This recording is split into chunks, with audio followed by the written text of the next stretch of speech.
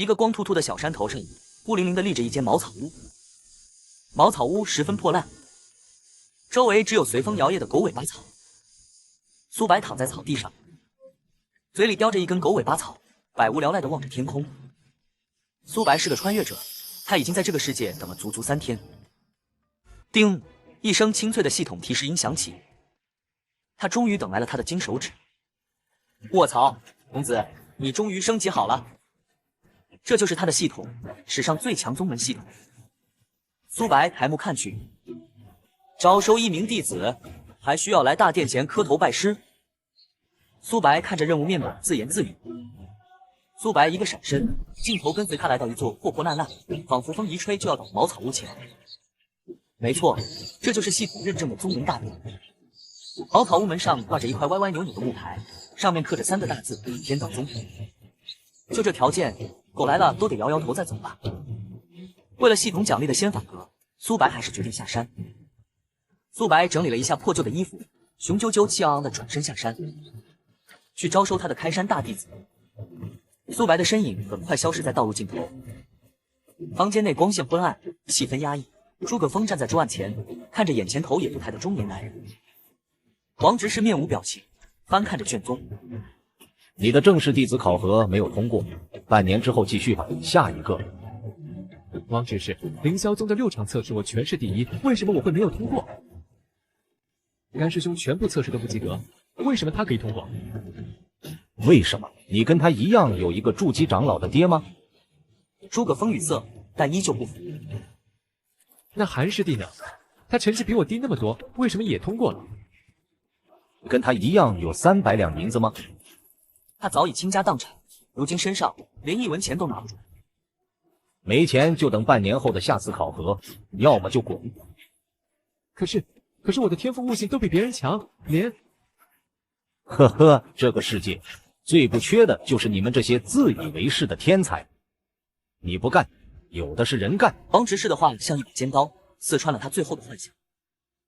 诸葛峰紧握的拳头指甲深深陷入掌心，鲜血渗出。在这个只看背景和金钱的世界，所谓的天赋一文不值。诸葛峰沉默了许久，终于松开拳头，缓缓转身推门离去。不过马牛一个，真把自己当成天才了。凌霄宗分部门外排着长长的队伍，全是满脸紧张和期待的少男少女。他们期待着鱼跃龙门，成为呼风唤雨的仙人。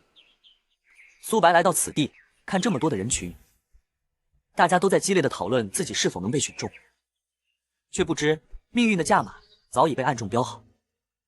几个衣着华丽的少年少女正靠在树下，他们根本不需要排队，因为结果早已内定了。这几个人满脸讥笑地看着排队的人群，指指点点。诸葛峰的脸上写满了不甘、愤怒与无力。哎，他只是一个普通人，如何跟强大的修仙宗去说理？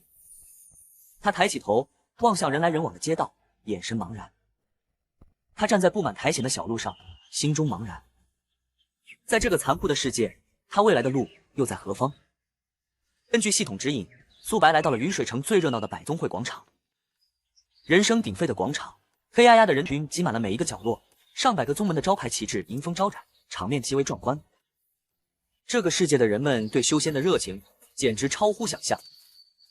眼前的景象让他这个见过世面的穿越者也惊呆了。苏白满脸震惊之色。我靠，这么多人，这比春运还夸张啊！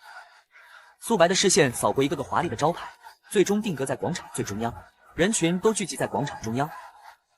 苏白定睛一看，一块巨大的鎏金牌匾上，凌霄宗3个大字龙飞凤舞。牌匾下方还用小字写着仙盟500强，每月基础银子30两，今日名额50位。在100多个招新宗门里，凌霄宗无疑是全场的焦点。作为仙盟认证的500强宗门，光是给弟子的基础月钱就高达30两白银。30两，一个月3万块起步，不愧是500强，就是富得流油。苏白低头看了看自己手里那块边缘被啃得坑坑洼洼的破木板，又摸了摸口袋里仅剩的20个铜板。不行，老子可是拥有系统的男人，怎么可能为了3两白银而折腰？气势上绝对不能输，苏白找了个角落，席地而坐，拿起毛笔，在破木板上奋笔疾书。写完后，他满意的将木板竖在身前。反正月薪是满1个月才发，先画个大饼，把人招进来。等宗门升级了，还怕没银子？我真是个天才！大家都来看看啊，未来的天下第一宗，天道宗招人了，走过路过不要错过。30两月前，名额只有1个。苏白自信满满的摆好摊，开始了他的首席面试官生涯。然而，他这别具一格的招牌和吆喝声，很快就吸引了全场的目光。什么？未来的天下第一宗，口气这么大？我看看是哪个大宗门这么牛？砰！一群人围了过来。当他们看清苏白和面前那块破木板时，先是愣住，随即爆发出哄堂大笑。哈哈，这确定是招牌！这破木板怕不是从哪个柴火堆里捡来的吧？看都不用看，这肯定又是一个骗子宗门，想把急于修仙的人骗过去当苦力。走走走，离这种人远一点，别被带坏了。众人先是被未来第一宗的学徒吸引。我操！你们快看看，那骗子招牌上写的，每月基础银子30两，还真是30两，跟凌霄宗一样。是我疯了，还是这个世界疯了？原以为是个骗子，结果是个傻子。想钱想疯了吧？就你这破落样！不对劲啊，我这福利待遇不好吗？怎么一个个跟看傻子一样看我？难道是我给的太多了？太阳从东边升到头顶，再缓缓西斜。苏白摊位前的人来了又走，每个人都投来嘲讽的目光，但无一人上前询问。苏白从一开始的微笑变得面无表情。苏白等得无聊，觉得自己的招牌不够有吸引力，于是又拿起笔，在木板上加了2行字：包吃包住，入宗即可学习仙法。就在苏白怀疑人生时，另一个人也同样在怀疑人生。他叫诸葛峰，刚刚在凌霄宗的杂役弟子考核中被淘汰。还有最后10个名额了，想要的抓紧时间。仙人，您瞧瞧，这是我们家乡的一点土特产，您看看我儿子怎么样？不错，这小子看起来是个修仙的料子。就你了。谢谢仙人，谢谢仙人。所谓的土特产，至少是20两银子。为了一个不包吃住，每月还要倒交30两银子的杂役身份，普通人就得倾家荡产。眼前的一幕让诸葛峰仿佛看见了半年前的自己。诸葛峰卖掉唯一的祖宅，将一袋沉甸甸的银子交到执事手上。他在宗门里汗流浃背地扫着望不到头的台阶。他因为没钱吃饭，只能帮师兄们干杂活换取一点剩饭。家没了，钱也没了，前途断绝。爹娘孩儿不孝，报不了仇了。为了修仙报仇，他倾家荡产，在凌霄宗做了半年杂役，受尽辛苦，最终却连成为正式弟子的资格都没拿到。此刻的他身无分文，万念俱灰。就在诸葛峰准备转身离去，了此残生时，眼角的余光无意中瞥到了角落里的一块木板。整个世界都是灰暗模糊的，只有那一块破旧的木板无比清晰。木板上的字一个个映入眼帘：天道宗，包吃包住，入宗即可学习仙法。入宗便可修仙。这个念头一浮现，便如同溺水之人抓住的最后一根稻草，瞬间点燃了他死寂的内心，让他难以遏制。诸葛峰深吸一口气，压下心头的狂跳，眼神中重新燃起一丝光芒。他不再犹豫，迈开脚步，穿过嘲笑的人群，径直走向那个被所有人当成傻子的商人。诸葛峰一步步走向苏白的摊位，周围的喧嚣声逐渐消失。周围人都看着他，不清楚他要去干什么。诸葛峰停在苏白面前，目光紧紧地盯着那块破旧的木板。苏白也抬起头，看向了今天第一个真正停下来的人。苏白的毛笔在破木板上划过，又添上几行歪歪扭扭的大字：包吃包住，入宗即可修炼仙法。眼看太阳就要落山，苏白今天又是颗粒无收。正当他准备收摊，找个桥洞对付一晚时，一个迟疑的声音在他身后响起。苏白正弯腰准备拿起木板，动作一顿，他缓缓回头。请问仙师，真的入宗就可以修炼仙法吗？苏白打量着少年，这是今天第一个真正来询问的人。他立刻站直身体，清了清嗓子。不错，入我天道宗，拜了师，立刻就能接触仙法，童叟无欺。苏白话音刚落，还没散尽的几个路人立刻又围了上来。哎，小兄弟，这人是骗子，你怎么能信他？就是，现在都什么年代了，还用这种粗鄙的骗术？少年郎，这30两银子可不是小数目，千万别被骗了。众人七嘴八舌，看向苏白的眼神充满了鄙夷和嘲讽。诸葛峰听着周围的议论，沉默不语。可是万一呢？哪怕只有1%的希望，我也不想放弃。但是那30两银子，看到少年低头不语，苏白心里凉了半截。完了，看来骗子这个标签是贴得死死的了。明天换个地方，顺便换身行头再来。苏白叹了口气，再次弯腰准备收摊。请问仙师，那30两银子可以等月底再结清吗？苏白愣住了，动作停在半空中。在苏白穿越前的世界，他最恨的就是拖欠工资的老板。如今自己当了宗主，他发誓绝不能让弟子也尝到那种滋味。月底结，没问题啊！你放心，我们天道宗别的不好说，但绝对不拖欠月钱。诸葛峰整个人都呆住了，他没想到居然真的有宗门愿意赊账。仙师，您确定？当然确定。诸葛峰再无犹豫，对着苏白深深一揖。仙师，弟子诸葛峰愿拜入天道宗。好，诸葛峰是吧？拜师的事回宗门再说，现在有时间吗？有，弟子现在无处可去，随时可以随仙师前往宗门。苏白在前面带路，诸葛峰紧随其后。这小子莫不是个傻子吧？这么低级的骗术都看不穿。看他那穷酸样，脑子估计也不太好使，绝配。嘿嘿，谁说骗子就一定图财？万一人家图的是他的腰子呢？听说有些大人物就喜欢这种年轻力壮的。算了，放下助人情节，尊重他人命运。咱们自己都过得这么难，少管闲事吧。这些议论一字不落地飘进诸葛峰的耳朵里。他脚步一顿，望着苏白消失在街角的背影，眼神复杂。呵，反正已经无路可走了，要骗就让他骗吧。可万一是真的呢？诸葛峰眼神瞬间变得坚定，他不再犹豫，拔腿快步跟了上去。苏白察觉到身后的脚步声，嘴角微微上扬。系统任务，招收1名弟子，看来就要完成了。站住！苏白和诸葛峰同时抬头，只见前方巷口，一个少女双手叉腰，正怒气冲冲地瞪着他们。少女柳叶眉，高鼻梁，唇红齿白，一头长发及腰，虽满面怒容，却依旧掩盖不住其俏丽的容颜。卧槽，好静的妹子，连生气都这么好看。小姑娘，叫我们呢，有事？萧灵溪瞪了苏白一眼，转向诸葛峰。喂，他是骗子，你别被他骗了。我说姑娘，凡事得讲证据啊，你凭什么说我是骗子？所有宗门都要先当半年杂役，通过考核才能成为正式弟子，然后才能接触仙法。你这倒好，入宗就能学，不是骗子是什么？我说那是别的宗门的规矩，跟我天道宗有什么关系？他们效率低，难道还不许我效率高了？哪有这么好的事？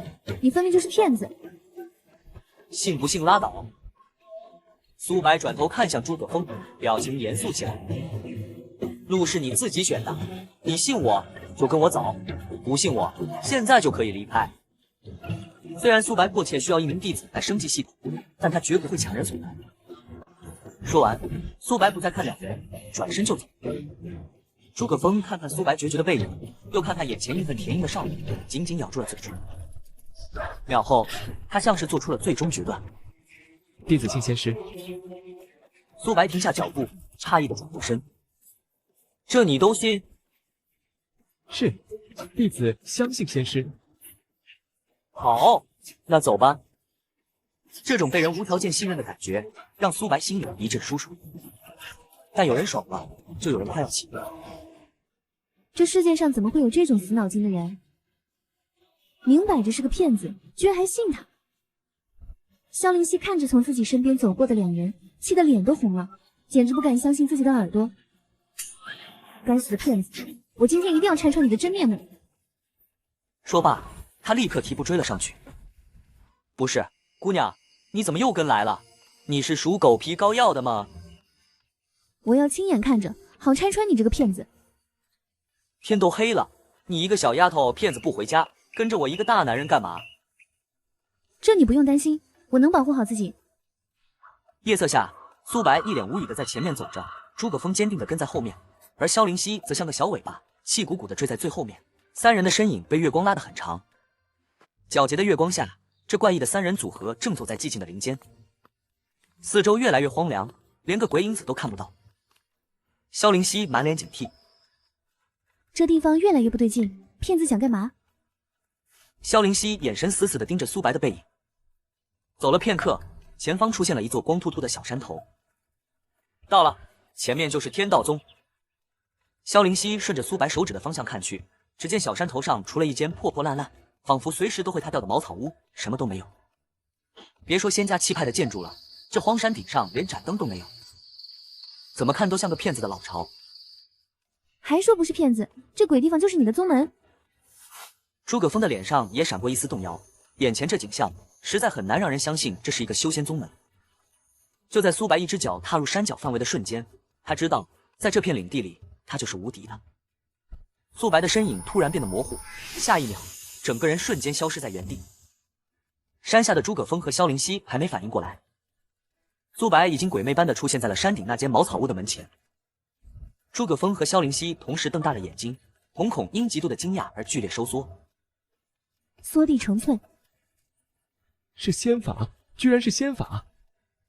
缩地成寸，这可是筑基境高手才能施展的仙法。眼前这个被当成骗子的小子，竟然是一位深藏不露的仙师，还不来拜师吗？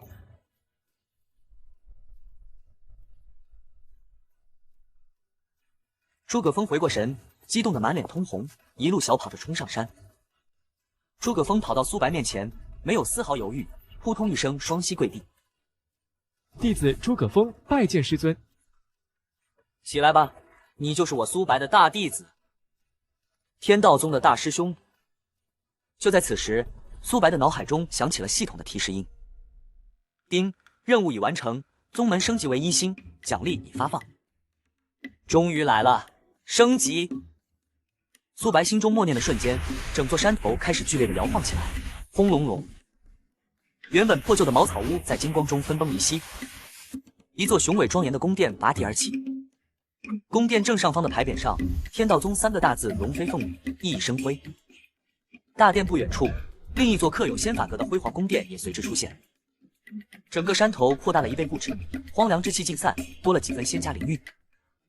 山下的萧灵溪和山顶的诸葛峰，两人都傻了，嘴巴张得能塞进一个鸡蛋，呆呆地看着这神迹般的一幕。如果说缩地成寸还在他们的理解范围内，那这种凭空造物、移山换景的神通，简直闻所未闻。这得是何等境界的大能才能做到？师尊太厉害，比王执事强万倍，我赌对了。诸葛峰，那是仙法阁，你且去挑选一本最适合你的仙法吧。是，谢师尊。弟子一定好好跟着师尊学习仙法。诸葛峰再次恭敬的拜下，随即怀着无比激动的心情，快步走向仙法阁。诸葛峰踏入仙法阁，瞬间被眼前的景象震撼。只见阁内没有书架，成千上万的仙法卷轴如同星辰般漂浮在空中，散发着柔和的光芒。饶是诸葛峰性格沉稳，此刻也被这浩瀚如烟海的仙法所震撼。请将手放在前方的石台上。谁在说话？我是仙法阁的守灵，不必害怕。按照规矩，每个新入门的弟子都可在此挑选一部仙法。若想自己挑选，可随意摘取一卷。若要我为你挑选，请将手放在前面的石碑上。弟子对仙法一窍不通，还请守灵前辈为我挑选。面对这数不清的仙法，诸葛峰知道，让专业人士来推荐才是最明智的选择。诸葛峰将手掌缓缓放在了冰凉的石碑上，刹那间，石碑亮起璀璨的黄色光芒。光芒中，一卷古朴的卷轴缓缓浮现，飘向诸葛峰。你性格沉稳，不骄不躁，道经炼气篇最适合你，可为你打下最坚实的基础。多谢守灵前辈赏识，晚辈一定好好学习仙法，感激不尽。他紧紧握着手中的卷轴，眼中闪烁着前所未有的光芒。这是他梦寐以求的仙缘，是他改变命运的开始。仙法阁古朴的木门外，萧灵溪站在月光下，一双美眸瞪得溜圆，小嘴微张，脸上写满了不可置信。他呆呆地看着眼前这座凭空出现的楼阁，整个人都傻了。你，在诸葛峰挑选仙法之时，外面的萧灵溪已经是大眼瞪小眼。他感觉自己今晚的认知都被彻底颠覆了。本以为是行侠仗义，痛打骗子，结果没想到打到铁板了，而且是块仙体。苏白背着双手，一副世外高人的模样，慢悠悠地走到他面前。小丫头，现在你还觉得我是骗子吗？我哪知道你真有本事啊！他低下头，声音小得像蚊子哼哼。苏白摇了摇头，懒得跟他计较。诸葛峰从里面走了出来，他双手小心翼翼地捧着一个黄色的卷轴，快步来到苏白面前，神情无比恭敬。师尊，这仙法需要多少银子啊？如果只要炼气第一重的仙法，又需要多少？仙法乃是一个宗门立足之本，更是普通人逆天改命的唯一途径，其价值无可估量。在凌霄宗，光是炼气一重的口诀就要100两白银，炼气3重更是高达100两黄金的天价。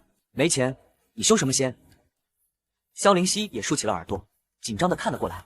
他很清楚，一本完整的炼气境仙法多珍贵。银子？什么银子？不是吧？我看了那么多小说，不都是进了宗门功法随便练吗？怎么到我这儿还要钱了？师尊，弟子是说修炼这本仙法需要支付多少银子？无需银子。你既然是我天道宗的弟子，我天道宗的所有仙法，你自然可以随意修炼。诸葛峰整个人僵在原地，瞳孔地震，脑袋里嗡嗡作响。师尊，您的意思是，从炼气1重到炼气9重，全都不要银子？怎么，你不愿意？我给你机会，你可别辜负了我的期待啊！月光倾泻在苏白身上，他负手而立，面带微笑，宛如谪仙降世。诸葛峰抬头看着这一幕，再回想起自己在凌霄宗备受打压的日子，天壤之别让他热血冲顶。一股汹涌澎湃的热血直冲诸葛峰的头顶，压垮了他心中最后一道防线。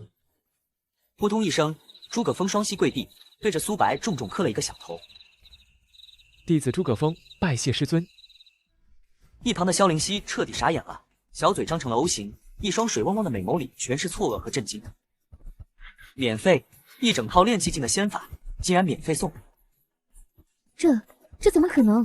就是我萧家想买一套完整的炼气境功法，也得伤筋动骨啊！师尊，不知弟子每日需要完成什么任务？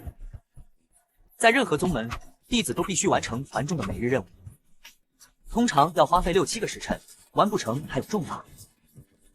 不知道天道宗的任务是什么？砍柴，还是挑水？任务？你的任务就是好好修炼。你的修为越高，对宗门的贡献就越大。他再次愣住了，整个人像是被雷劈中一样。任务就是修炼，这不就等于躺着就把仙修了？还愣着做什么？还不抓紧时间去修炼？是，弟子遵命。他深深鞠了一躬，转过身去，一滴晶莹的泪珠从他眼角滑落。父母被杀，他没哭；当杂役被欺辱，他没哭；名额被顶替，他还是没有哭。可此刻，所有的坚强和委屈都在师尊的恩情面前化作了滚烫的泪水。师尊如此大恩，弟子拼上性命也定会报答。他擦干眼泪，就地盘腿坐下，开始运转功法。淡淡的银灰灵气向他汇聚，在他周身形成一道旋转的光环。萧灵溪下意识地盯着他，嘴里开始数数：1、2、3、17、18、19、20夕，20夕就完成了一个周天。仙法品质由周天循环速度决定。黑石垃圾功法，1个时辰循环1-2次。他挑家的功夫，1个时辰52次。而仙盟500强的凌霄宗正宗仙法凌霄宗，1个时辰也不过61次。这怎么可能？这到底是什么级别的逆天仙法？夜色下，苏白喊啸而立，诸葛峰周身灵气环绕，而萧灵溪则像见了鬼一样呆立在原地，世界观被彻底震碎。诸葛峰盘膝而坐，双手捧道经炼气篇卷轴，闭目凝神，一缕缕灵气肉眼可见的涌入他体内，在他周身形成一个小小的气穴。诸葛峰猛地睁开眼睛，满脸震惊和不可思议。诸葛峰只是尝试运转了1个周天，便被这仙法的恐怖效率彻底惊呆了。20夕，仅20夕就完成了1次周天循环，1个时辰就是100个周天。青云宗凌霄诀1个时辰才61次，在这道经面前，简直就是个笑话。品级越高的仙法，吸收的灵气越纯净，修炼速度的差距只会越来越大。这其中的价值，诸葛峰心知肚明。不远处，萧灵溪看着这一切，漂亮的大眼睛里充满了渴望。他悄悄走到苏白身边：“仙师还缺弟子吗？”小丫头，你之前还怀疑我是骗子，怎么现在想加入骗子的宗门了？萧灵溪脸颊一红，有些尴尬，但立刻变得认真。仙师，灵溪知错了，希望仙师可以原谅。哦，那你倒是说说哪里错了？萧灵溪低头，像个犯错的小学生。灵溪不该怀疑仙师，更不该对仙师出言不逊。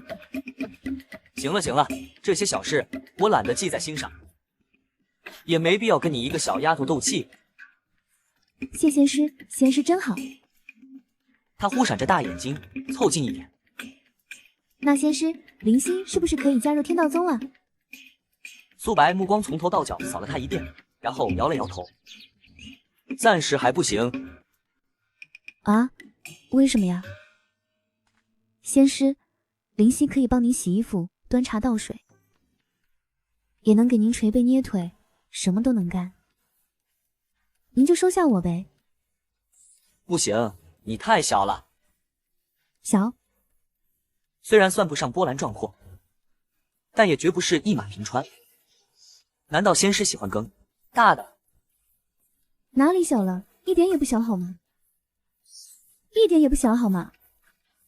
嗨嗨，不是指这个，我的意思是你的年龄还小，本宗暂不收未成年。年龄小，原来是自己想歪了。萧灵溪恨不得找个地缝钻进去。仙师，纠正一下，3天前我已过了成年礼，所以我已经成年了，好不好？成年了。哦，忘了，这个世界16岁就算成年。小丫头，这么晚了，你还不回家？你家人不担心吗？鬼才想回家呢。哦，好家伙，离家出走的叛逆少女，那更不能收了。回头家长找上门，我岂不成了拐卖犯？你想加入天道宗没问题，让你家长陪你一起过来，否则免谈。苏白说完，一个瞬步就闪进了大殿。砰的一声巨响，宫殿大门重重关上。喂喂，你这人！萧灵溪一个人站在紧闭的大门前，呆若木鸡。大殿门缓缓打开，苏白打着哈欠走出来，伸了个懒腰。3点睡6点起，阎王夸我好身体。苏白活动着筋骨，准备去看看徒弟的修行成果，但下一秒他愣住了，眼前整个山头被收拾得一尘不染，连片落叶都找不到，宫殿的柱子干净的能反光。不仅如此，山头各处还点缀上了一盆盆鲜花，空气中弥漫着淡淡的花香，但这花香中还夹杂着一股奇特的、极其霸道的肉香味。红烧肉，旁边的小木桌上摆了满满一桌子菜，7、8个盘子，色泽诱人，而最中间的正是一大碗油光锃亮、酱汁浓郁的红烧肉。苏白不自觉地咽了口水，一个身影从旁边窜了出来。仙师，你醒了，这是我亲自做的，仙师尝尝。一觉醒来就有热饭热菜，对于前世天天吃外卖的死宅苏白来说，这幸福简直来得太突然了。苏白拿起筷子，毫不客气地夹起一块最大的红烧肉。红烧肉颤巍巍地被送进苏白嘴里。苏白咀嚼的动作瞬间定格，整个人如同被石化。怎么样，好不好吃？我娘说了，想抓住一个男人，就得先抓住他的胃。我的厨艺天下无敌。苏白面无表情地看着他，缓缓开口：“好吃，实在太好吃了。”苏白突然放下筷子：“下次不用做了。”话音未落，苏白一个闪身，如同离弦之箭般消失在原地。水在哪？萧灵溪愣在原地，摸了摸脑袋。好吃到飞起来了，真这么好吃？他半信半疑地夹起一块肉，小心翼翼地放进自己嘴里。萧灵溪的表情瞬间凝固，和刚才的苏白如出一辙。肉的鲜香，糖的甘甜，统统尝不到。口腔中只剩下一种味道，仿佛一口闷了一整罐盐。萧灵溪的眼眶瞬间红了，一滴晶莹的泪珠在眼眶里打转。这一刻，他终于体会到了东北大哥。被说菜量少，广东靓仔误食魔鬼椒的痛苦。清晨，阳光洒在崭新的宫殿上，苏白双手抱胸，板着脸，像个管教孩子的老父亲一样对着萧灵溪。萧灵溪则低着头，手指抠着衣角。你一夜未归，你就不考虑你家人的感受？他们难道就考虑过我的感受吗？哪有父母不担心自己孩子的？苏白此刻头疼不已，这萧灵溪又不是自家孩子，他也不好管得太严，这要是他闺女，早就掏出7匹狼皮带，让他感受一下。丁，宿主修为已突破。突破了？炼气3重，这么快？苏白的目光不由得投向不远处盘膝而坐，仍在修炼的诸葛峰。作为天道宗宗主，苏白的修为与弟子总和挂钩。丁，弟子修为突破，奖励10点宗门积分。砰！一声清脆的爆鸣声从诸葛峰体内传出，以他为中心，一股强大的气流猛然炸开，吹得地上的落叶和尘土四散飞扬。诸葛峰猛地睁开双眼，2道金光一闪而逝，整个人的气质都变得神采奕奕。仅仅一夜，诸葛峰便成功引气入体。噗！诸葛峰握紧的拳头上发出一阵噼里啪啦的骨骼爆响，一层淡淡的青色光芒浮现在拳头表面。这就是仙人所拥有的力量吗？他能感觉到体内充满了无穷无尽的力量。我现在的力量应该可以为父母报仇了吧？一晚上炼气1重。萧灵溪嘴巴张成了 O 型，震惊地看着诸葛峰，又看看苏白。从认识苏白到现在，萧灵溪一辈子的惊讶都用完了。师尊，弟子不负所望，已经炼气成功。好啊，很好。苏白心里乐开了花，弟子越强，他就越强。你以前偷偷修炼过？我连凌霄宗的正式弟子考核都没通过，哪来的仙法修炼？名额还不是捏在执事手里？你真是第一次修炼？我找找。片刻后，他从一个精致的储物戒指里翻出了一块鸡蛋大小、晶莹剔透的水晶石。这是灵根测试时，你把手放上来，你的灵根越好，它就会越亮。诸葛峰不明所以，但还是依言将手掌放在了测试石上，并按照萧灵溪的指示，将体内刚刚产生的灵气注入掌心。嘣！就在他手掌接触的刹那，水晶石剧烈震动起来。紧接着，一道耀眼无比的金色光柱从水晶石中冲天而起，仿佛要刺破苍穹。光芒之盛，让萧灵溪和苏白都下意识地用手挡住了眼睛。金光冲天，是传说中的天灵根。凌霄宗寻觅万年都求之不得的天灵根。我是天灵根。卧槽，还真是天灵根！我这是随手捡了个主角吗？好，太好了！弟子越强，我越强。不是你天灵根没通过凌霄宗的考核？我没听错吧？在这个区域，我的考核成绩是第一。奈何我没有300两银子，所以没有通过。哭300两？天灵根的价值，别说300两，就是300万两黄金。为什么没有300两就不能通过？他们不测灵根吗？要是测了，那些富家少爷小姐怎么通过？如果你有银子，他们就能获利，这不难选。萧灵溪沉默了，脸上满是震惊和愤怒。片刻后，他对着诸葛峰郑重地说了句：“抱歉。”不用抱歉，这种事我见多了，早就看开了。半年前，我父亲给我安排了一个凌霄宗的弟子名额。如果时间没记错，我跟你应该是同一批。我的名额很可能本来是你的。不必在意，名额那么多，不一定是我的。再说，我现在是天道宗弟子，师尊收留我已是上天眷顾。其实我本来就不想去凌霄宗，现在更不想去了。萧灵溪转身，一双闪亮的美眸充满期待地看着苏白。仙师，你说吧，要什么条件才允许我加入天道宗？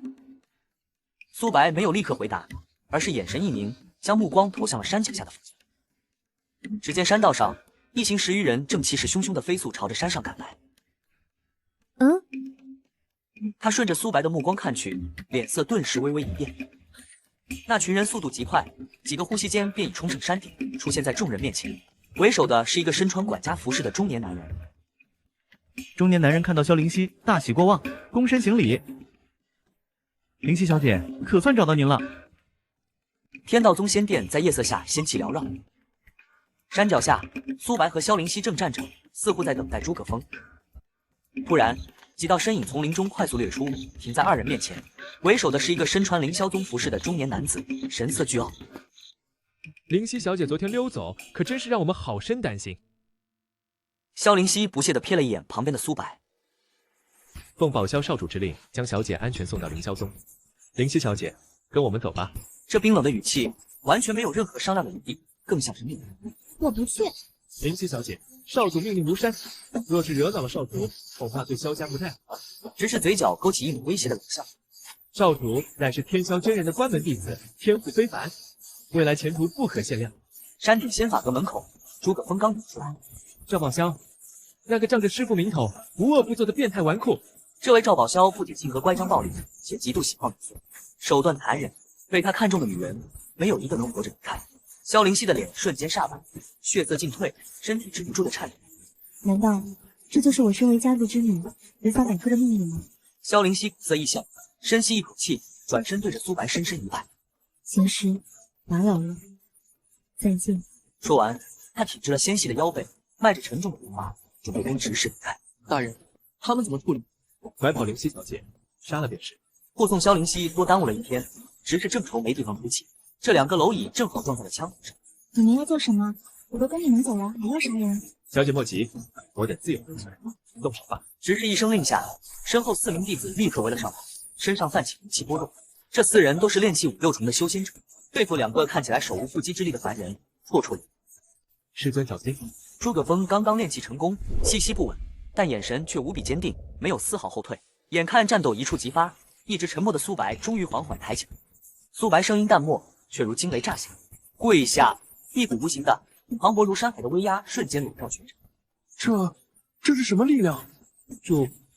筑基大修士，他自己就是炼气9重，能一道喝声就让他心神颤抖。除了筑基期大能，还能眼神。他刚升起这个念头，却发现自己的身体像是被冻结在原地，动弹不得。苏白缓缓伸出一只手，五指张开，执事被一股无形的力量扼住喉咙，双脚离地，缓缓升到半空。在我天道宗领地，你要杀谁呢？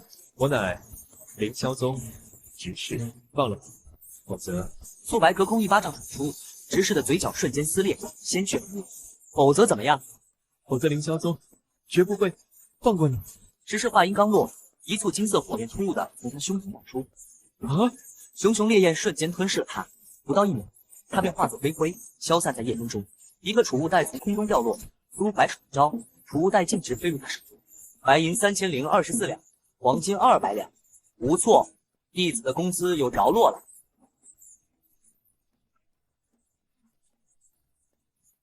苏白看都没看地上跪着的4人，随手一挥，4道火焰凭空出现，将那4名弟子瞬间吞噬，连惨叫都没来得及发出。一击灭杀炼气9重，弹指间焚尽4名修仙者。这恐怖的实力让萧灵溪和诸葛峰彻底看呆了，他们张着嘴，眼中除了震撼还是震撼。师尊，凌霄宗的执事死在这里，肯定不会善罢甘休。你们要不要将宗门迁走？不必，那些人赶来，那便统统宰了。听到这轻描淡写的话，诸葛峰和萧灵溪彻底傻眼，那可是仙盟500强之一的凌霄宗啊！萧灵溪忍不住，声音带着敬畏和好奇：“宗师，您到底是什么实力？”天之下，我无敌；天之上，我亦无敌。两人倒吸一口凉气，两人对视一眼，他们很快是能拿出一个时辰运转100多天的超级仙法。宗主的实力又怎么会平凡？怎么还愣着干什么？还不拜师？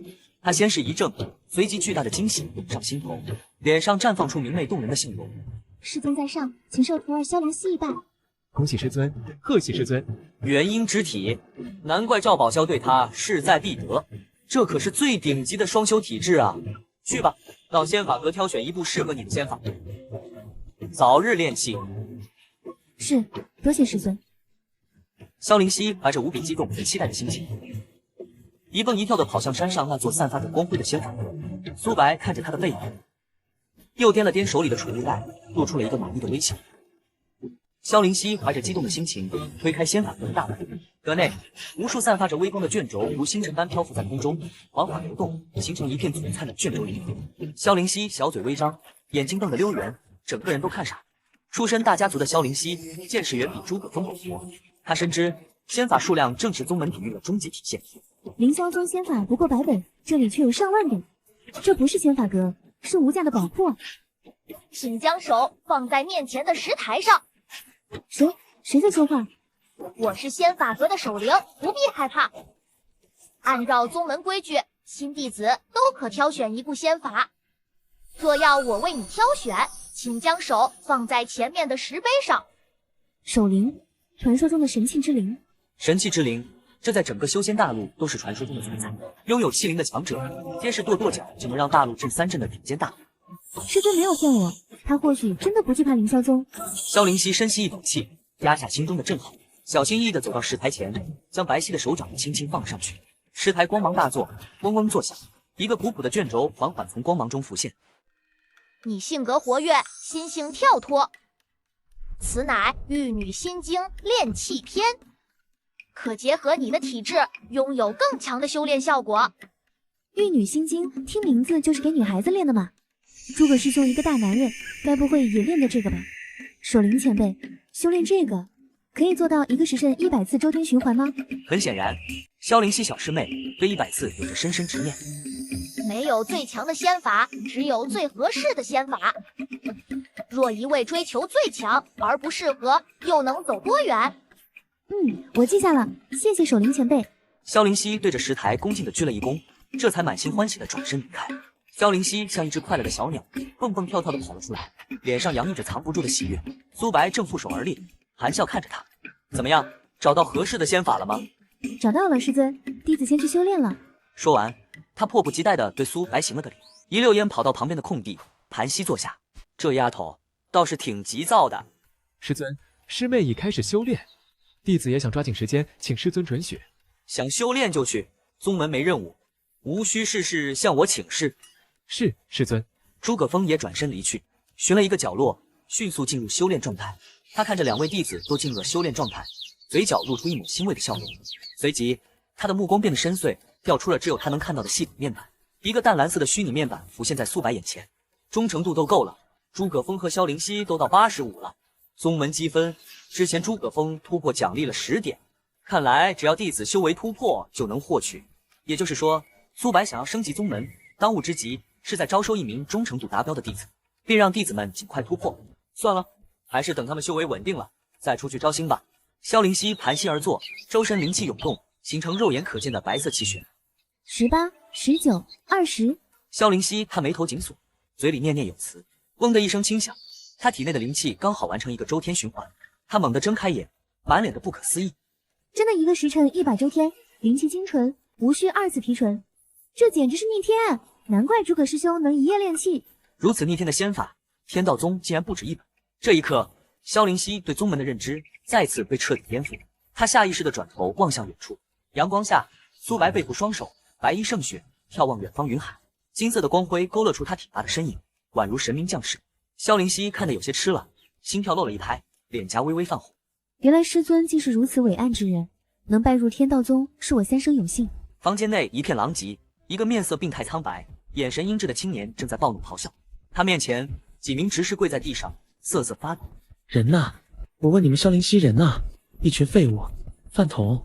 少主，李执事传讯说萧灵溪跑了，他带人去追，可现在已经3天没有回音了。赵宝霄一脚踹翻旁边的桌子，怒吼：废物，废物，统统都是废物！我让你们把人带回来，你们居然给本少主弄丢了！跪着的执事们头埋得更低了，身体陡如筛糠。他们很清楚，眼前喜怒无常的纨绔少主是真的会随手杀人的。在哪失踪的？给我去找，不论代价，就是掘地3尺，都必须把人给我找回来。要是找不到人，你们都不要回来了。是，属下遵命。几名执事如蒙大赦，连滚带爬地跑出去。房间内只剩他一人，他脸上的暴怒逐渐转为阴冷狠厉。该死的贱货，竟然敢逃跑！等我抓到你，定要让你求生不得，求死不能。本少主看中的女人，不管你逃到天涯海角，都休想逃出我的手掌心。没有人可以。晨光熹微，萧灵溪盘腿静坐，周身有淡淡的灵气旋绕。他猛地睁开双眼，眼中金光一闪。时间飞逝，一晃5天过去，在超级仙法加持下，萧灵溪修为突飞猛进，终于练气2重了，5天就突破2重，我算不算绝世天才？这速度在大赵帝国堪称传奇，即便是凌霄宗第一天骄，也用了1个多月。嘿嘿，我修为总算追上诸葛师兄了。然而他还没高兴超过3秒，另一边的诸葛峰修为再次突破练气3重。师兄真是个修炼狂魔，一天12个时辰，他恨不得修炼24，太卷了吧！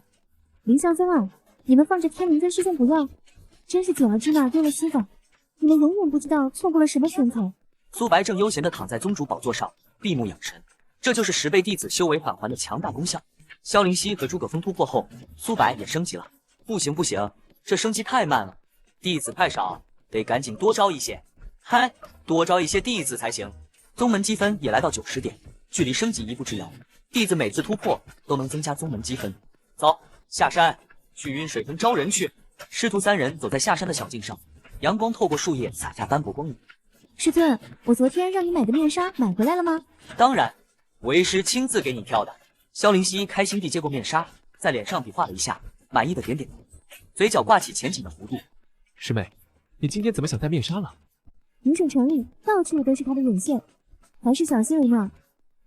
没错，山门内我是无敌的，可出了山门，我只是练气6重，该苟的时候必须苟，猥琐发育才是王道。3人来到云水城百宗会入口处，这里人来人往，热闹非凡。苏白停下脚步，转身对2个弟子说：“你们去城里逛逛，买些日常用品，衣服也换新的，宗门报销，1人100两，拿着。”师尊，不用了，我自己有银子。储物戒比储物袋珍贵10倍的宝物，连凌霄宗的执事都用不起。师尊，用不了这么多，我买点日用品，几百个铜板就够了。怎么，为师的话现在也不听了吗？灵溪，宗门给你的福利必须收着。诸葛峰，你代表宗门脸面，还穿着旧衣服，像话吗？灵溪，带你师兄去买衣服，这些银子今天不花完别回来。知道了，师尊。师尊待我恩重如山，我诸葛峰一定拼命修炼，绝不辜负你的期望。萧炎，我已是云天宗弟子，你连入门考核都过不了。我是极品灵根，你是废灵根。萧炎，这名字，卧槽，这不是那本爽文主角吗？这不是萧家那个废物少爷吗？听说还没练气成功呢。他未婚妻柳嫣然可不一样了，已经是云天宗的少宗主了，那可是仙盟500强之一。嘿，癞蛤蟆想吃天鹅肉，这下被甩了吧，活该。柳嫣然，30年河东，30年河西，3年后我会去云天宗挑战你，向你证明我萧炎不是废物。吼完，他一把推开人群，头也不回的愤然离去。废物，永远都是废物。笑颜发疯似的在小巷中狂奔，最后冲进一个死胡同，无力的靠在墙上，泪水终于决堤，顺着他满是屈辱和不甘的脸庞滑落。为什么？为什么上天要这么对我？我明明那么努力，付出了百倍汗水，为什么还是无法练气？难道我天生就是个废物？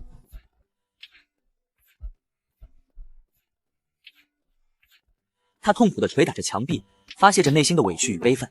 少年郎，你可曾听说过一句话？笑颜动作一致，缓缓回头，苏白的身影在笑颜含泪的视野中逐渐清晰。莫欺少年穷。苏白淡然的微笑与笑颜震惊错愕的表情形成鲜明对比。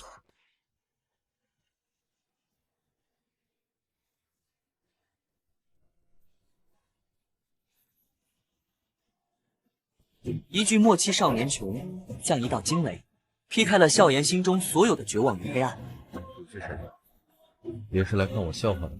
被当众羞辱的笑颜，此刻就像一只浑身长满尖刺的刺猬，对任何人都充满了戒备。你误会了，我并非是来看你笑话的。怎么？笑颜的冷笑里满是不信，他已经受够了别人的无情与嘲讽。走走，我们边走边聊。我凭什么跟你走？如果你想3年后打败今日侮辱你的人，那就跟我走。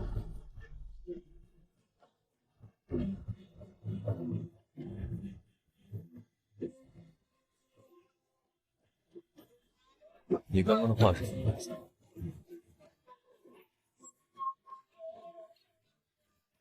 笑颜心中充满疑虑，但他更想知道，这个看起来比自己大不了多少的神秘青年，葫芦里到底卖的是什么药？一个失去了双臂的乞丐正躺在地上，面前放着一个破碗。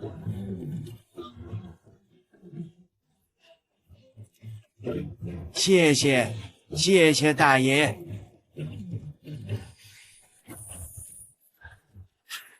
笑颜见状，也在口袋里翻了翻，摸出了一锭亮闪闪的银子。乞丐看到银子，脸上没有喜悦，反而瞬间变得煞白，惊恐的连连摆手。如果你想害死他，就把这银子给他。啊？为什么？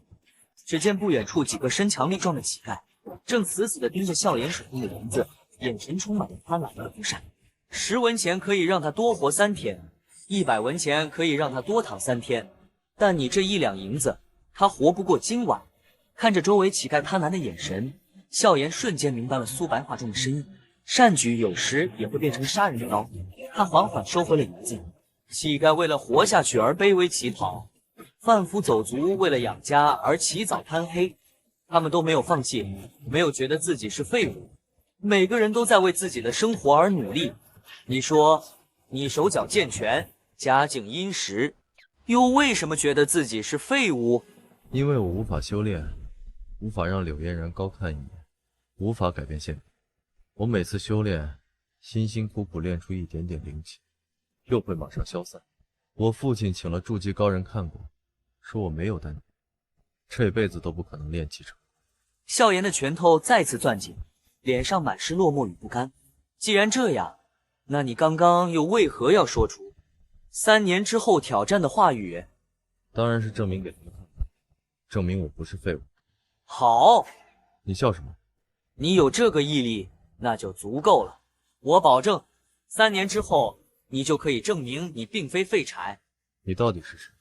天道宗宗主苏白。天道宗，没听说。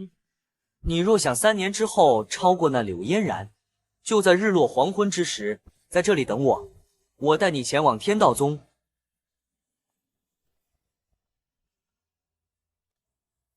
只留下笑颜一个人呆呆地站在原地，脸上神情变幻不定。百宗会入口处，苏白悠闲地走了过来。萧灵溪换上了一身飒爽的新裙子，即使戴着面纱，依然吸引了周围不少目光。诸葛峰则完全换了个人，身穿精致的锦袍。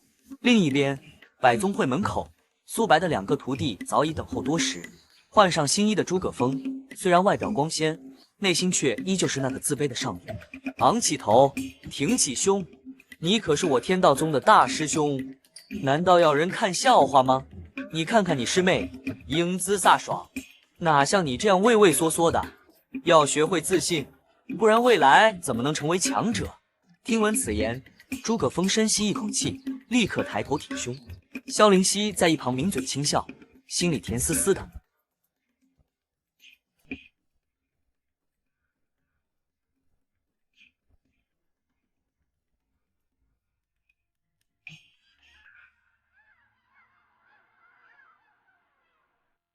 苏白左看看右看看，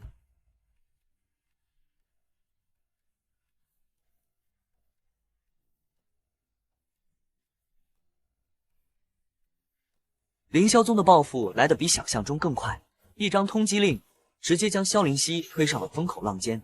这是谁画的？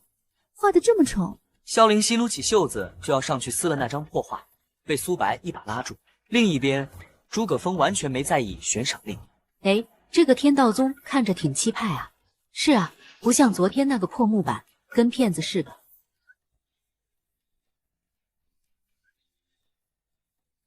搞半天还是那个价，一个听都没听过的宗门，敢跟凌霄宗一个价。就是我有30两，我去凌霄宗当外门弟子不香吗？去你这破宗门，真是狗看了都摇头。走了走了，只留下诸葛峰和萧灵溪站在崭新的天道宗招牌下。人群的嘲笑和离去，让刚刚鼓起勇气的诸葛峰再次陷入了自我怀疑。难道自己真的做错了吗？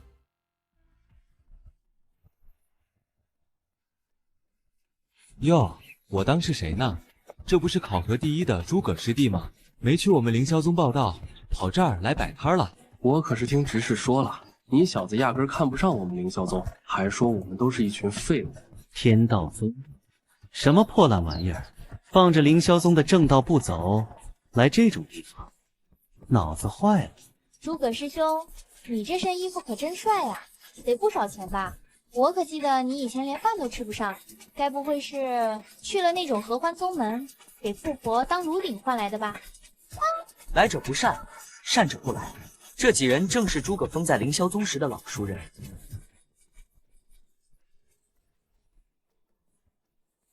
是他们杂役弟子时，我的成绩处处压他们一头，可最后他们通过了考核，我却失败了。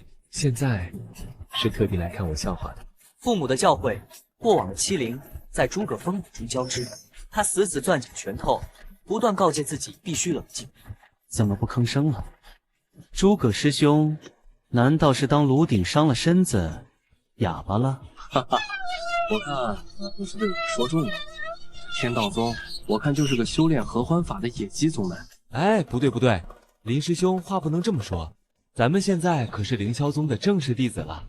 他嘛，只是个废物，应该叫他诸葛师弟才对。诸葛峰的拳头握得咯咯作响，心惊暴起。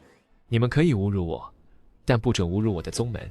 哟，还来脾气了，诸葛峰，你那个考核名额就是被我甘华抢走的，怎么样，气不气？此话一出，宛如晴天霹雳。他猛然抬头，双眼瞬间布满血丝，死死地盯着甘华。这群混蛋，我看不下去了。萧灵溪撸起袖子就要上前，却被苏白一把拉住。这是你师兄自己的坎，得他自己迈过去。忍无可忍，便无需再忍。尽管出手，出了任何事，一切有为师给你担着。师尊的话语如同一道惊雷，劈开了诸葛峰心中的枷锁，又像一股暖流，瞬间涌遍四肢百骸，给了他无穷的勇气。你们说我可以，但你们说我的宗门该打。哈哈哈哈！笑死我了，诸葛峰，你还真把自己当根葱了。这天道宗听都没听说过，不是垃圾是什么？还1个月30两，这种连垃圾都不如的宗门也配？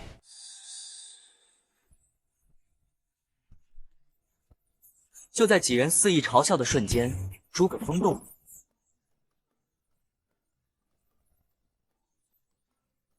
一道残影闪过，诸葛峰一记迅猛的摇阴腿，狠狠踢向站在最前面的甘华。你？他脸上的笑容瞬间凝固，想要躲避，却发现对方的速度快到他根本来不及反应。啊！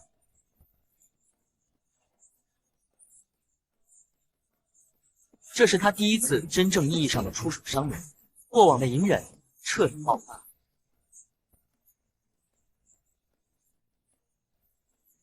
诸葛峰，你竟敢打伤肝师兄，你好大的胆子！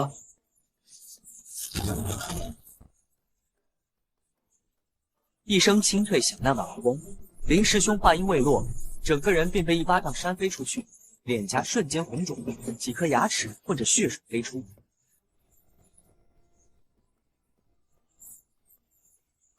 诸葛峰身形如电，在盛夏几人中穿梭，几声闷响过后，韩师弟、柳师妹等人全部被打趴在地，哀嚎不止。你炼气成功了？没错，如今的诸葛峰已经是炼气3层的修士，对付这几个凡人简直如探囊取物。听到炼气成功4个字，被打倒的几人全都忘了疼痛，满脸骇然。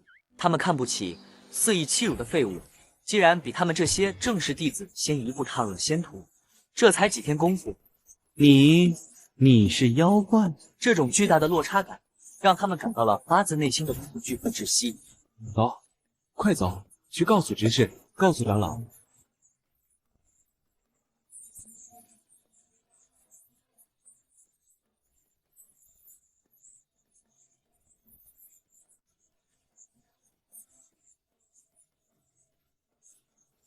牛掰！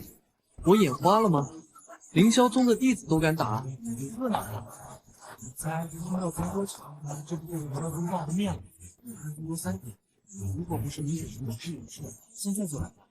3天，能坚持1天，就算是功药封地。一时间，广场内议论纷纷。几百年来，但凡挑衅过凌霄宗的，结局都只有一个，那就是化作历史的尘埃。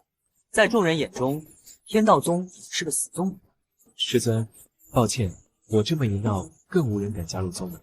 这是好消息，你已经把我天道宗的名声打出来了，不仅没有坏处，反而有利无弊。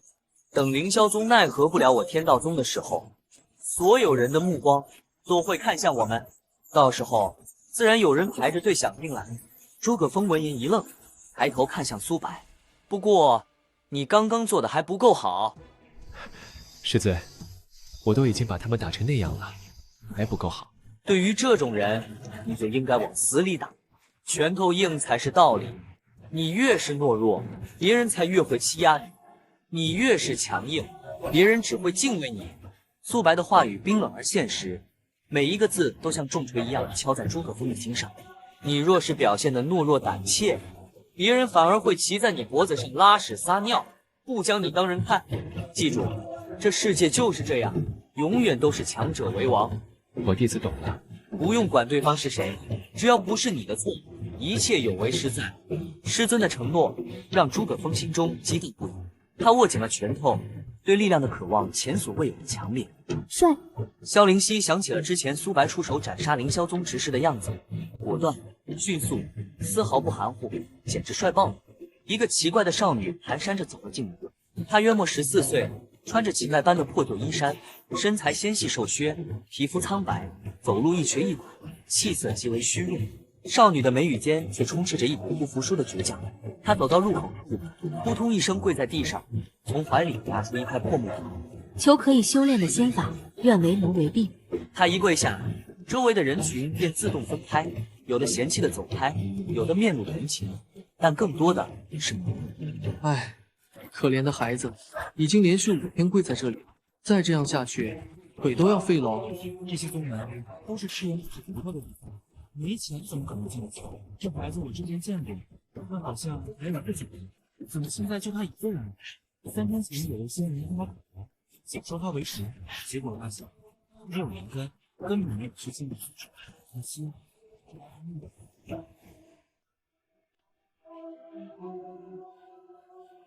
不远处，几个其他宗门的弟子正对着少女指指点点，满脸嘲讽。纯粹的无灵根，那不就是凡体吗？一辈子凡人的命，无灵根一辈子点天，那素质，他是一辈子也只能早练出3年。有银子也就算了，用大量资源砸，说不定有希望。一年是多年前啊，哪个宗门会说这种不像话？迟早一步。要是规矩好一点，还可以卖去青楼赚笔银子。可这面黄肌瘦的，哪家青楼收？哈哈！他们肆无忌惮地谈论着，根本没把这个跪着的凡人女孩放在眼里。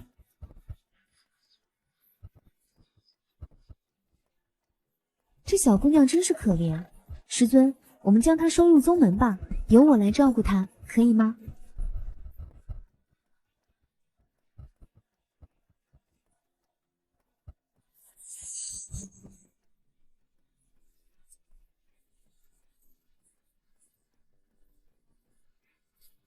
你叫什么名字啊？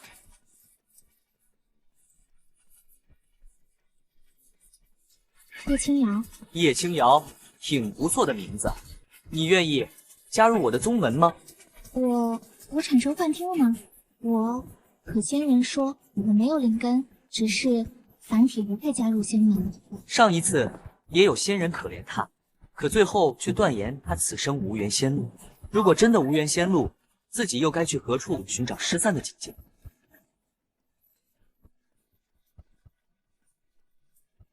谁说凡体不能攀登仙路？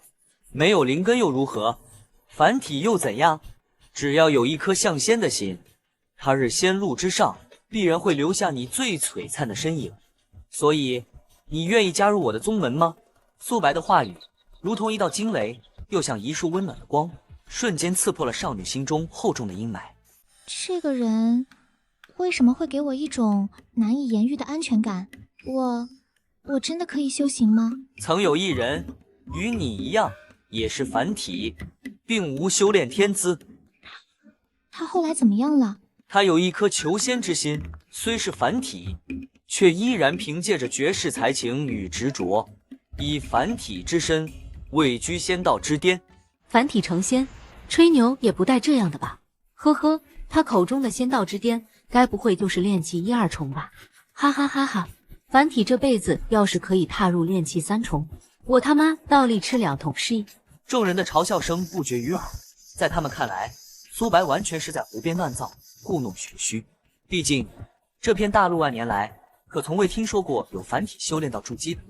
以凡体之身位居仙道之巅，我也可以吗？未来多变数，一切皆可能。我观你性格坚韧，心志不屈，未来注定会踏上一条不同寻常的道途。所以，我决定收你为我的亲传弟子。这是希望的邀约，也是命运的转折。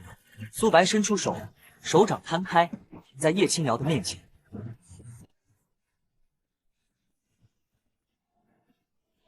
好温暖，这是自姐姐离开之后，我第一次感受到这种感觉。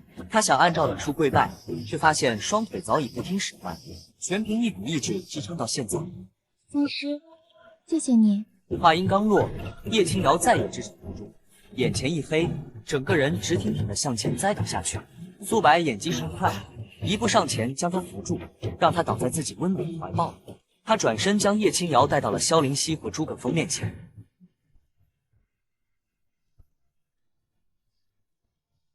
你们先带他回去，为师晚点再回。是，师尊。是，师尊。萧灵溪和诸葛峰搀扶着昏迷的叶清瑶，转身离开广场。苏白目送他们远去，随后身形一闪，悄无声息地消失在人里。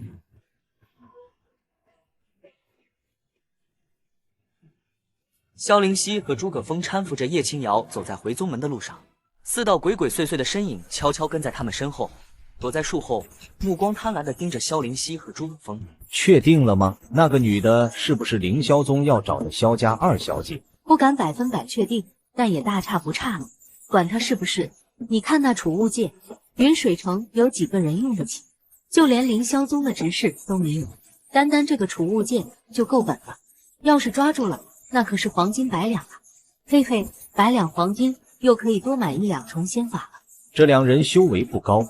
一个炼气2重，一个炼气3重，竟还敢带着一个拖油瓶赶路，真是找死，正合我意。这4个不长眼的散修已经被贪婪蒙蔽了双眼，他们并不知道自己正在走向一条不归路。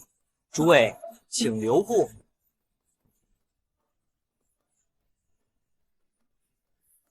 小子，我们的目标不是你，识相的赶紧滚开！我们劝你乖乖的把路让开，否则你恐怕走不出这片树林。这4人，2个炼气3重，2个炼气2重，气息虚浮，一看就是修炼了不入流的功夫。若是不滚，就留下命来吧。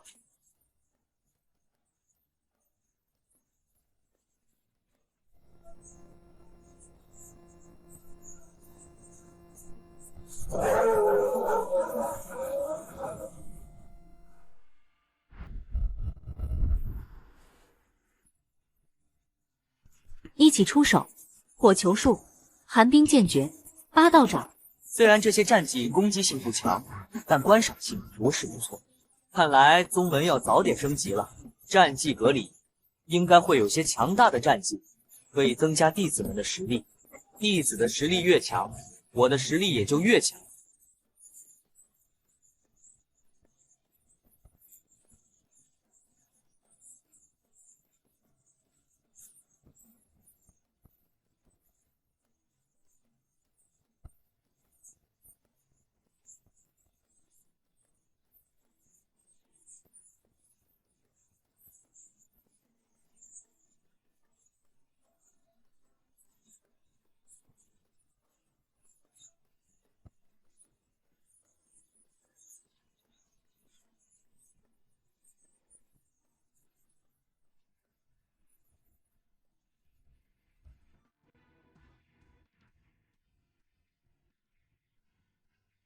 希儿，你怎么了？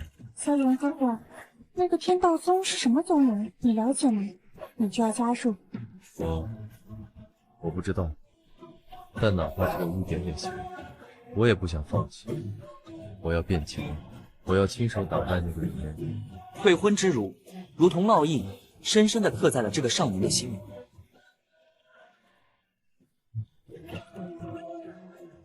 好吧。萧炎哥哥既然决定要去，那希儿就支持你。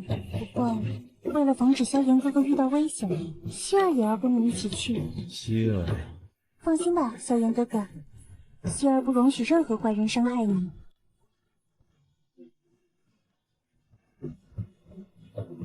苏白缓步走来，月白色长袍在风中微微飘动。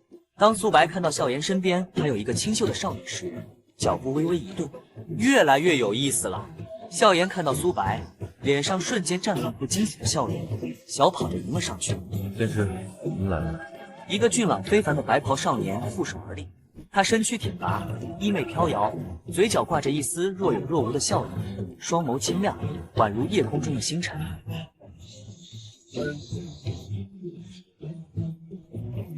好一个风神如玉的少年谪仙！本叔，快看看他是什么修为。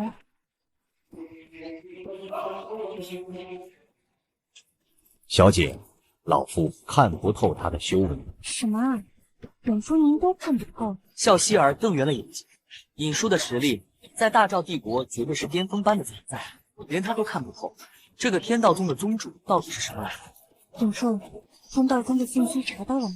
查了，整个仙盟都没有关于天道宗与这个苏白的任何信息。这个宗门就好像是凭空冒出来的一样。凭空冒出来的？笑希儿心中疑云更重，他曾让尹叔悄悄探查过笑颜的体质问题，却一无所获。如果连尹叔都查不出，那这个苏白又是如何看出来的？仙师，这是我的徒妹萧希儿，她也想去天道宗。苏白目光落在笑希儿身上，那眼神仿佛看穿了一切。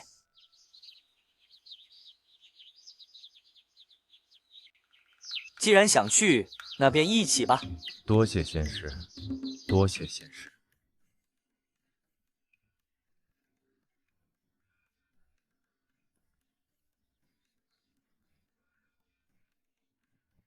一路上，笑希儿试图从苏白身上找出任何蛛丝马迹，可对方却像一潭深水，平静的让他惊慌。这家伙到底是真有本事，还是个装神弄鬼的骗子？要不是表哥在，我真想出手试试他。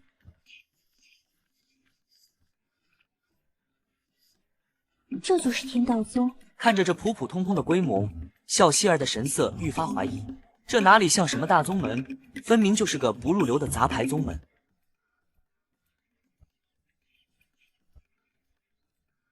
师尊，这是咱们新的师弟师妹吗？他叫笑颜。师兄师姐，我叫萧炎。萧师弟好，欢迎你加入我们天道宗大家庭。那这位师妹是？我不是来加入你们的，只是跟着来看看而已。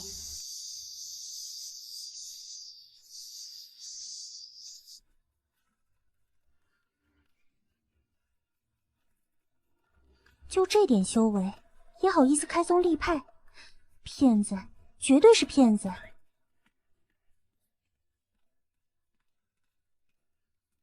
曾几何时，他的表情不也是如此吗？等见识到师尊的通天手段之后，才知道什么叫做真正的强者。师尊，您带回来的那位叶清瑶姑娘还在昏迷中，我们暂时把她安置在您大殿的偏房里了。无妨，让她好好休息。看来宗门得赶紧升级了，弟子越来越多，总不能一直没地方住。下次升级必须搞个弟子宿舍出来。随我进殿行拜师礼吧。拜了师，你才算是我天道宗的真正弟子。是，师尊。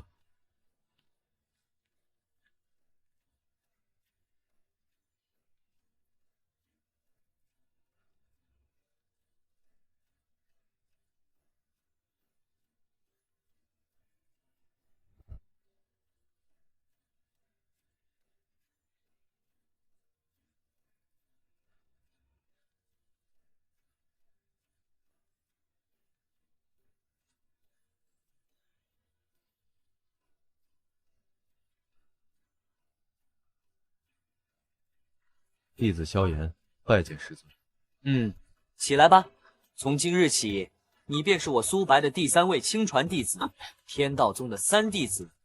谢师尊。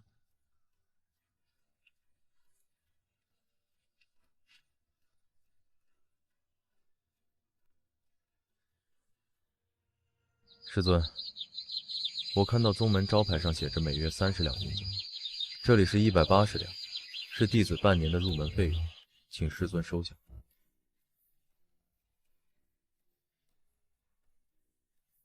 天道宗包吃包住全免费，无需付费。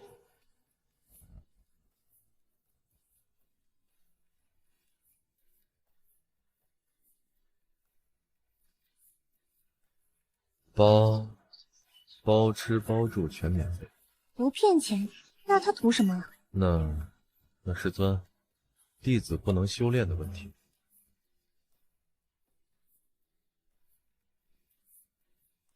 那是仙法阁，你进去之后自会明白你为何不能修炼，也能找到让你修炼的仙法。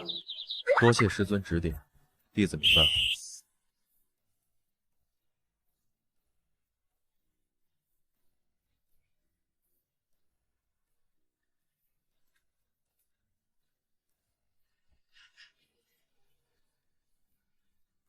非本宗弟子不可入内。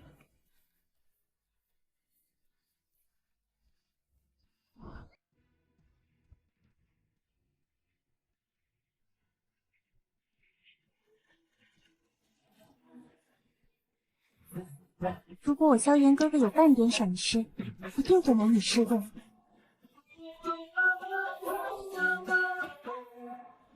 面对年轻宗主，笑希儿心中无惧。请相信我的实力，这个世界很大，比凌霄宗和云天宗强大的并不少。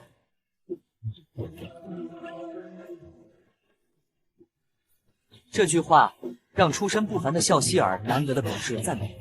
你说的对，这世界确实很大，凌霄宗和云天宗也确实算不了什么，但是要说比我天道宗强的，抱歉，我还真没听说过。你什么意思？我什么意思不重要，我倒想知道，一个16岁的筑基期天才，接近我的弟子，又是想做什么？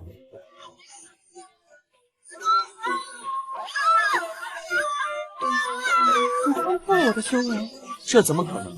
他的家族至宝有隐秘气息，我不只看透了你的修为，我还有一个疑问：来自古老家族的千金大小姐，身边安排的保镖为何只有区区元婴境？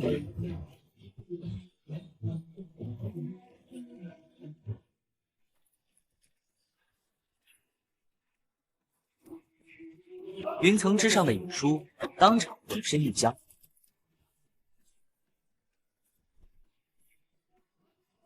他不仅看穿了我，他看穿了尹叔，他甚至知道我来自古老家族。这人到底是谁？元婴境难道还不够吗？元婴境还不够，这是什么虎狼之词？呵呵，现在是够了。不过以后呢？我可记得云天宗上一代宗主闭关100年，可没传出死讯，谁知道是不是已经突破到化神了？到时候你笑颜哥哥去报仇，就凭你这个保镖，怕是保不住他吧？你的家族别说区区一个元婴了，就是叫一堆化神，甚至化神之上的过来，也不是难事吧？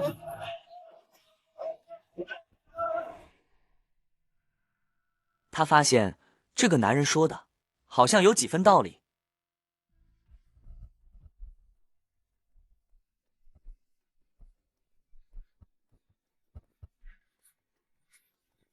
完了完了，要失业了！家族里看大门的都是化神期，我这个区区元婴，要不是小姐心善，早就被优化了。这小子一句话，是要断我生路啊！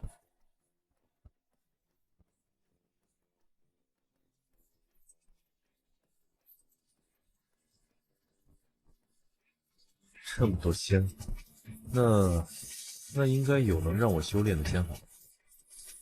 请将手放在前方的石台上。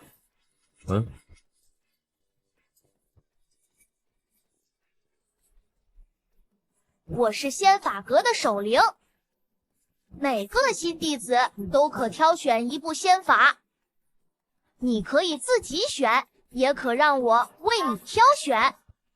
守灵前辈就是希尔曼主教传说中的圣器之灵吗？前辈，您知道我不能修炼的原因？将手放在石碑上，一切自会知晓。麻烦前辈了。守灵前辈，我的体质到底是怎么回事？你的体质乃是世间无比罕见的天气之体。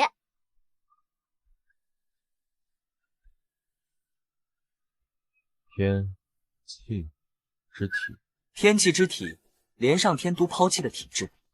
所谓天气之体，便是上天遗忘了你的存在，导致你天生无丹田，无法炼气。那我的丹田还能修复吗？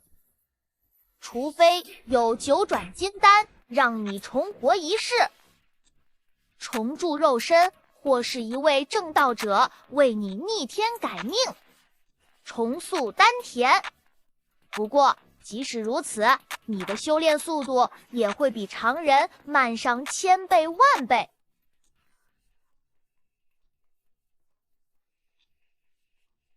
九转金丹正道者，那是什么样的存在？我连听都没听说过。难道我一辈子就无法修炼了吗？一辈子都要被柳嫣然踩在脚下吗？不，丹田暂时无法修复，不代表你无法修炼，只是你能否承受常人无法忍受的痛苦？可以修，只要可以修炼，只要可以变强，不管什么痛苦，我都能忍受。既然如此，有一仙法最适合你。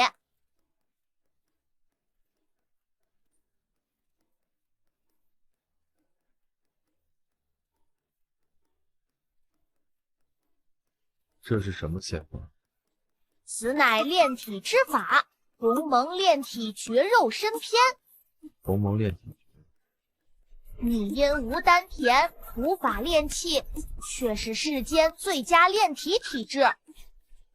若修成此功，足以弥补丹田缺陷，甚至超越同阶炼气士。真的吗？自然。只是炼体需要承受肉身极致的折磨，堪比千刀万剐，方能成就金刚不坏之躯。你能承受吗？能，无论什么痛苦，我都愿意接受。只要能修炼，区区肉体上的痛苦，与他这些年承受的心灵折磨相比，又算得了什么？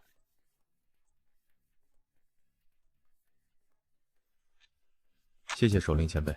柳嫣然，3年之后，我一定会堂堂正正的打败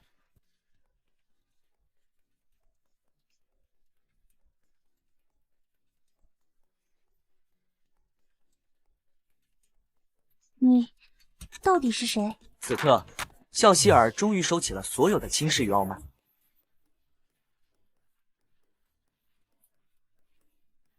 我是笑颜的师尊，你说我是谁？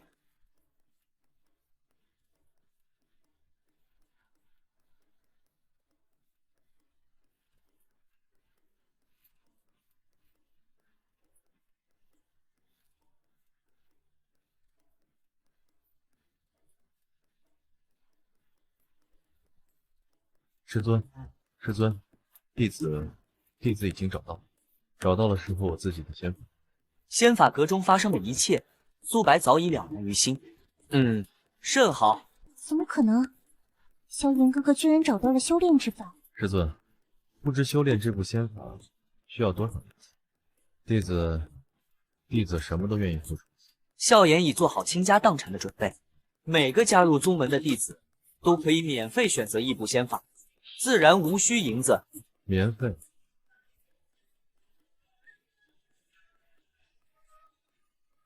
师尊在上，在下我已办。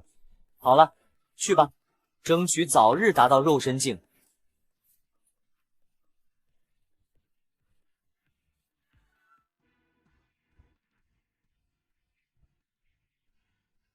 一刻钟负重100斤，长跑10里；负重100斤，连续俯卧撑100回，皮鞭连续抽打100下。完成以上任务，方有资格正式修炼。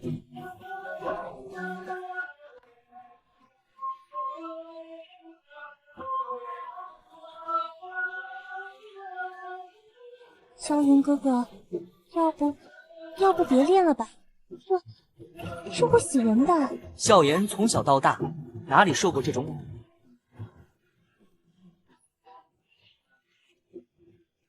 怎么，3年之后，你想依然被那个柳嫣然踩在脚下吗？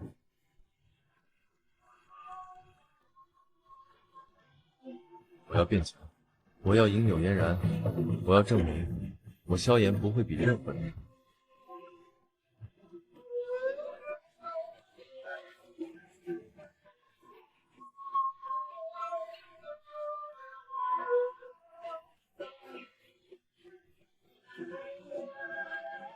你们也去修炼吧，宗门的未来还要看你们的努力。他们修炼的仙法太过惊世骇俗。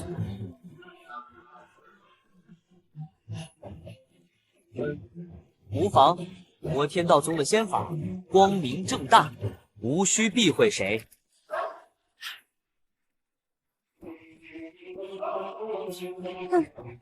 装模作样，还怕我偷看？我倒要看看你有多了不起。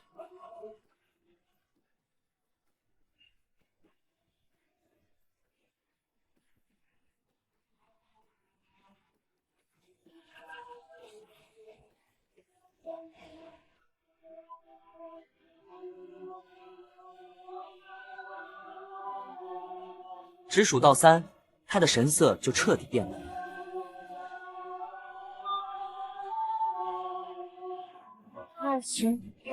24个大周天，这是传说中的至高法，而且还是2步。笑希儿的大脑一片空白。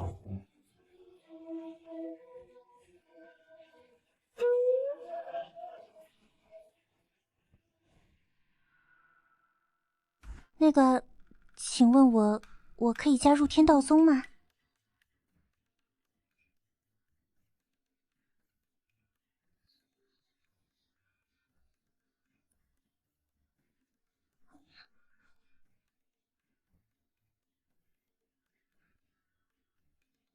宗门升级，万事俱备，只欠东风了。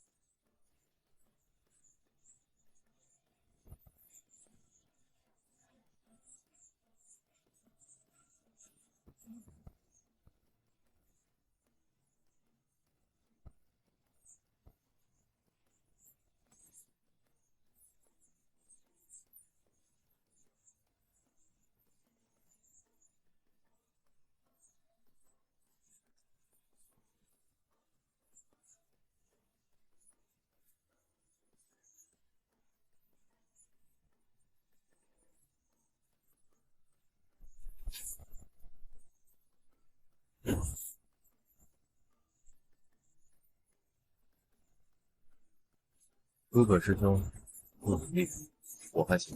萧炎师弟，确定再打下去？决定。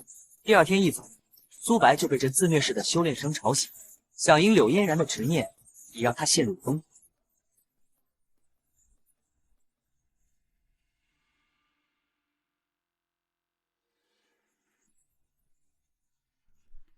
狂。柳嫣然，你给我的修炼远比这个皮肉之苦更苦。3天之后，我一定要让你知道，我萧炎不是笨。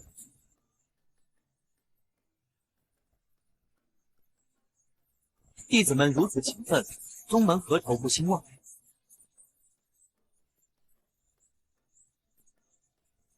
师尊，那个萧希儿昨天晚上就走了，我感觉他的身份好像很不一般。无需理会，他的来历为师清楚。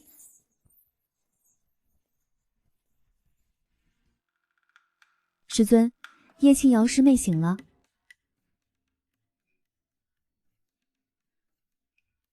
叶青瑶缓缓睁开双眼，她不是应该在破庙里等死吗？哦，对了，好像有个仙人说要收她为徒，她还以为那只是临死前的幻觉。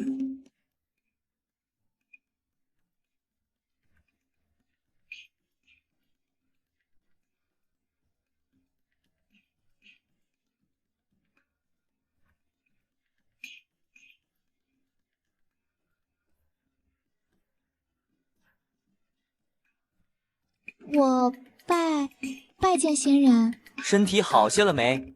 谢谢仙人关心，青瑶好多了。叶青瑶的身体的确比昨天好太多了，显然是仙人用了仙法。可当他低头看到新裙子时，这是这位仙人为我换的衣服吗？师妹，是我给你换的。怎么样，这裙子漂亮吧？很漂亮，就是很贵吧？这么漂亮的衣服，对一个食不果腹的乞儿来说，是他一辈子都无法偿还的重担。哎呀，师妹，你可是我的师妹呢，区区一件衣服算什么？这入了宗门就是一家人了，师尊都没有说什么呢。家这么久了，除了姐姐，已许久没人对他说过这样温暖的话了。姐姐，我要找到姐姐，即使是天涯海角，为此我必须变强。仙人，我真的可以修炼仙法吗？为什么不可以？可我是凡体，无灵根。我不是说过，凡体亦可攀登仙巅。从现在起，你就是我苏白的第4位弟子。真的？我不是在做梦吧？师妹，还不赶紧谢过师尊？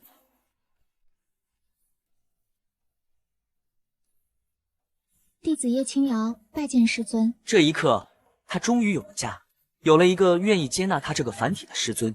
嚯，这丫头仙法都还没拿到，忠诚度就直接干到90了。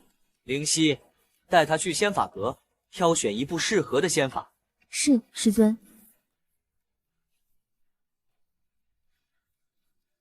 师妹，进去吧，里面有块石碑，还有一个守灵前辈，你可以问他。谢谢师姐。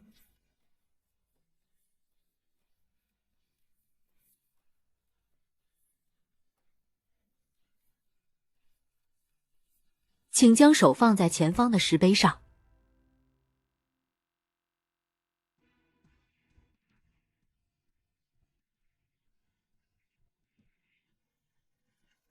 你虽是凡体，并无灵根，可心性坚定，对修行充满执着，未来亦可有一番作为。守灵前辈，那我也可以修炼吗？当然。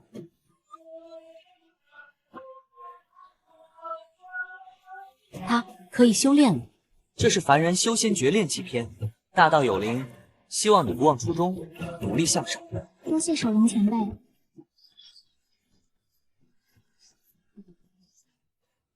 师尊，谢谢你，让我再次看到了希望。起来吧，你既拜了我为师，我便不能坐视不管，否则岂不是让人说我这个当师傅的不负责任？师尊。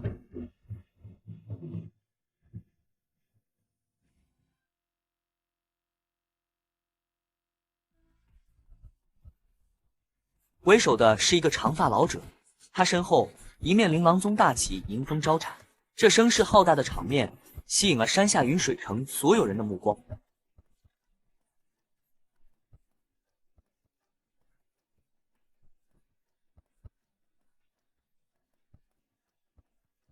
是凌霄宗的附庸势力之一，琳琅宗。他们怎么会来这里？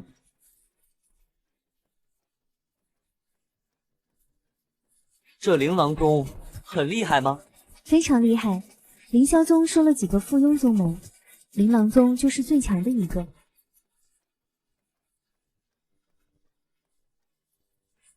萧灵溪的语气无比沉重，他知道琳琅宗已加入仙盟，而且传闻琳琅宗的老祖已经探入了金丹真人之境，不知真假。金丹真人，我萧家跟琳琅宗比起来，简直就是蝼蚁。萧炎和诸葛峰亲笔掀起滔天巨浪。师尊，这下怎么办？无妨。此刻的苏白宛若一位俯瞰苍生的谪仙。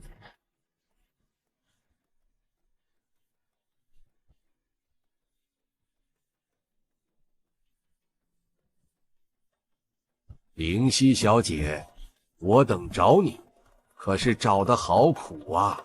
此乃筑基境修士的威压。灵溪小姐，请随老夫前往凌霄宗吧。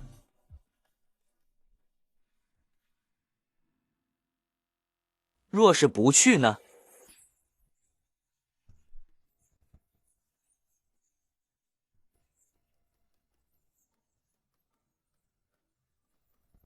阁下何人？莫非要插手我琳琅宗之事？天道宗宗主苏白，你要带走我的弟子，经过我同意了吗？天道宗，苏白，他还以为是什么大宗门，原来只是个乡下野鸡公园。小子，昨日我琳琅宗弟子尸体被发现，你可知道此事？不错，是我杀的。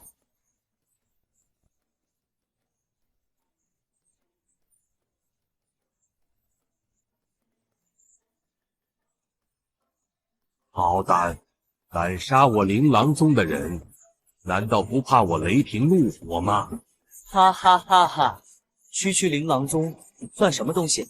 惹到我天道宗，别说杀你几个弟子，就是灭了你满门，又当如何？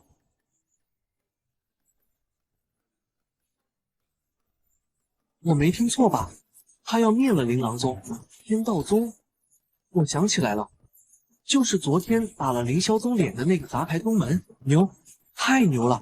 不管实力如何，天道宗大名注定响彻云水城。找死！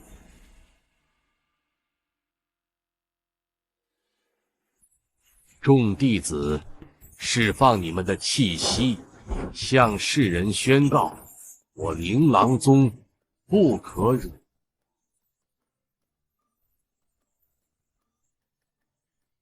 筑基大修士，炼气9重8重，中期上百位修士气息汇聚。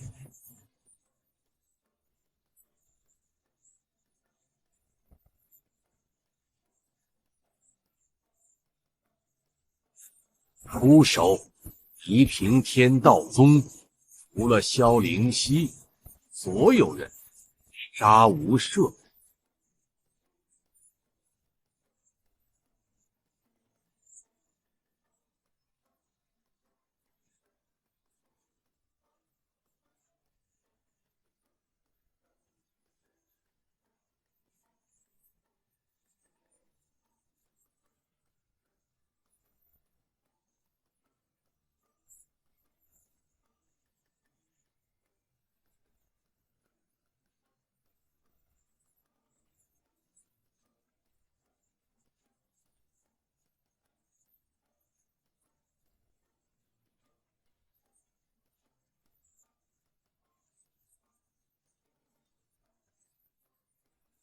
抬手镇压筑基，一掌压服100人。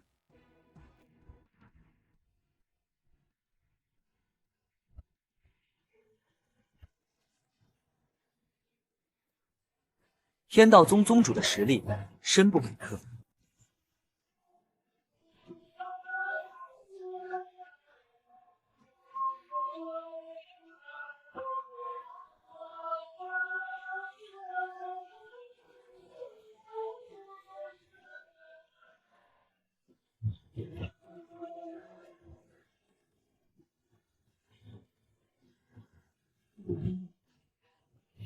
静，死一般的寂静。众人心中掀起了滔天骇浪。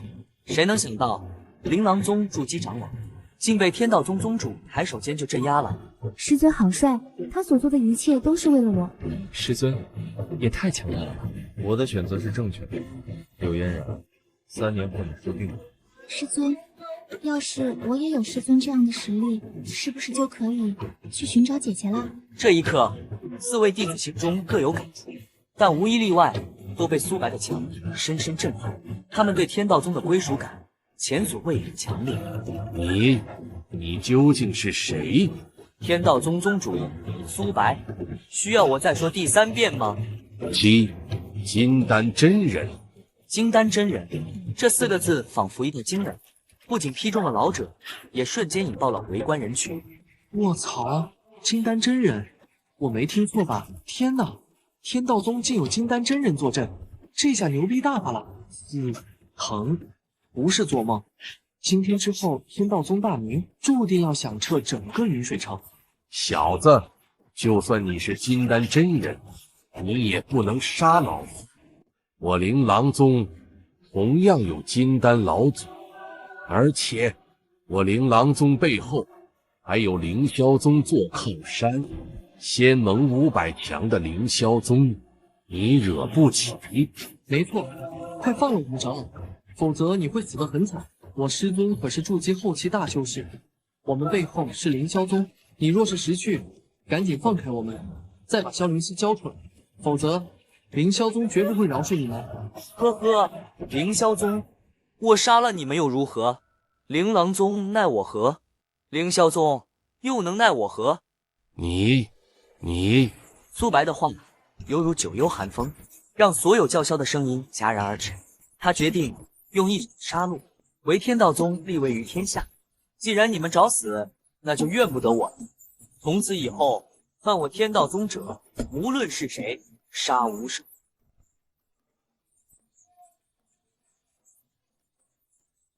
杀！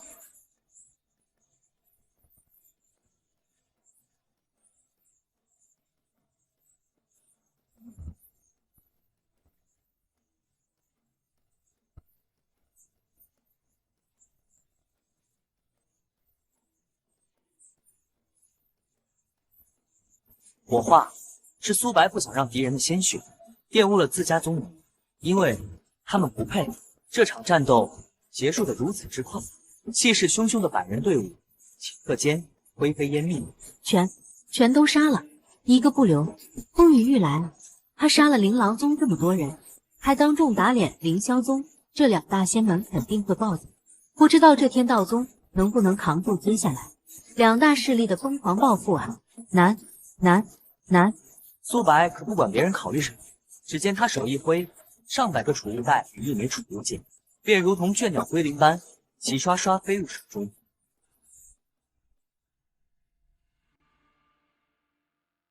灵石，修炼界最珍贵的硬通货，是灵气高度浓缩的瑰宝，价值远在黄金之上。一块下品灵石足够一位筑基大修士苦修数日。这老家伙搜刮这么多钱财，人都快死了，还不知道留着干嘛？分给弟子们提升修为，难道不香吗？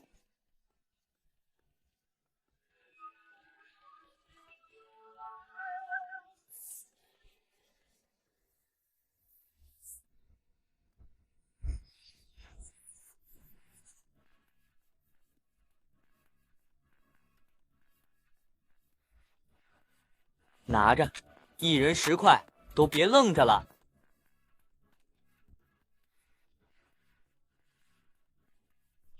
师尊，这是灵石，还是一人10块，10块下品灵石，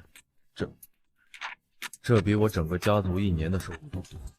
师尊，这太贵重了。他不需要灵石修炼，弟子们的修为越高，他的实力才会越强。这一刻，免费修仙的种子，在4位弟子的心中彻底生根发芽。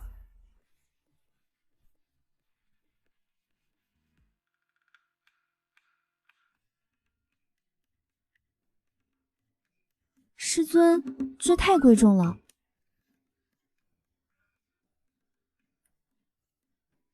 价值万金的灵石，对于任何修士都是无法抗拒的至宝。可天道宗的弟子们却毫不犹豫地选择了拒绝。师尊，这么珍贵的东西，弟子怎么敢拿？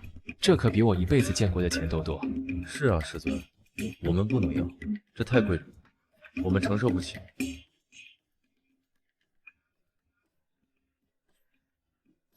除了对灵石价值一无所知的叶青瑶一脸懵懂，其他3位弟子全都惊呆了。发灵石的宗门，别说见了，放眼整个大陆，就从未听说过。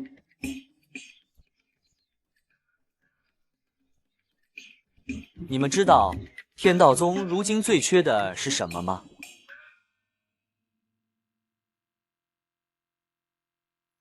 最缺的是优秀的弟子。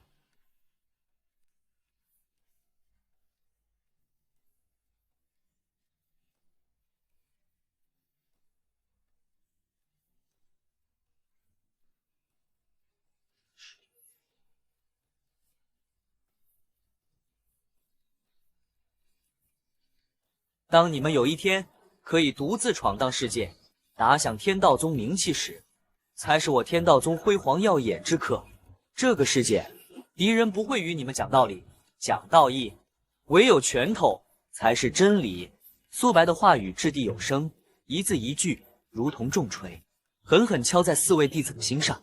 所以，你们现在唯一的任务就是修炼，修炼再修炼，就是变强，变强再变强。记住，只有强大的实力才能保护自己，守护宗门。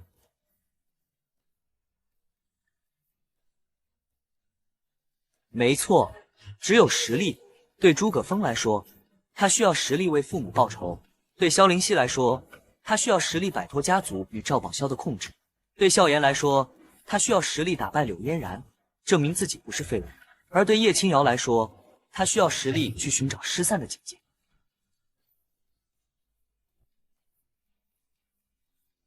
弟子谨遵师命。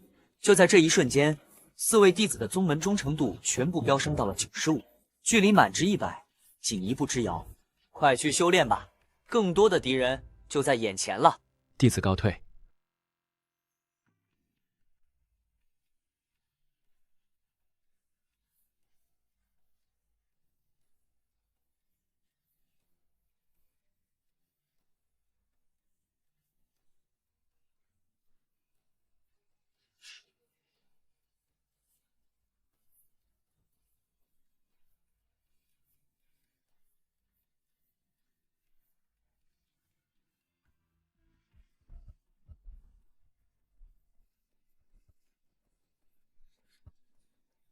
岂有此理！简直欺人太甚！他天道宗算个什么东西？居然敢杀我们100多位弟子，还有1位筑基长老，简直找死！这天道宗是什么来头？禀宗主，据探子来报，好像是一个新起的宗门，没什么强者，就一个宗主实力不错，据说疑似金丹，疑似金丹，那不就等于不是金丹喽？呵，一个新兴宗门能有什么底蕴？我琳琅宗随便动动手指就能覆灭他10次。宗主不必跟这种土著宗门浪费时间，等我们灭了天道宗，就把萧灵溪抓来，献给凌霄宗赵宝霄。到时候赵宝霄一高兴，赏赐下几颗筑基丹，我们琳琅宗又能多几位筑基长老了。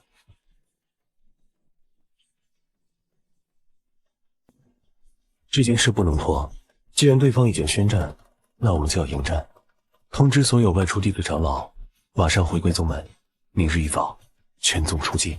琳琅宗被彻底激怒，宗主琳琅轩这位筑基大圆满的强者，决定御驾亲征。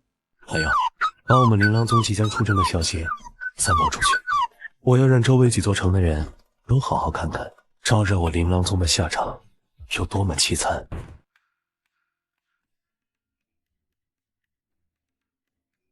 一夜之间，系统提示音接连炸响。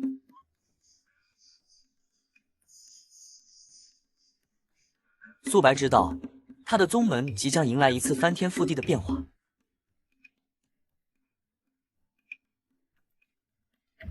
升级了，30积分，看来是有人突破了。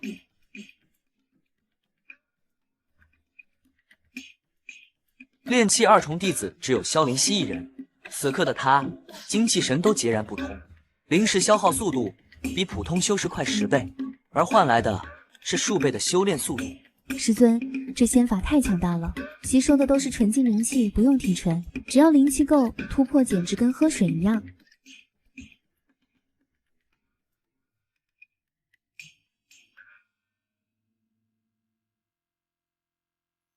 我虽未突破，但也到炼气3重巅峰了，感觉随时都能冲到4重。凡体无缘仙路，这句话并非虚言。他的修炼速度依旧极慢，炼气1重还遥遥无期。师尊说过，凡体亦可攀登仙巅，我一定要更努力追上师兄师姐，我一定要达到修炼鸿蒙炼体诀的条件。不错，不错，弟子们越强，我的实力也水涨船高。现在已经到炼气7重了，是时候了，宗门升级。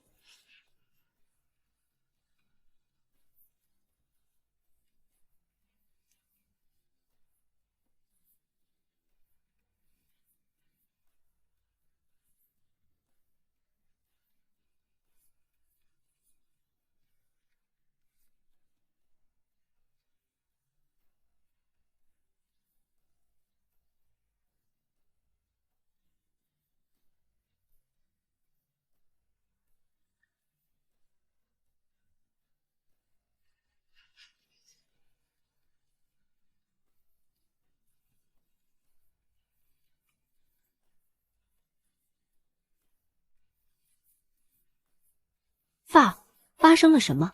地龙翻身了吗？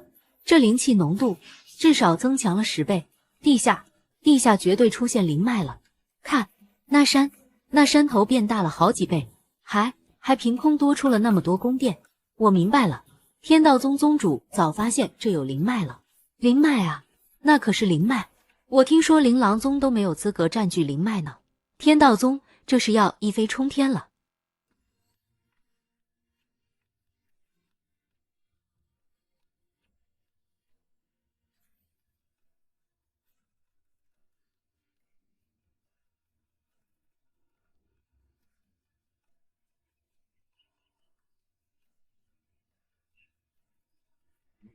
我操！师尊，您简直是牛逼炸了！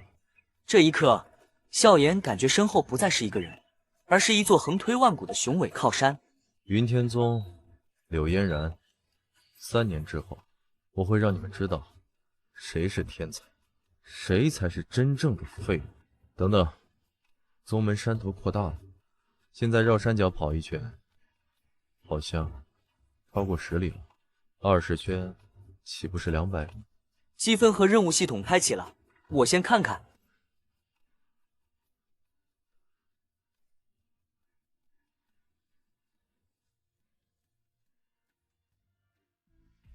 琳琅宗出行，无关人员速速退开。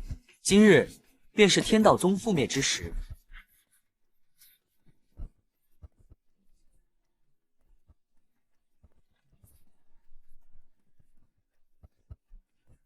伴随着雷鸣般的宣告，琳琅宗倾巢而出，他们如一片带来死亡的阴云，笼罩天道宗上空。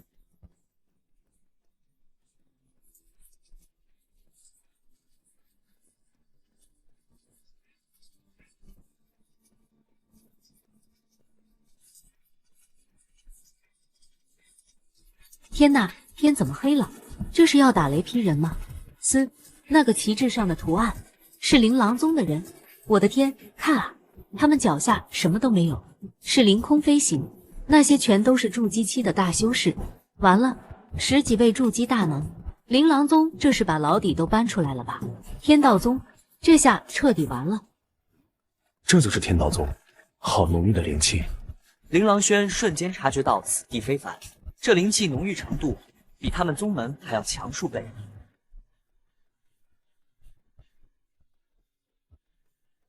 宗主，此地灵气浓郁，超乎寻常。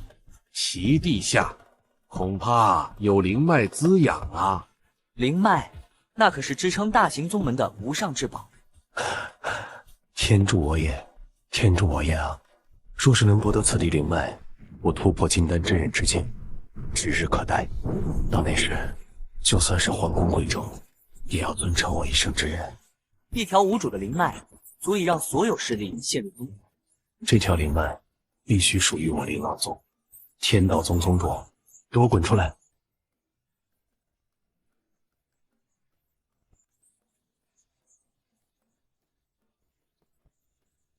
灵狼宗，灵狼轩亲临，还不速速滚出来觐见！这就是筑基巅峰的实力，一言一行便可定人生死。师尊，那个人好强，光是反应扫，我就感觉奋战不住。琳琅轩，琳琅宗宗主，筑基9重之境，在大赵帝国也算威名赫赫的人物。筑基9重，那岂不是只差一步就能踏入金丹真人境了？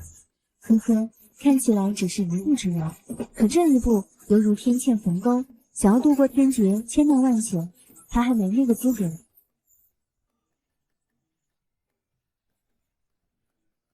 师尊，有把握？区区蝼蚁罢了，聚的再多，又能奈何得了为师？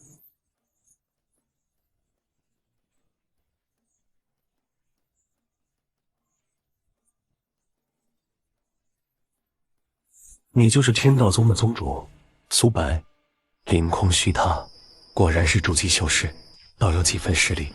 如此年轻，能有多高修为，绝不可能是金丹。不错，本座行不更名，坐不改姓，苏白是也。琳琅宗宗主是吧？你找我有什么事吗？灵芝顾问，我琳琅宗的长老与弟子，是不是你杀的？杀了就杀了，有什么问题吗？好，苏白，既然你承认了，那就好办。今日你天道宗上下所有人都得死，我要用你天道宗满门的鲜血来宣告世人，我琳琅宗不是谁都能欺负的。众长老弟子听令，将天道宗所有人全部屠杀殆尽，只留下凌霄宗指定要的萧灵溪。诺。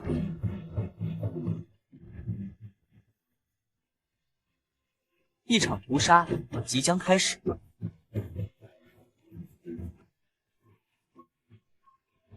宗门生极浅，我的无敌范围只有2里，还真罩不住这么多人。可惜啊，现在不一样了，无敌范围10里，不仅仅是地面，连这片天空也都在我的领域之内。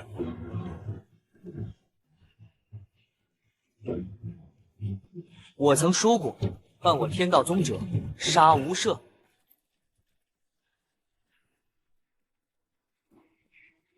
你们不上前则罢，若再上前一步，死。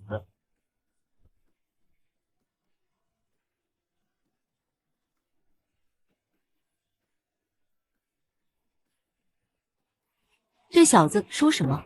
他一个人要杀我们1000多人，脑子坏掉了吧？宗主和10几位长老都在，他算个什么东西？小畜生，死到临头还敢嘴硬！既然你敬酒不吃罚酒，就别怪本宗主心狠手辣。是。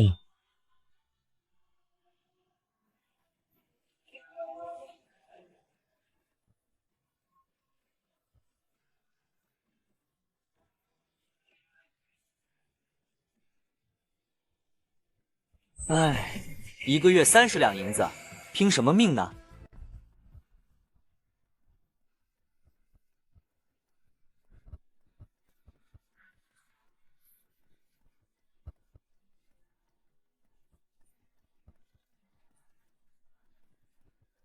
天道宗这下可踢到铁板了，彻底完蛋！不知道从哪冒出来的蠢货，刚占了个灵脉就敢跟琳琅宗叫板，简直是自取灭亡。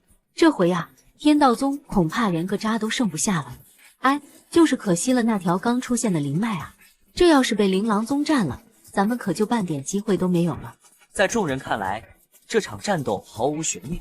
琳琅宗背后可是仙门500强的凌霄宗，谁敢去抢他们的东西？苏白，给我去死吧！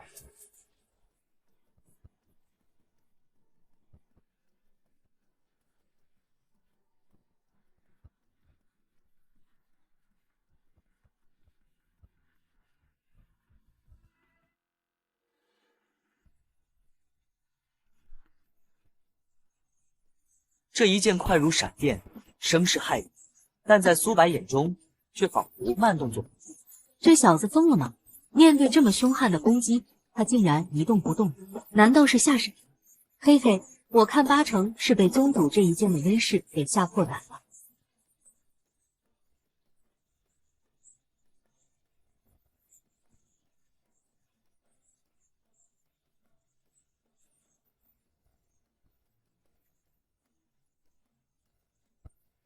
时间仿佛在这一刻静止。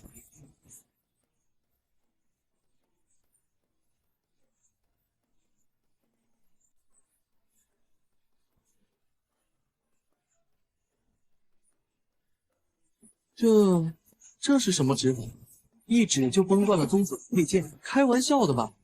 那可是灵气，筑基境的修士根本不可能摧毁一件灵气，这是修仙界的常识。但今天这个常识被打破了。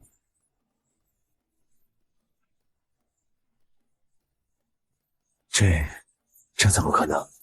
你到底是谁？一股刺骨的寒意从琳琅轩的脚底直冲天灵盖，让他头皮一阵发麻。一指碎灵气，这种手段他闻所未闻。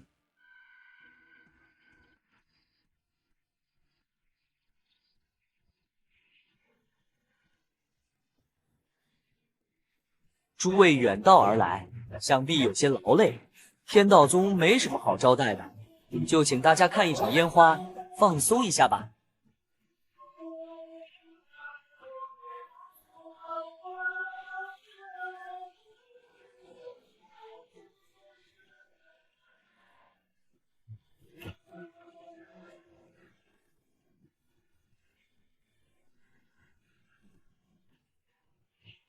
下一个。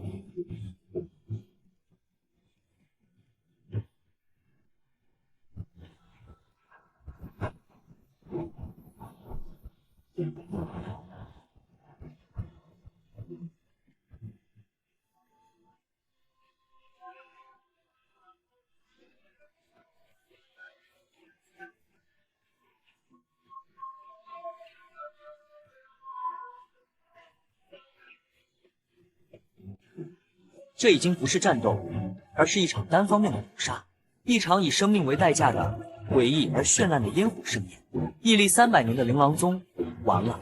天道宗的宗主到底是什么恐怖的实力？弹指间镇压整个琳琅宗上千人，琳琅轩那样的强者连还手的机会都没有。琳琅宗是凌霄宗最忠实的走狗，这下凌霄宗恐怕要暴怒了。仙盟500强的凌霄宗，不知道这天道宗能不能扛得住啊？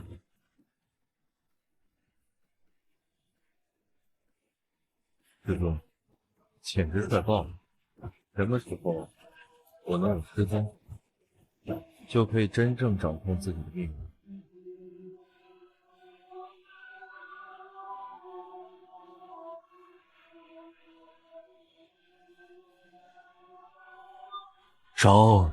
饶了我吧，前辈，我愿意献上我的一切，我愿奉您为主，求求您，饶我一条狗命，饶命啊！此刻的琳琅轩哪还有半点之前的狂傲？他是筑基9重的大高手，他不想死，死了就什么都没了。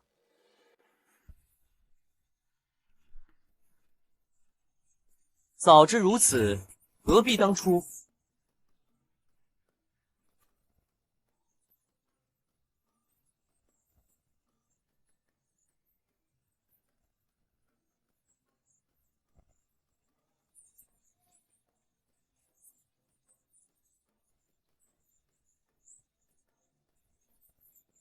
犯我天道宗者，杀无赦；欺我弟子者，虽强必斩。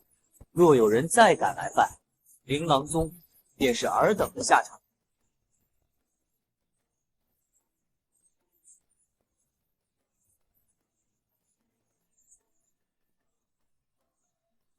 这一刻，天道宗之名响彻四野，但所有人都知道，一场更大的风暴即将来临。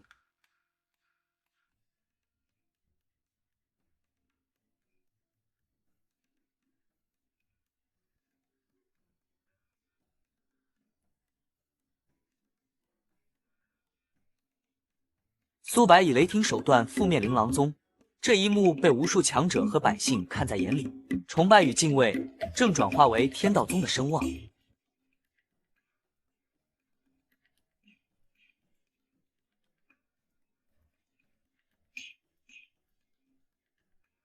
那些修炼阁楼，你们各自挑选一座，就是你们未来的居住场所了。谢师尊。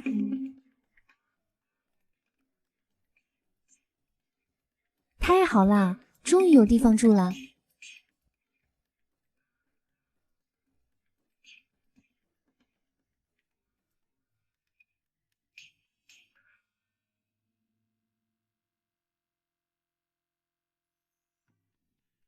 看着眼前宫殿，两人有些恍惚。一个住茅草棚，一个栖身破庙，忍饥挨饿，那是过去的他们。这就是天道宗的弟子住所吗？连凌霄宗执事都住不上独栋宫殿啊！我们真的可以住在这里？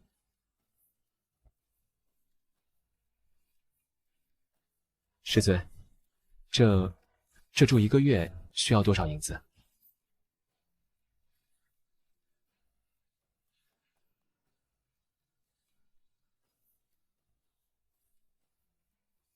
在他们的认知里，没有免费的午餐，入宗免费，仙法免费，连吃饭都免费，这已经是天大的恩惠。这么豪华的住所，总该收费了吧？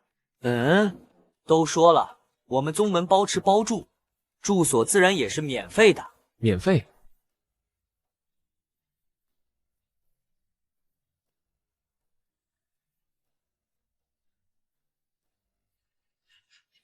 免费这2个字像惊雷一样炸响，他们甚至怀疑是自己听错了。这么奢侈的地方，竟然分文不取。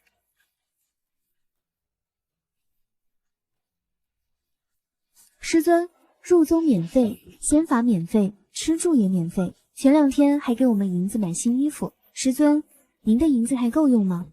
银子的事情你们不必操心，你们要做的就是努力修炼。苏白心中毫无波澜。琳琅宗完成了一次宗门级快递，总算有时间看看新功能了。这是系统为了激励弟子们而设置的。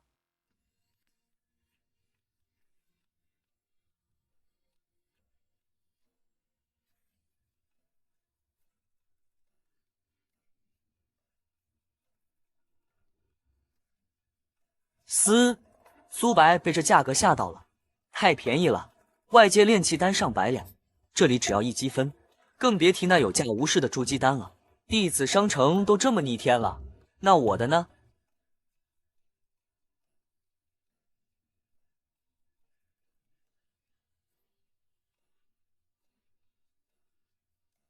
我能兑换的，好像都是辅助道具。也好，弟子越强，我就越强，很公平。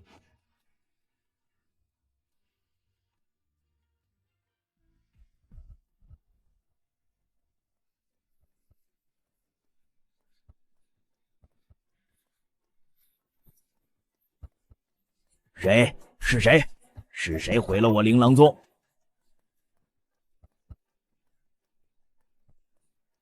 老祖，宗主他带宗门弟子出去了，小的奉命看守灵堂。就刚刚，宗主和所有人的命牌全都碎了。吃了雄心豹子胆，敢动我琳琅宗，他们去了哪里？小的只知道宗主说他去一个叫天道宗的地方。天道宗，天道宗，好，很好，老夫必将其夷为平地，鸡犬不留。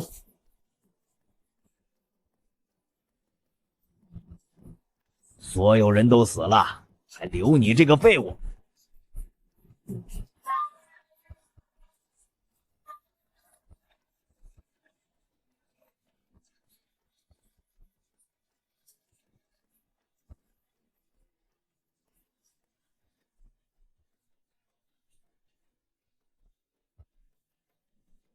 琳琅宗最后1名弟子死在了自己老祖手上。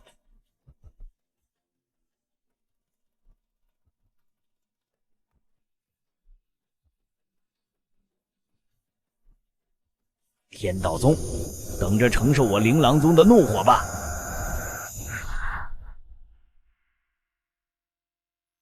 一夜之间覆灭琳琅宗后，苏白并未沉浸在胜利之中。第二天一早，他便召集了所有弟子，准备推行他的宗门发展大计。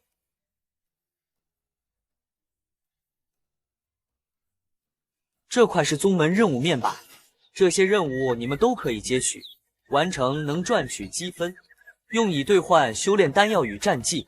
任务后面有难度系数，你们务必量力而行，千万别勉强。遵命。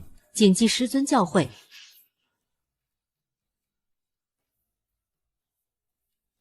这些任务五花八门，从耕种洒扫到降妖除魔，唯一的共同点就是完成它们可以获得积分，兑换天道宗内的一切资源。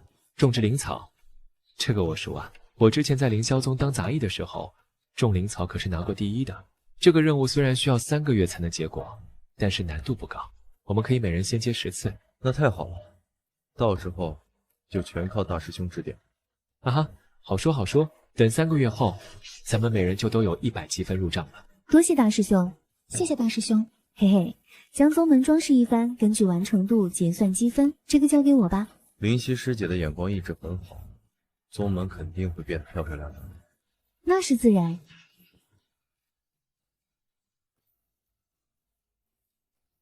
雕刻一块宗门石碑，10积分，这个交给我吧，刚好可以磨砺我的肉身。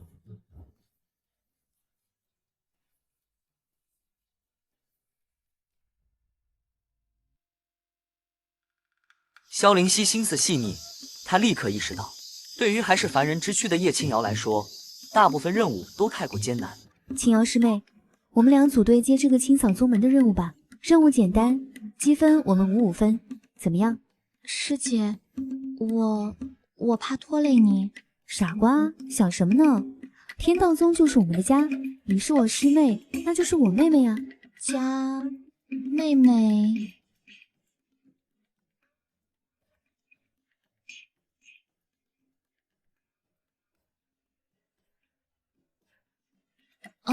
这才是苏白想要的宗门，一个团结互助、充满人情味的家。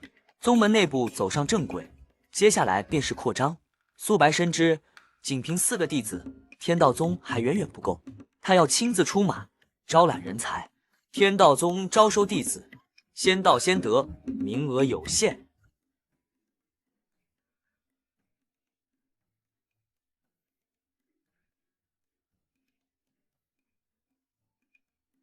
仙师，小小意思，一些土特产，还请您笑纳。拿这个来考验干部，哪个干部经不起这样的考验？抱歉，土特产吃不习惯，拿回去吧。本宗考核，一不看资质，二不看钱财，只看缘。不看资质，仙师，那我们这种凡体也可以修炼吗？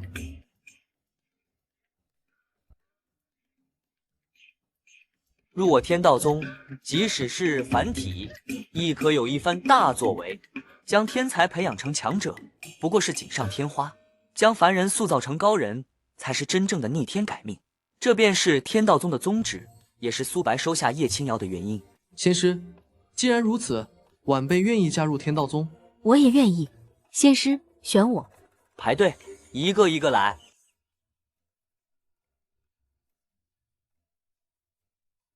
不是，哥们儿，忠诚度是0我都能理解，你这搞个复数是几个意思？来拜师还是来寻仇的？仙师，我能入宗吗？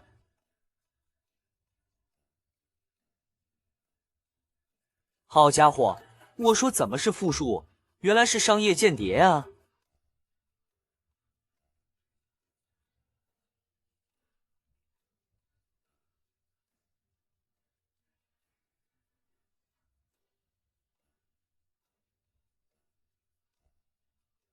素白大杀琳琅宗，威震四方，却也引来了无数势力的窥探。他们不敢明着来，便纷纷派出探子。难道就没一个正常人吗？哎，你们听说了吗？云水城里凌霄宗的执事弟子昨天连夜全撤走了。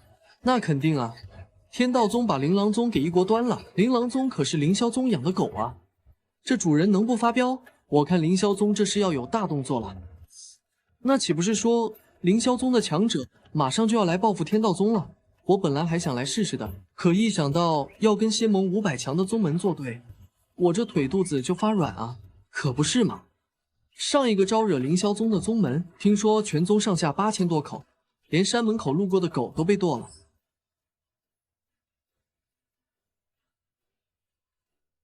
原来如此，天道宗虽一战成名，却也成了众矢之的。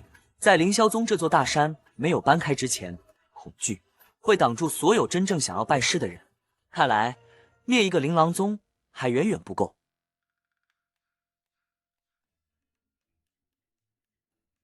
哦，积分到账了。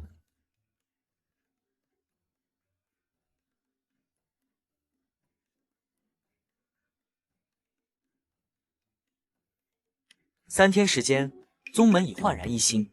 他们为苏白贡献了30点积分，但这40分的任务暂时没人接啊。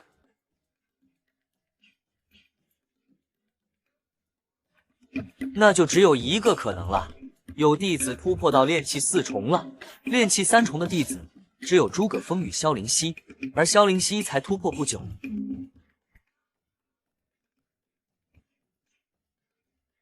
诸葛峰踏入炼气中期了，半个月不到，从凡人踏入炼气中期，这个修炼速度简直是逆天。就算仙盟前10的超级宗门，也砸不出这种怪物。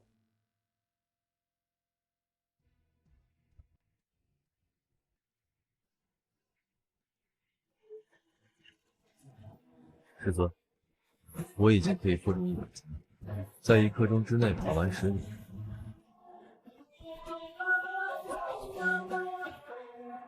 这么快？炼体之路比炼气要艰难100倍，尤其是在初期。我把积分全换了血气丹和醒神丹，这几天不眠不休的练，才有这个速度。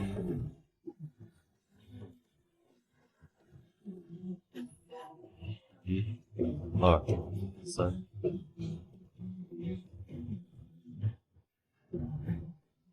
30、31、32。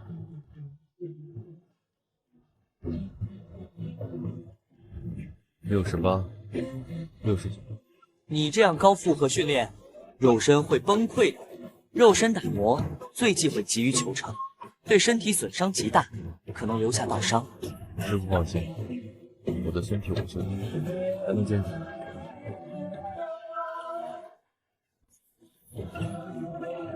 80。哎，这样做值得吗？师尊，这不是值不值得的问题。我爹在云天宗外跪了3天，只为求一个仙师为我85、86，一个下人都可以指着我的字，可萧家的未来会败在我。87、88，我更忘不了柳嫣然那低高的笑，忘不了他说我痴心妄想。89、90，我要变强，变得更强。强到可以保护我爹，保护家族，强到能让那个柳嫣然低下不高傲。91、92，柳嫣然天资极高，如今已是炼气6重，3年之后，我不敢想。95、96，不管是为了自己，还是为了你的一切，我都不能输。98，师尊，请让我拼这一次。90。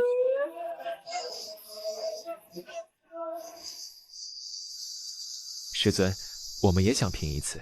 他们不甘平庸，要逆天改命，哪怕只有一丝机会，也要死死抓住。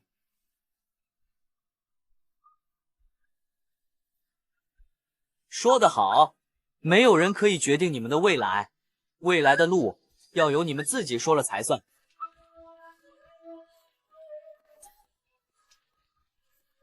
3年之后，你们的名字将在修仙界如骄阳一般璀璨。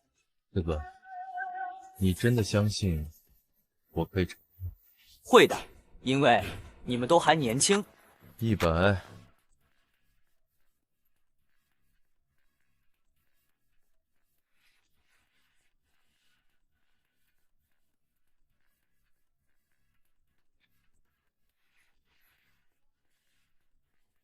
这是淬体灵液，恢复肉身有奇效。别委屈自己，这里永远是你们最安全的家。谢谢，师尊。淬体灵液，宗门商城标价100积分，对萧炎来说是根本兑换不起的神药。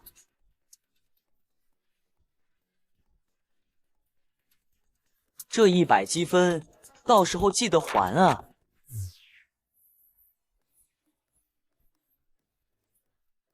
师尊，你的弟子绝不会给你丢脸。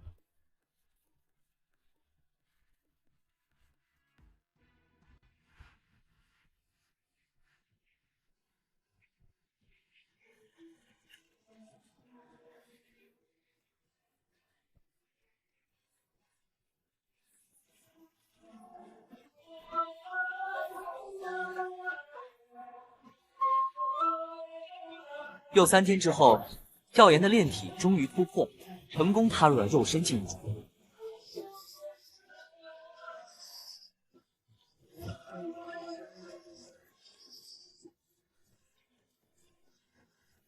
与此同时，另一个奇迹也诞生了。凡体叶青苗终是成功引其入体，世人流传凡体无法修仙的铁律，在这一刻仿佛成了一个天大的笑话。叶青瑶的修炼速度不仅不慢，甚至快得离谱。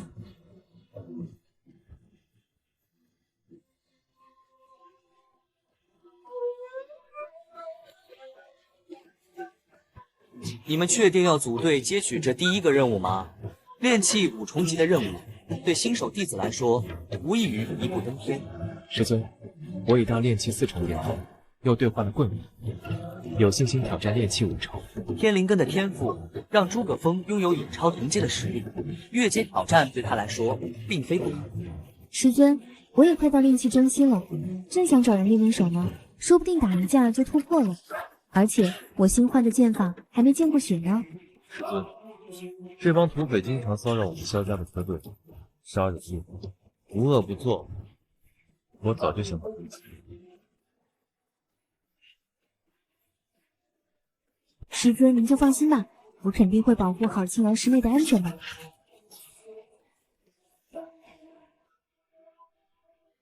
初音总有展翅高飞的一天，与其庇护，不如放手让他们去闯荡。既然你们心意已决，想去那便去吧。这些武器你们暂时用着，这些可不是团品，全是苏白团灭灵狼宗时缴获的人气。谢师尊。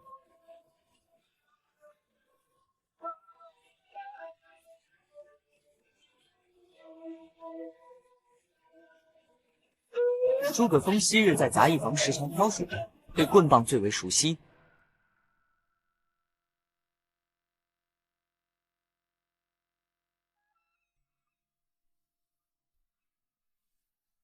这柄姐姐曾送给他防身的匕首，是他最熟悉也最能给他安全感的武器。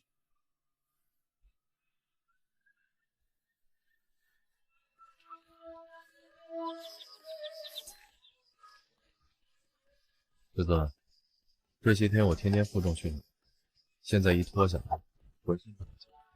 这些武器虽然看着平衡，可都太轻了，用着不得劲儿。有没有重一点的？呵呵，师尊，你笑什么？我早就知道你看不上这些轻飘飘的玩意儿了，所以提前用3把灵器给你换了件专属的。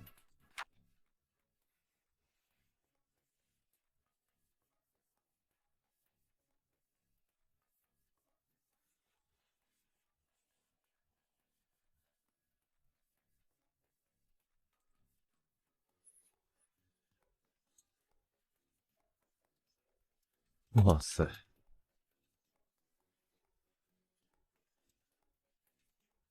这尺寸，这重量，这朴实无华却又霸气内敛的外形，简直就是为他量身定做的神兵。师尊，还是你的问题。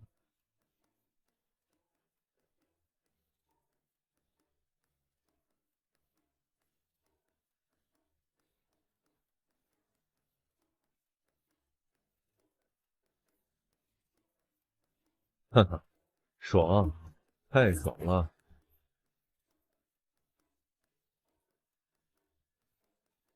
这是你们的第1斩，切记狮子搏兔亦用全力，千万不可掉以轻心。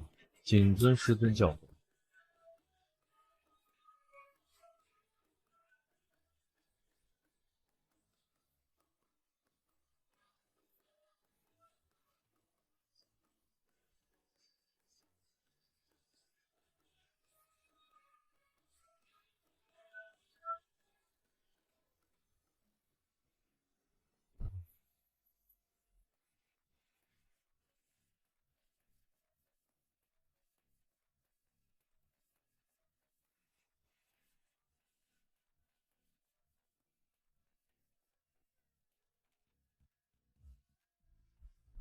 云水城东南15里外，黑狼寨的悍匪刚刚劫掠了一支商队，满载而归。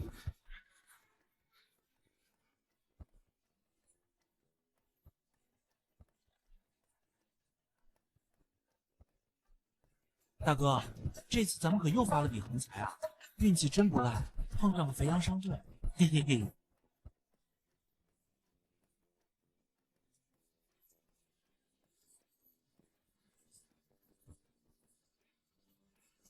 哈哈哈！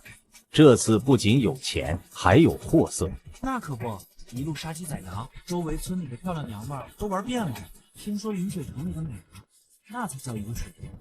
哈哈，有了这笔钱，必须去云水城多看看景。这群亡命之徒肆无忌惮，言语间充满了淫邪与暴力。城里的妞好是好，就是太贵，还是大哥抢来的这个妞，看着就是个极品。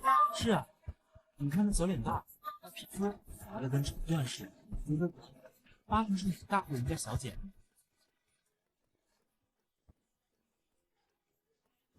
放心，等老子玩够了，自然少不了你们的份。嘿嘿嘿，大哥威武，那我可得排第二个，哈哈哈！凭啥你第二个？滚后面排队去，老子才是第三。这小妞身段这么顶，肯定够劲。兄弟们，晚上有福了。这群悍匪每日在刀口舔血，杀人越货早已是家常便饭，人性在他们身上已荡然无存。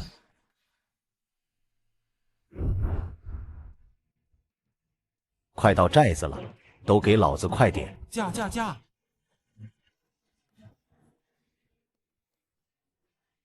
老六、老七，快出来迎接你大哥我回来！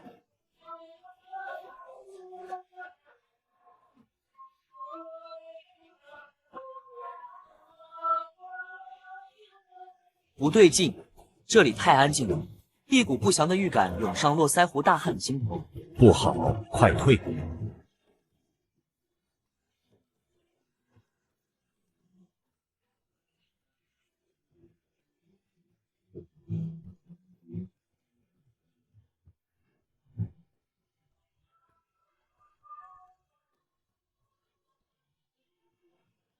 你是什么人？敢闯我们黑狼寨？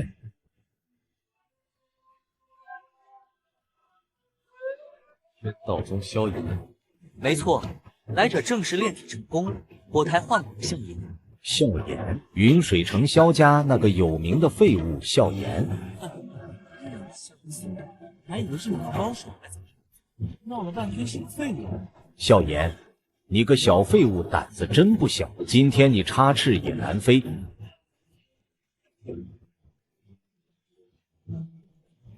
废物，让爷爷送你归西。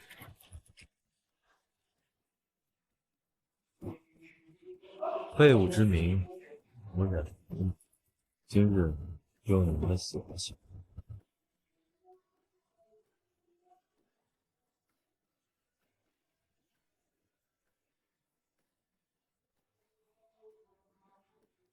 他本以为自己炼气已成足以劈死废物，但他错了。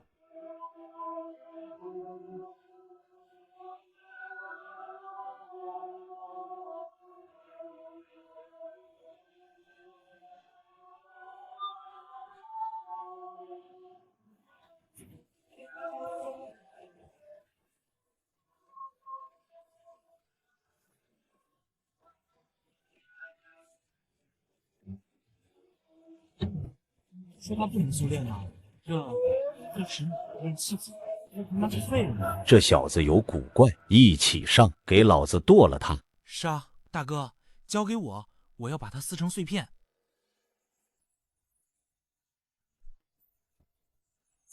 这群悍匪皆是炼气境修士，虽然修为不高，但个个都是杀人不眨眼。穷凶极恶，罪孽深重，当诛。杀人放火，不恶不作，该杀。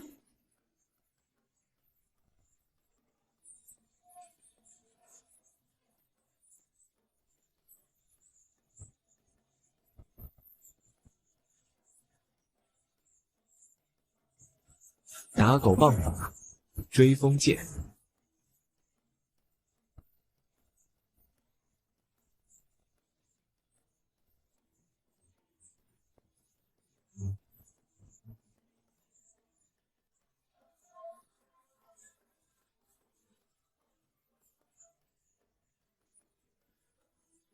横扫千军。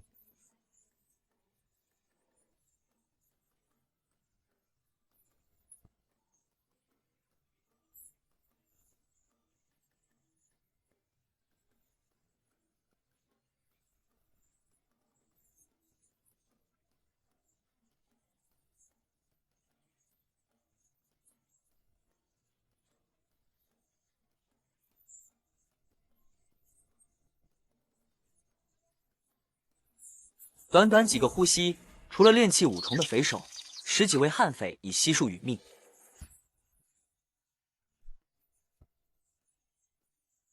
天灵根、灵气、超级仙法、强大战绩，天道宗的弟子配置拉满，4对10几，优势在我。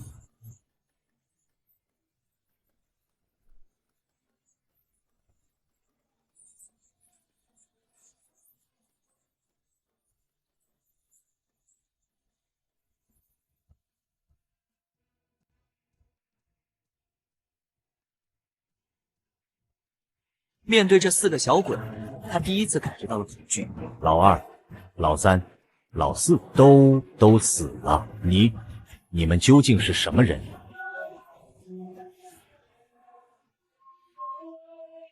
天道宗诸葛峰，天道宗萧灵溪，天道宗萧炎，天道宗叶青瑶，天道宗，他身体不受控制的剧烈一股。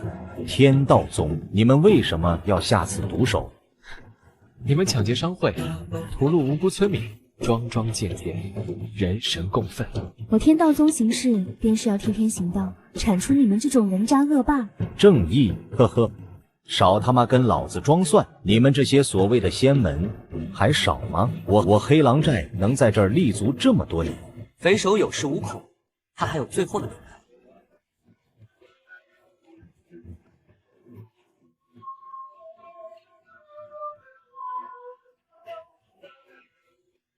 不好，他在叫人，快来追！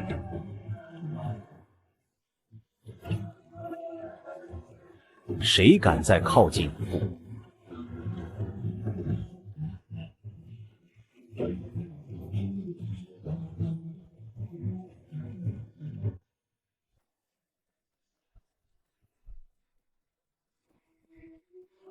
那个女孩还活着，我没有把握在她下杀手前一击必杀。嘿嘿嘿，怕了吧，小屁孩！人质在手，局势瞬间逆转。不妨告诉你，这周围有一个宗门，名为白狼宗，我们黑狼寨就是他们养的狗。我已经呼唤白狼宗的强者了，到时候你们这些小鬼，通通都要死。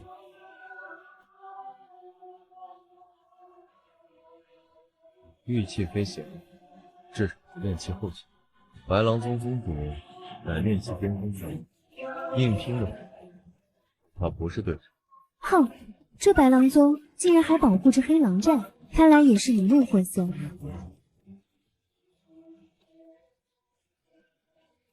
不准跟上来，否则老子现在就掐死他！不能让他跑了，不然想抓住他难上加难。可是那个女孩怎么办？擒贼先擒王，这几个小家伙还是嫩了点，看来只能我亲自出马了，不然等白狼宗强者到了，那就麻烦了。就在苏白准备出手的一刹那，异变突生。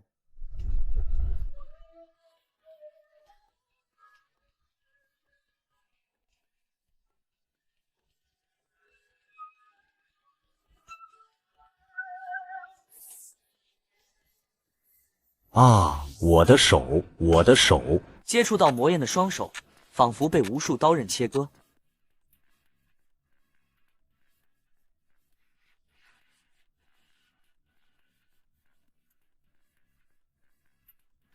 啊，这是什么鬼东西？救命啊！好机会，上！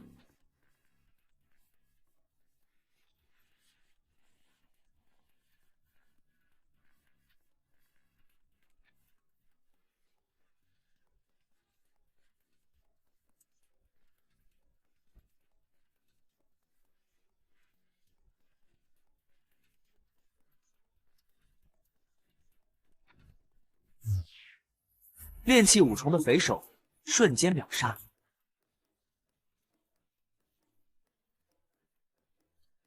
刚刚那是什么？他只是凡人，那股力量却让我都感到恐惧。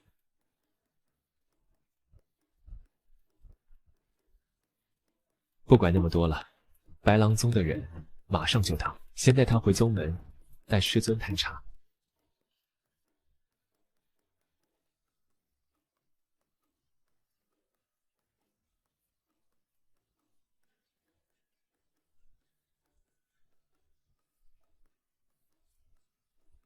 这股气息，好像是天煞魔体。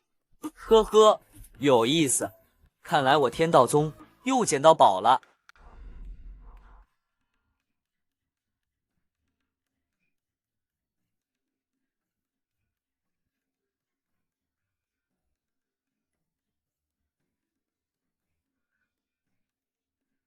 不一会，诸葛峰一行人便带着昏迷的少女回到了天道山之巅。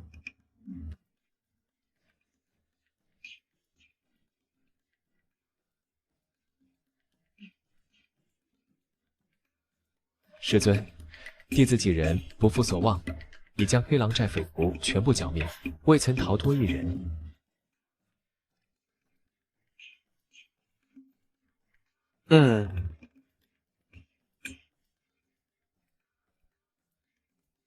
她是谁？回师尊，她是匪徒抓来的无辜女孩，不知身世，又陷入昏迷，我们便将她带回来了。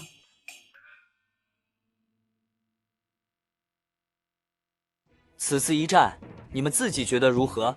嘿嘿，回师尊，这玄铁齿无弟子一共斩了6个匪徒。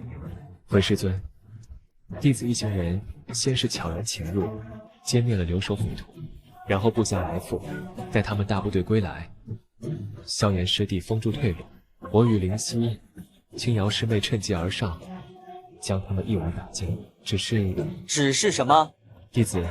弟子怕计划有缺，退路防守不住，导致有人逃脱。师尊，我们提前制定了计划，就是没想到他们还抓了人，这才导致。弟子也是考虑不周，请师尊责罚。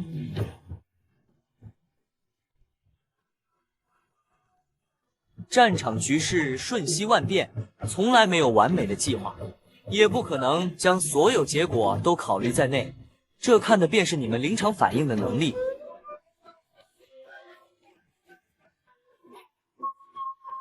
这次你们发挥有所不足，完成任务积分扣10分，可有异议？是，谨遵师尊教诲，弟子无异议。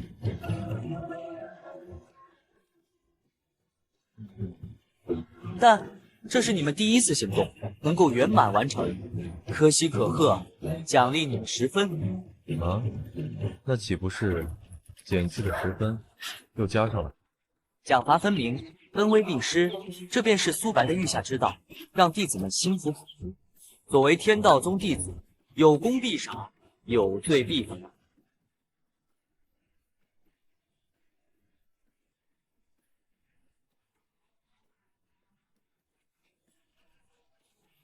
万峰，就在此时，那昏迷的少女悠然转醒，她体内的九幽魔焰也随之彻底失控。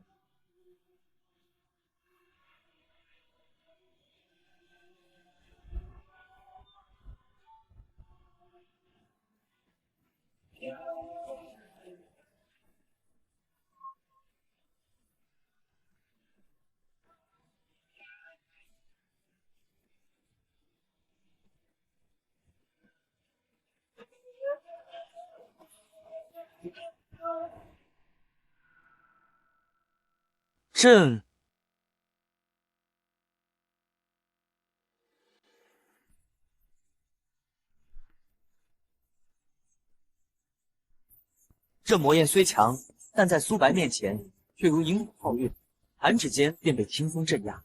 师尊，这是什么火？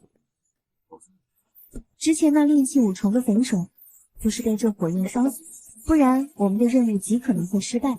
师尊，您知道这是什么情况吗？此乃九幽魔焰。什么？九幽魔焰？九幽魔焰是什么？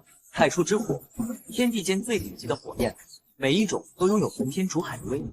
我知道，传说中天地间会诞生一些至强火焰，其中最强的10种被称为太初之火，它们足以焚烧苍穹，威势惊天。云天宗的正宗之宝云天焰就是其中之一，而这九幽魔焰便是10大太初之火之一。竟然是能与云天焰媲美的太初之火。可是太初之火诞生条件苛刻，怎么会出现在一个凡人的体内？比太初之火更罕见的是能够孕育它的特殊体质。太初之火诞生条件确实苛刻，但有一种例外，那就是特殊体质。如果我猜的不错，他的体质应该是极为罕见的天魔之体。天魔之体，这听起来好厉害。那岂不是说，他未来可以变成一个主上？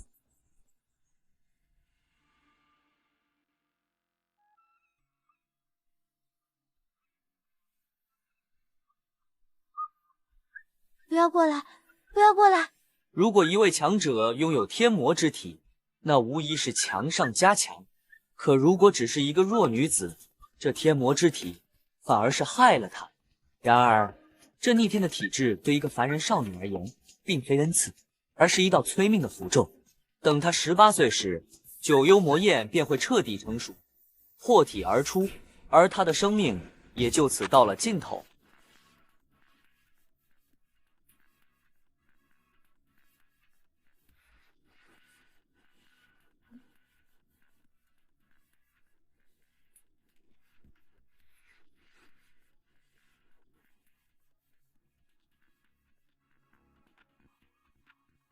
什么活不过18岁？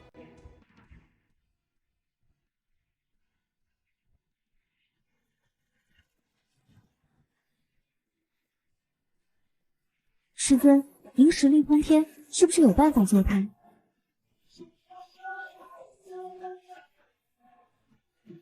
在天道宗内，我可以暂时压制他体内的魔焰，可一旦出了宗门，即使是我，也无能为力。此言一出，众人的心瞬间沉了下去。难道他只能等死吗？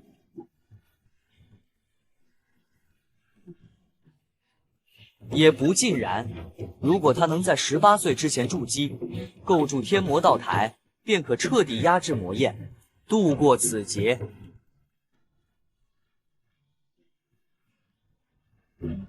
那师尊，他距离18岁还有多远？还有2年。2年对于一个毫无修为的凡人，要突破到筑基境，闻所未闻的天方夜谭。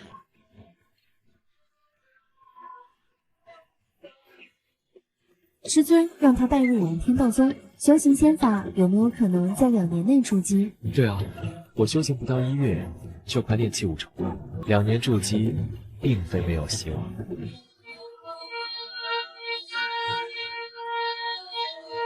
想入我宗门，忠诚度必须在60以上。木灵仙忠诚度为0，何谈忠诚？诸葛峰、笑颜，你们继续修炼。林夕、青瑶，你们去安慰他一下吧。他应该是受到了极大的刺激，切记不要将天魔之体告诉他，以及他只剩2年可活的事情。是，师尊。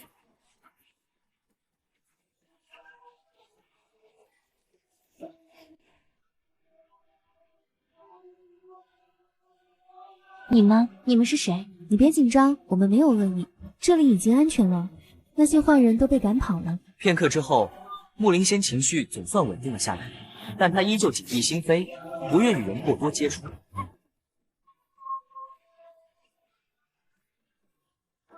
师尊，弟子已经了解了他的一些情况。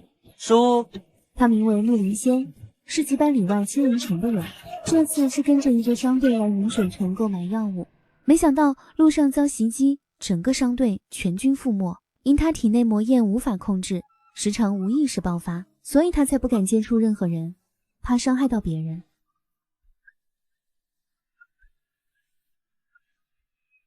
因萧灵溪安慰和天道宗救命之恩，木灵仙忠诚度有了一丝提升，但仅20点，离60的收徒标准太远，忠诚是底线，绝不能破。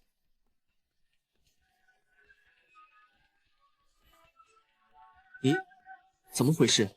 怎么少了这么多宗门？昨天凌霄宗招牌还在，难道不招人了？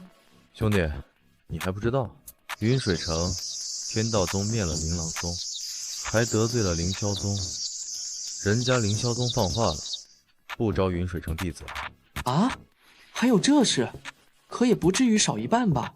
其他宗门呢？你傻啊？附近多少宗门都是凌霄宗小弟，大哥都发话了，小弟们哪敢不听，自然都跟着卷铺盖走人了。我靠，我好不容易凑了几百两银子，就想拜入仙门啊！这天道宗强是强，可他得罪谁不好，偏偏得罪凌霄宗，害得我们都跟着遭殃了。人群议论纷纷，怨声载道，将拜师无门的怨气算到天道宗头上。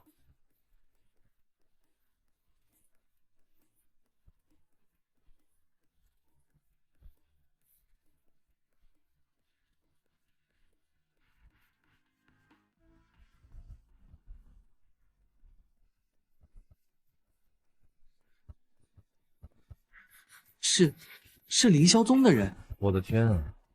一辆战车，10几艘非洲，这得有数千仙士，好大的数目！太恐怖了！凌霄宗这是要做什么？整个云水城的人都抬头仰望，一颗心脏狠狠抽动，目瞪口呆。这便是仙盟500强的赫赫威名，仅凭出场的威势，便足以震慑世间。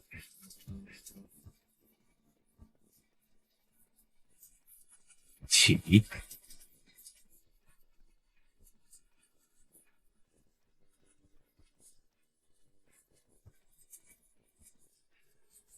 天哪，那老者是凌霄宗的执法堂长老元真人。传说凌霄宗长老携金丹修，可移山填海，今日一见。那另外2位能与金丹真人平起平坐，难道人们心中涌现出无限的敬畏。在这等神仙伟力面前，凡人如蝼蚁。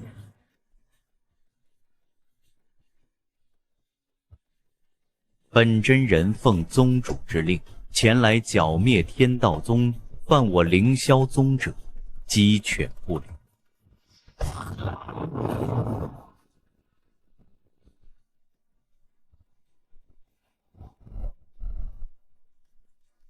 天道宗完了，这就是金丹真人的实力，翻手为云，覆手为雨。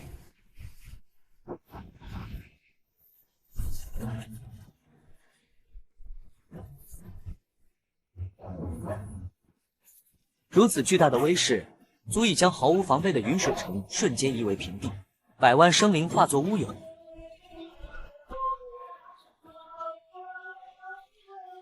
还好我没加入天道宗，不然今天就死翘翘了。是啊，幸亏当时没被冲昏头脑。天道宗厉害，可怎么能跟凌霄宗比？还以为这天道宗有多大本事，原来也不过如此。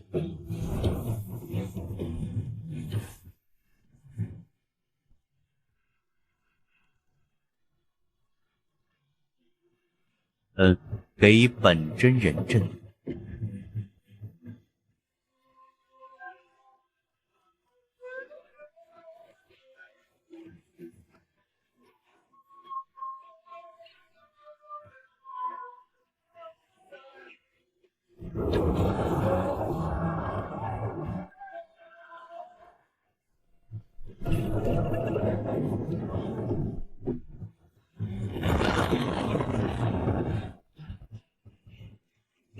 金丹真人的全力一击，竟被如此轻描淡写的化解。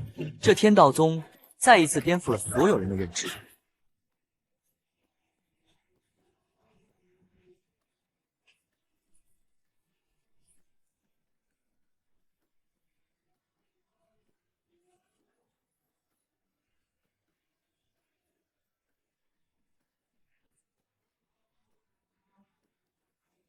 是，这怎么可能？每次都以为天道宗要完了，可每一次他都能创造奇迹。这股力量，那天道宗宗主果然也是金丹真人，难怪琳琅轩那帮废物会死在他手。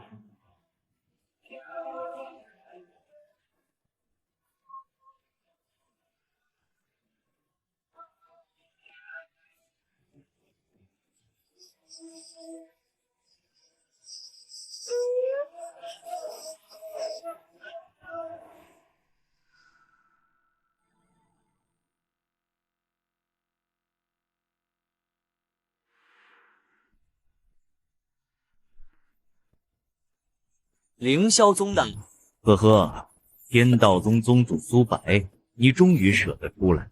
本真人乃凌霄宗执法堂长老元真人，今日来此，便是送你天道宗上下一起归西。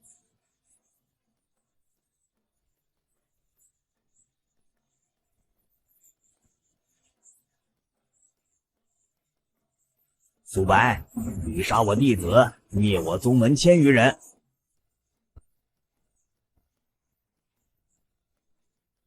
今天你难逃一死。此人气息同样深不可测，赫然也是一位金丹真人，琳琅宗老祖，琳琅真人。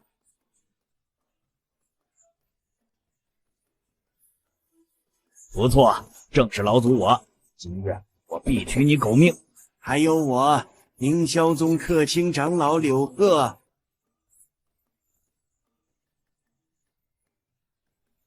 世人称我为白鹤真人。凌霄宗执法堂何在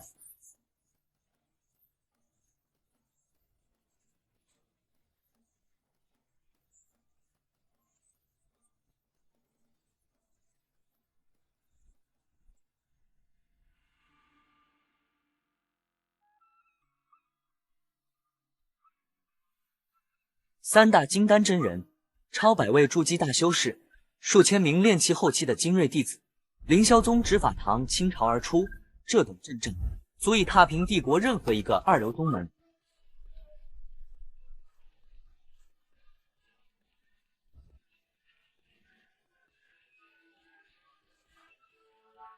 完了，3位金丹真人齐至，天道宗这次真的威武。天道宗宗主再强，也只是一个人啊。怎么可能逆转局势？哎，可惜了，本以为云水城能有个强力宗门罩着，谁知道他们偏偏惹了凌霄宗。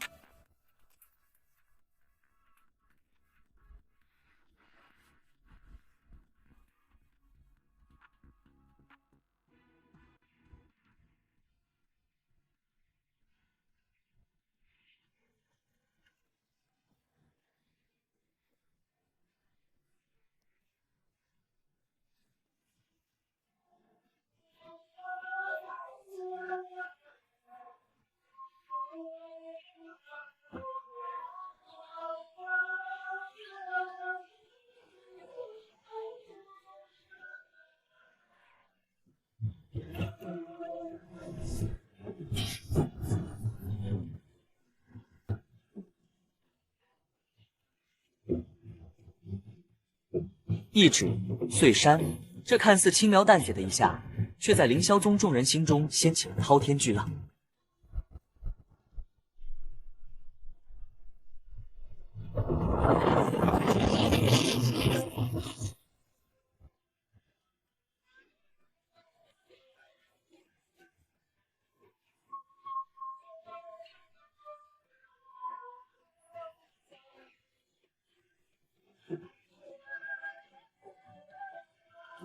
哈哈哈哈！老头，玩够了没？我若向前一步，那又如何？向前一步，黄泉路上走快点呗。2星宗门无敌范围乃方圆10里，此刻元真人正站在无形生死线外，只要他敢踏前一步，便会踏入苏白的必杀领域。你找死！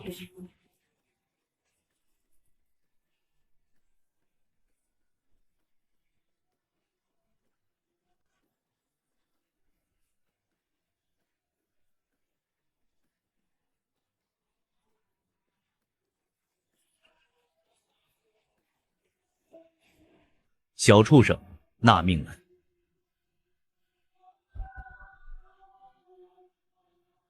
元真人已然越界，苏白只需心念一动，便可将其瞬间抹杀。但他看着远处战车上另外2人金丹真人以及数千凌霄宗弟子，一个更狠的计划在他心中悄然成型。擒贼先擒王，不，我要的是一网打尽。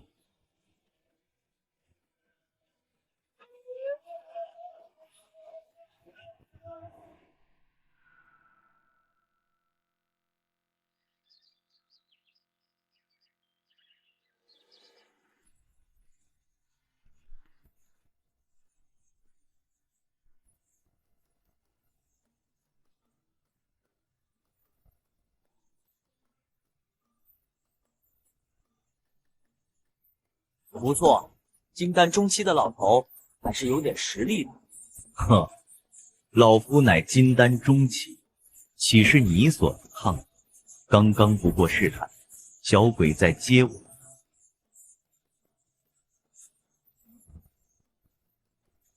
这一刀，元真人动用了10成功力，是要将苏白一击格杀。但他不知道，他这全力一击正中苏白的下方。上当了！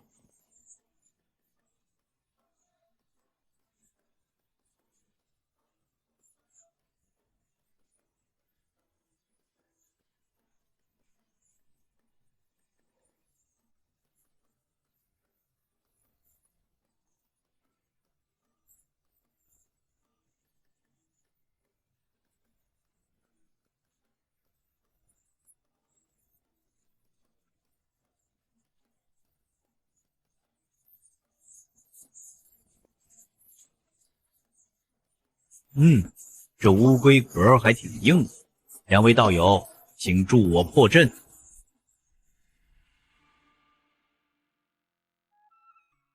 哈哈，袁道友放心，区区一个2星宗门的防御法阵，弹指可破。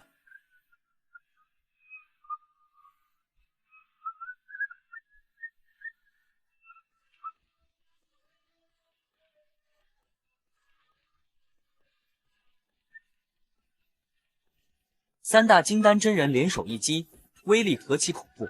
可这看似摇摇欲坠的护罩，却硬是撑了下来。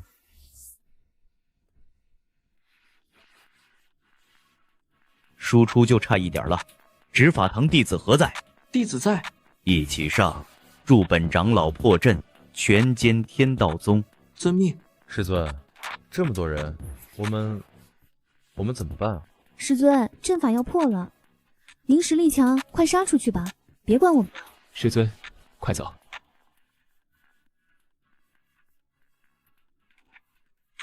嘘，别急，为师在陪他们玩游戏呢。师尊，你陪他们玩什么游戏呢？当然是猫捉老鼠。苏白怎么自知不敌，要束手就擒了吗？现在投降也晚了，今天天道宗鸡犬不留。苏白，为我琳琅宗陪葬吧。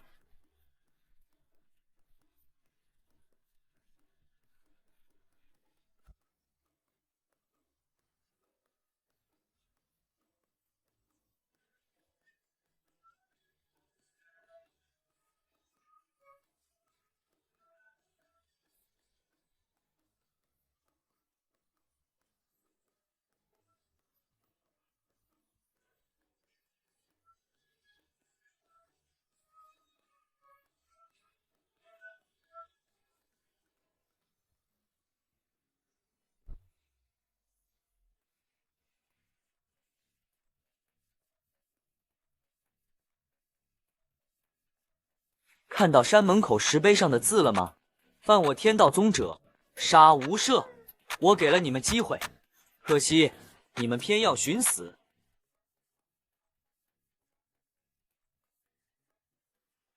啊！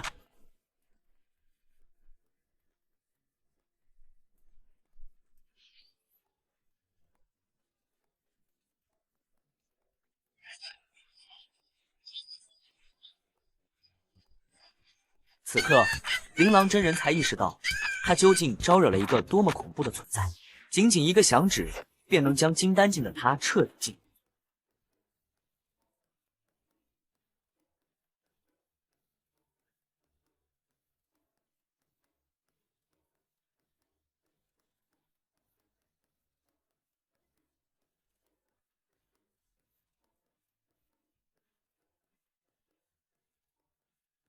不好，上当了！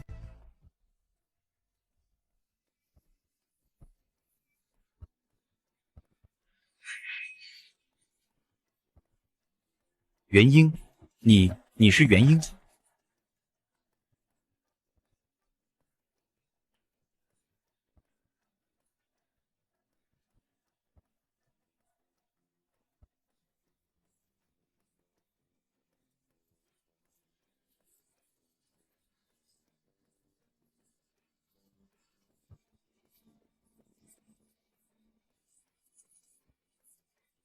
元婴强者，在大赵帝国，金丹真人已是顶尖强者，而元婴强者，则是足以立于帝国之巅，俯瞰众生的存在。元婴，天道宗主竟然是元婴强者，整个大赵帝国，元婴强者不足双手之数。我们云水城出了一个。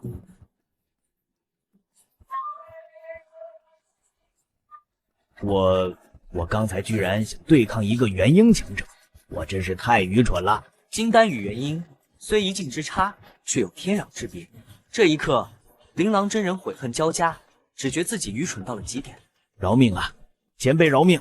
是我有眼不识泰山，是我该死。只要您能放过我，我愿意终生为奴为仆，效忠前辈。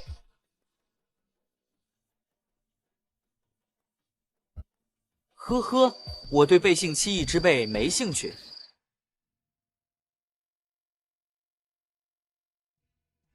既然你们主动挑起争端，就要承担相应的后果。话音未落，苏白随手一挥，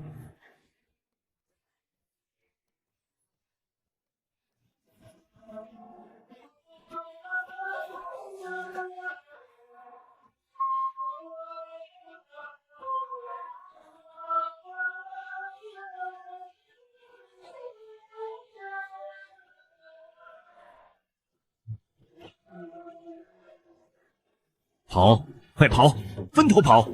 走！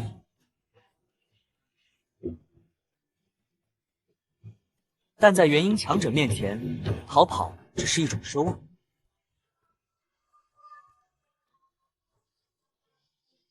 这场闹剧该落幕了。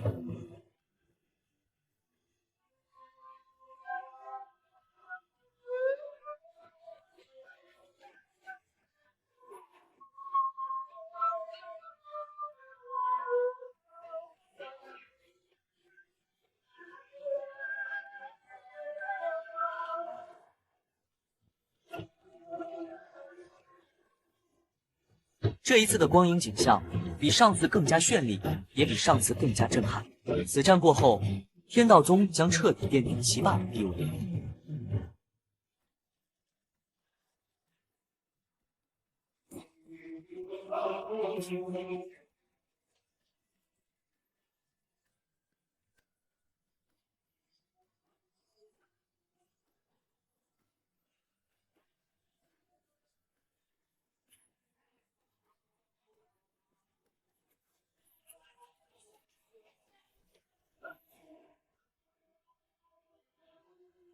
师尊，你太厉害了！凌霄宗的长老在你面前简直不堪一击。这就是强者的世界吗？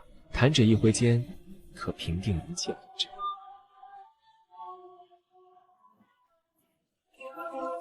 高高在上的金丹真人，在师尊面前却如此不堪。总有一天，我也要像师尊一样强大。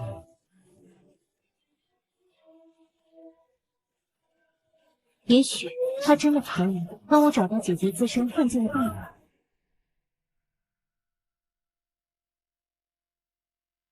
平定数千强敌后，苏白查看自己的面板，境界依旧是平平无奇的炼气8重。半个月前还为30两银子发愁，现在资源都多到用不完了。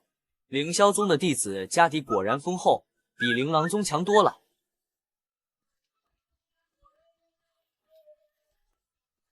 进来。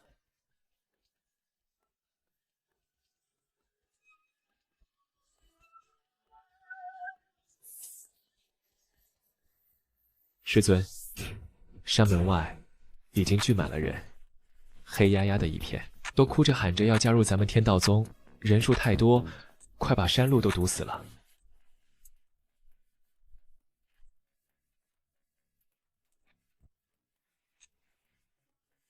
弟子越多，我实力越强，但这管理起来可是个大问题。弟子暴涨是好事，但如何管理却成了苏白新的难题。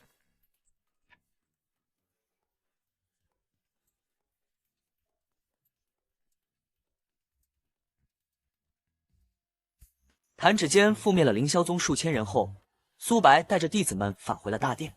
此刻，大殿内一片肃静，所有弟子都用无比崇敬的目光看着他们的师尊。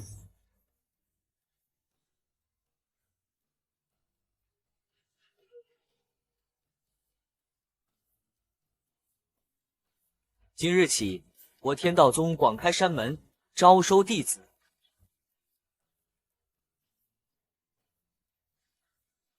请师尊示下。天道宗通过考核者，没有杂役弟子与外门弟子之分，皆为正式弟子。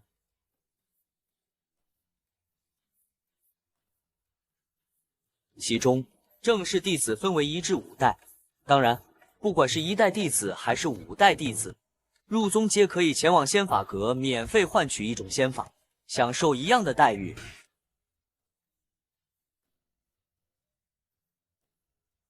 师尊，天道宗仙法逆天，要是大规模扩散，会不会？诸葛峰的担忧不无道理。宗门大了，林子里的鸟也多了，难保不会出现几个吃里扒外的内奸。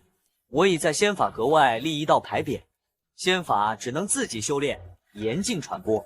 如有违背者，废除修为与仙法技艺，逐出宗门。师尊，那我们如何查询有没有人违背呢？人心隔肚皮啊！这无需你操心，我自有手段。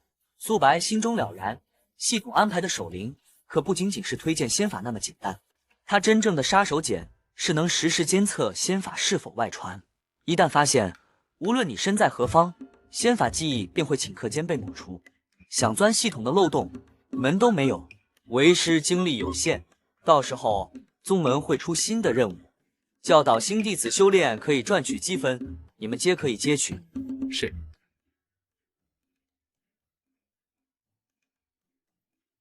请问师尊，那这1到5代弟子之间又该如何区别呢？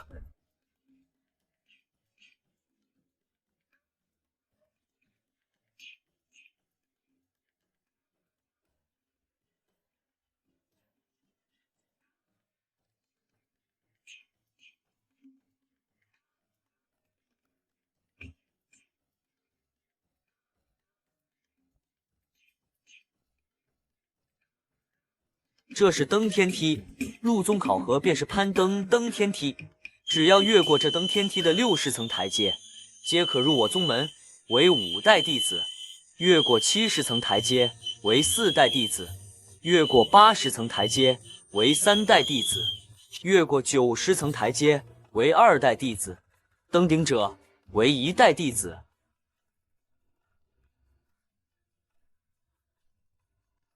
这种公开透明的考核方式前所未见，如此一来，无论你是什么皇亲国戚，还是富商巨贾，都无法在考核上动手脚。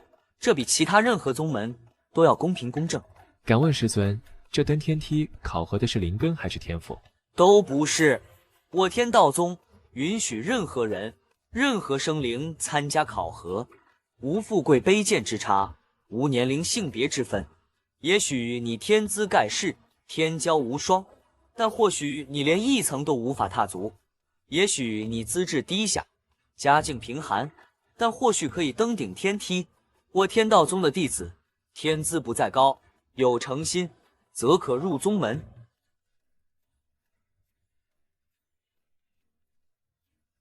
不考灵根，不考资质，不考家境，只考一颗诚心，这是何等的气魄！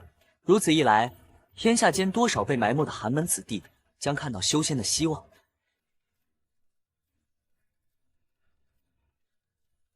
弟子明白了，弟子这就去安排考核之事。去吧。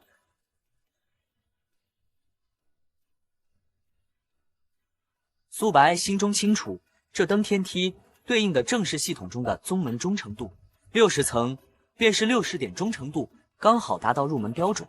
以忠诚度来划分弟子等级，对天道宗而言，无疑是最佳选择。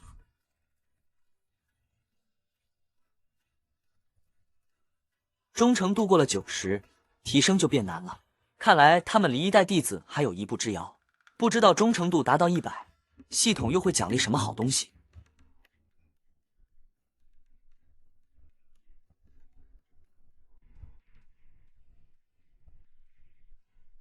然而，现实是残酷的，成千上万的人前来尝试，却绝大部分连第一层台阶都站不稳，就被一股无形的力量弹开。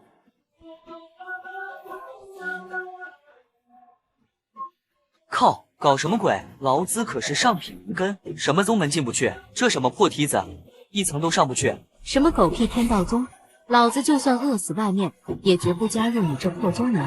有内幕，绝对有内幕，敢不敢把考核标准公开？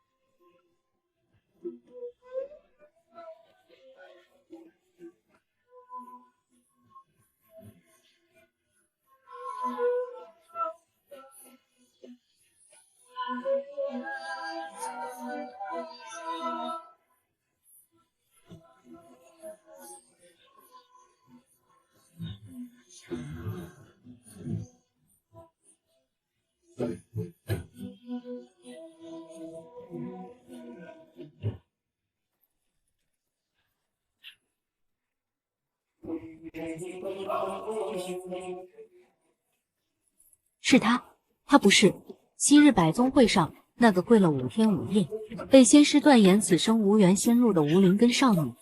一个被断言无缘仙路的无灵根废材，竟然登上了代表核心弟子的90层，这彻底颠覆了所有人的认知。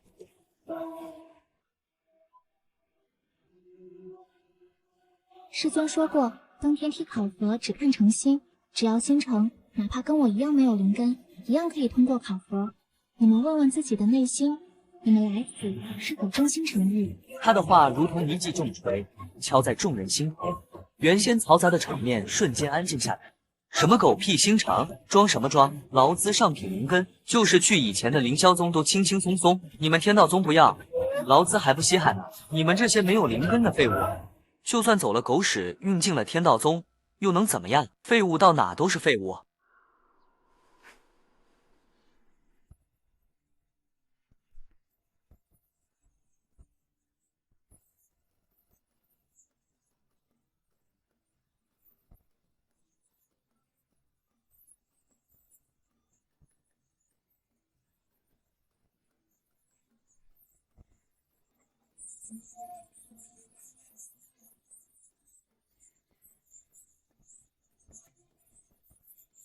谁说凡体不能修仙？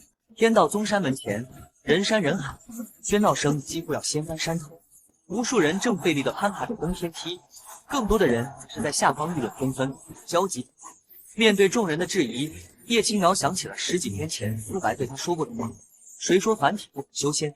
如今他要将这份执念带给山下的每一个人。无灵根又如何？凡体又如何？我有仙心一颗，回去凡体所赠。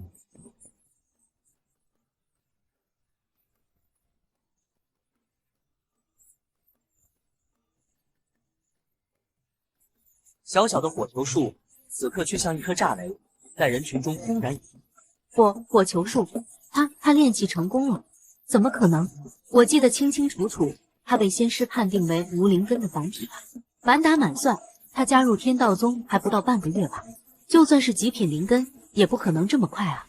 我的个乖乖，是我疯了，还是这个世界疯了？凌霄宗保持了数十年的最快炼气记录，在今天被一个无灵根的凡体圣女打破了。这个消息足以颠覆整个修仙界的认知。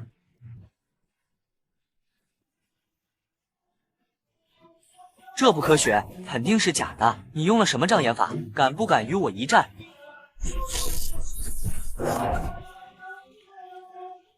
此人并非真心拜师，而是其他宗门派来刺探虚实的例子。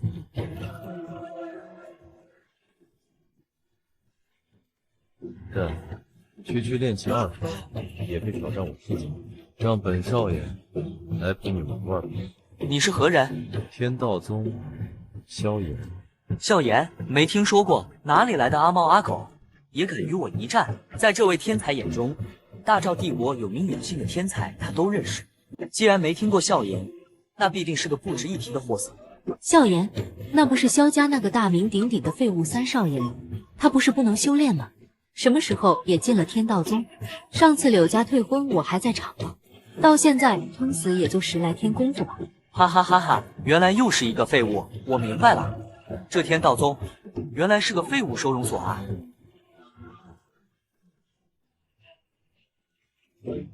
如果某人连废物都能，那是不是证明他连废物都？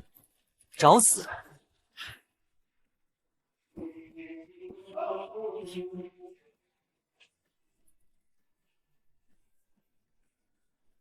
这是云霄诀，他是云天宗的弟子。天哪，那可是曾经比凌霄宗还强的云天宗。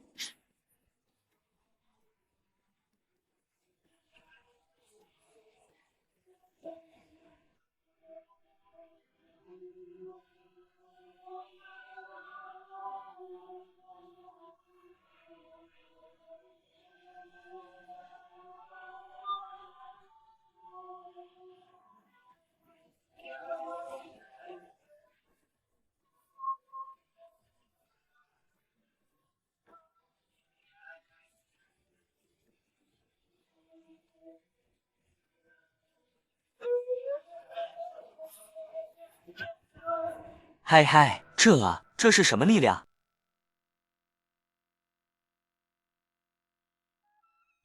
炼气2重的云天宗天才，竟然被传闻中无法修炼的萧炎一尺拍飞。这一幕带来的冲击，比刚才叶青瑶的火球术更加震撼。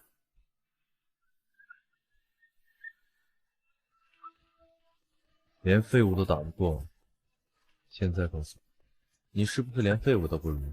噗！混账东西！你仙盟大会时，你给我等着！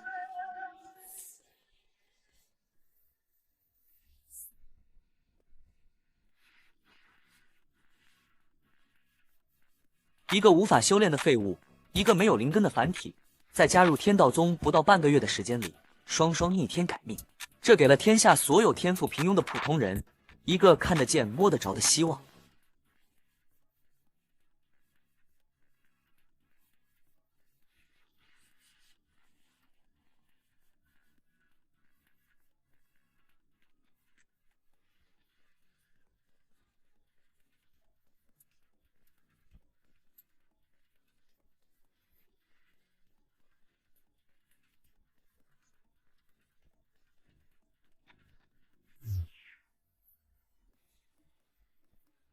萧炎与叶青瑶用实力证明，在天道宗没有废物，只有奇迹，而这也让山下所有求仙者更加疯狂了。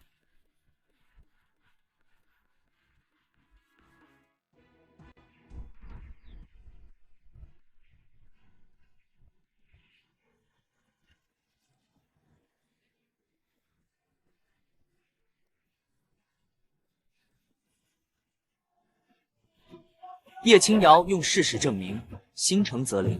越来越多的人成功登上以往遥不可及的阶梯，现场的气氛从之前的怨声载道，变为了激动和振奋。照这个势头，招满弟子指日可待。弟子越多，我的实力就越强。天道宗称霸天下，岂不是分分钟的事？就在苏白畅想未来之时，异变突生，一道身影突然以惊人速度超越了所有人。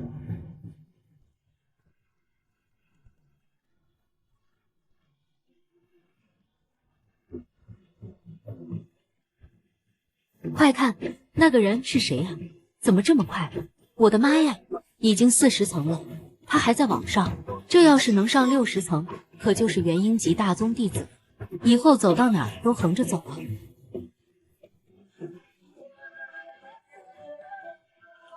竟然是他，木灵仙。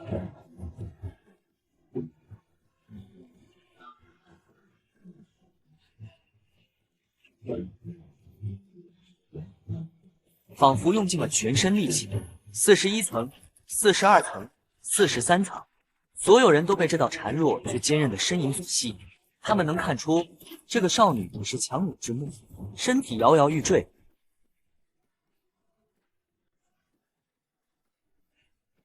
她一个如此虚弱女子都能坚持，我大男人难道不如她吗？穆灵仙的坚持如同一针强心剂，瞬间点燃了所有人的斗志。他们再次向着更高的阶梯发起了攻击。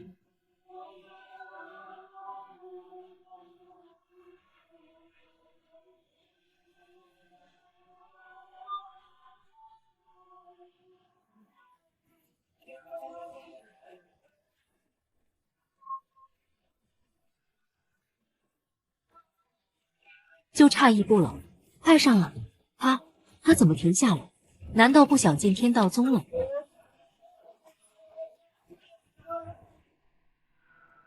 师尊，这穆姑娘是怎么了？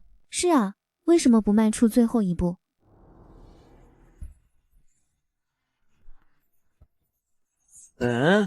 这不是停下，这是陷入精神世界了。寻常修士不到筑基境根本无法构筑精神世界，但身怀天魔之体和九幽魔焰的穆灵仙显然不能用常理处理。若非我用灵力压制，他体内的魔焰早已爆发。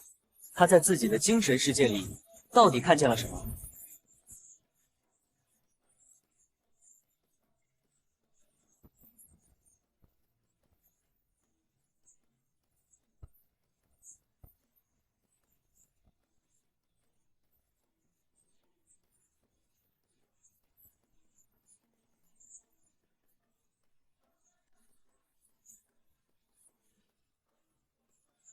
刚一进入，苏白便感受到了这魔焰的感觉，这就是九幽魔焰，能焚尽万物。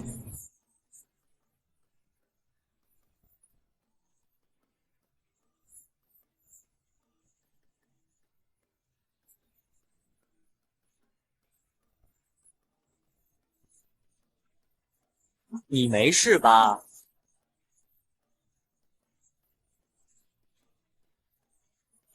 别靠近我，会死。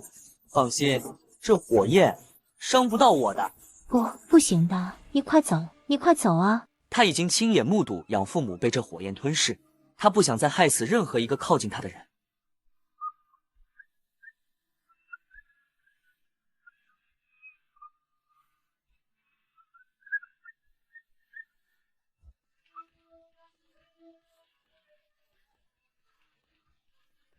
不要！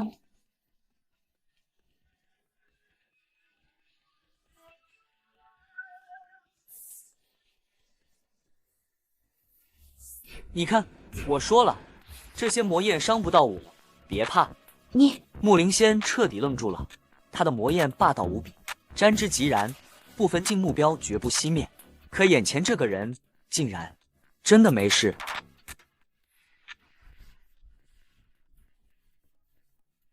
有什么事可以跟我说，也许我能帮你。所有人都说我是恶魔，是灾星。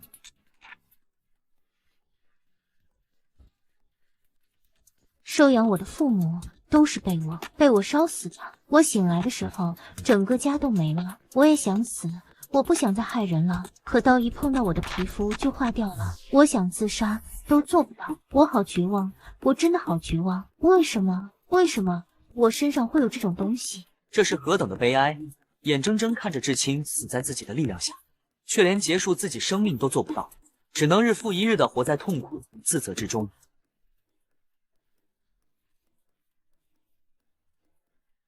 没事了，都结束了。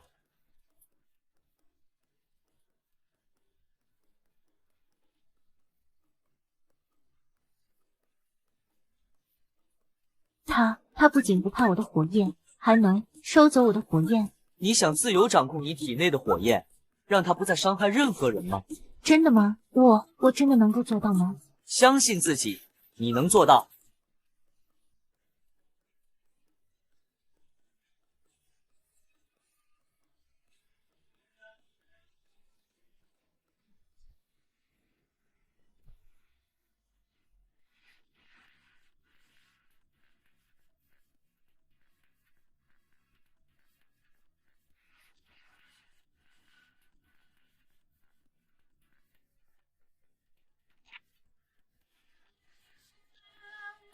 这是他的回忆吗？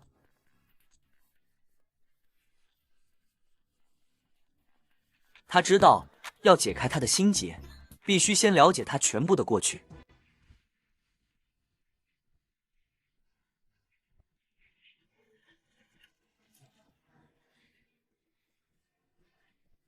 哎呦，这哪家的孩子？他的父母呢？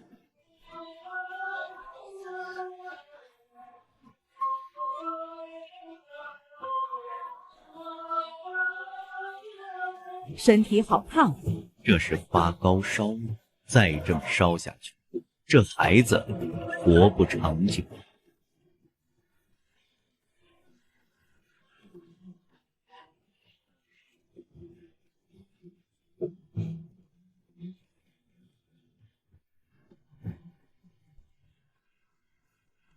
当家的，这针。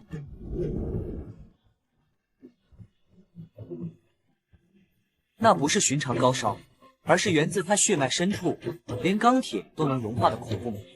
最终，因无人前来认领，这对善良的夫妻便收养了他，并为他取名木灵仙。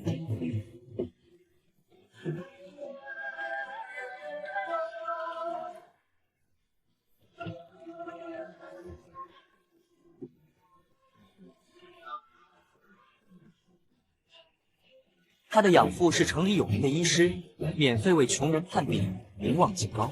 如果他只是个普通人，这份快乐或许会一直持续下去。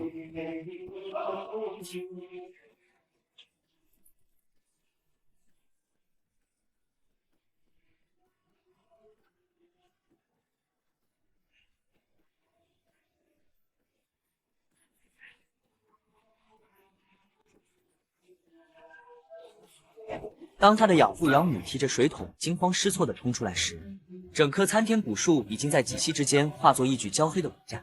这是他体内的魔焰第一次失控，万幸的是没有伤到人。但从那以后，恐惧的种子便在他心里生根，从此他变得孤僻，不敢再与任何人亲近，包括最爱他的养父养母。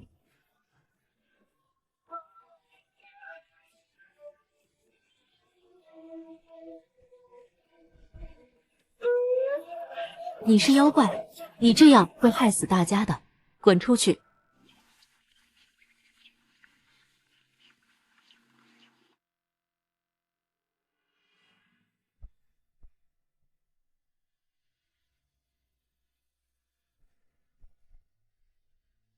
他只能躲在角落里，独自舔舐伤疤。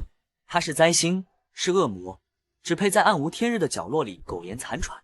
这份孤独让他渴望成为普通人，却又知道那绝无可能。在他16岁那年，一场无法控制的大火吞噬了他的家，也吞噬了他的一切。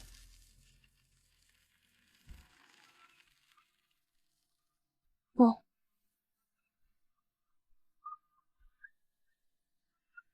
别怕。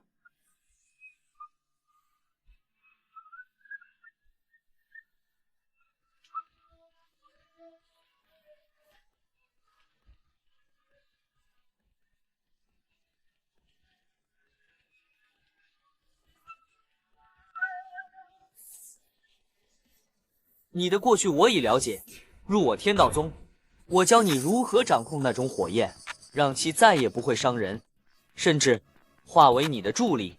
素白的声音不大，却如同一道惊雷，在木灵仙死寂的心湖中炸响。那些年，养父带他求遍仙门，无人能解。他以为自己的人生早已结束，可眼前这个人却给了他一个从未敢奢望的可能。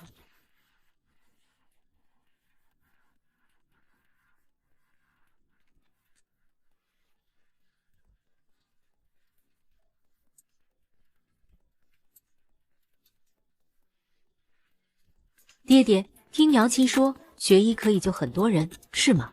是啊，怎么小灵仙也想学吗？我也想长大之后成为跟爹爹一样受人尊敬的医师。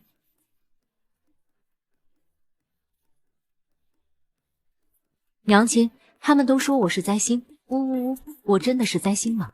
小灵仙怎么会是灾星呢？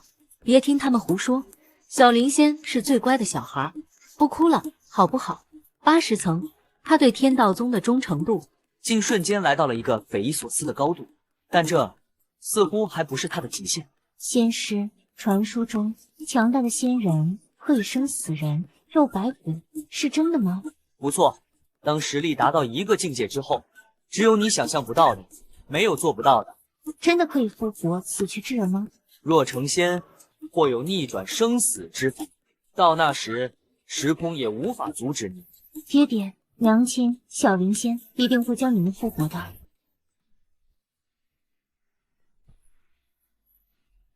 师尊在上，请受徒儿一拜。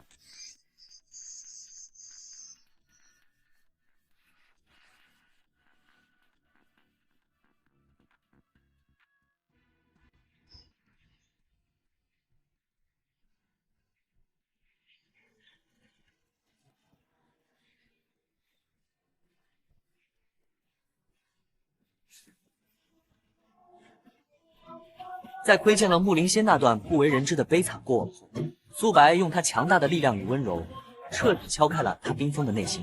弟子木灵仙拜见师尊。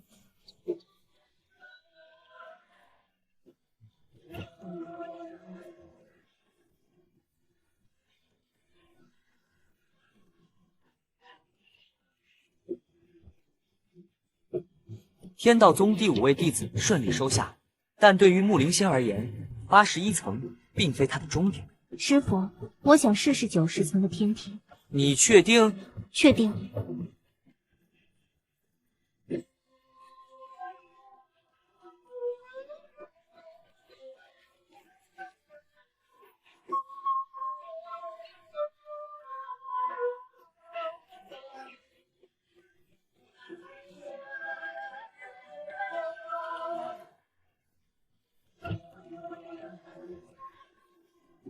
灵仙师妹，恭喜你成功了！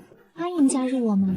谢谢2位师姐之前的救命之恩。哎呀，都是同门，说什么谢？举手之劳罢了。走吧，师妹，我能带你去个好地方。按照天道宗的规矩，凡是入门弟子，第一件事便是前往仙府，免费挑选一部适合自己的仙法。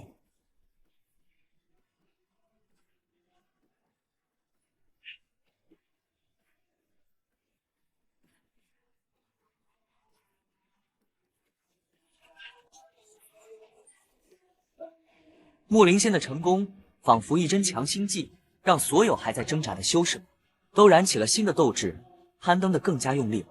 照这个势头，说不定过不了几天，又能有人登上60层了。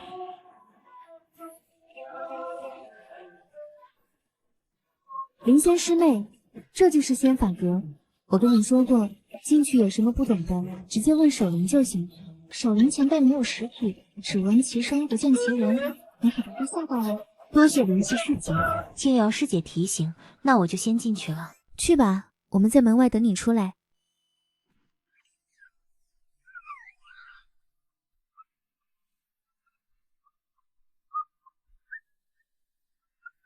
木灵仙惊呆了，他想起养父曾说过，医师看过的医书越多，医术便越高明。那这满格的仙法，代表着天道宗的实力该有多么恐怖。守灵前辈，新入门弟子木灵仙前来挑选仙法。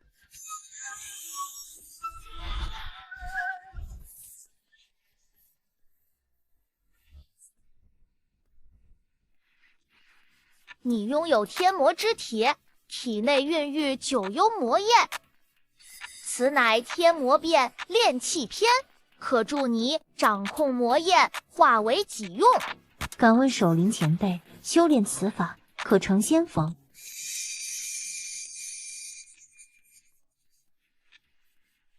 能否成仙，不在于法，而在于人。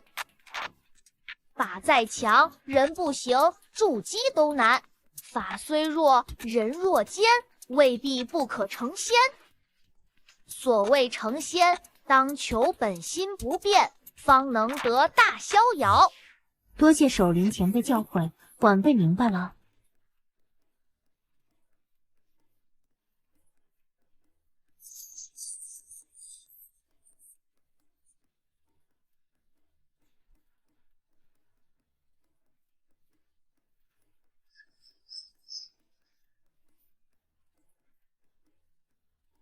天魔变炼气篇的完整功法已经全部刻印在了他的记忆之中。多谢守灵前辈赐法，弟子告退。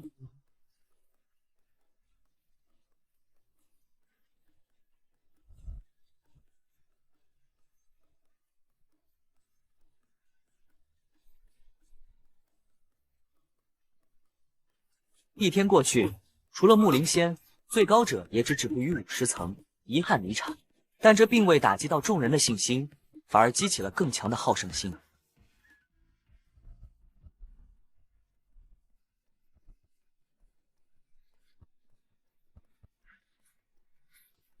两位，今天的考核已经结束了，请明天再来吧。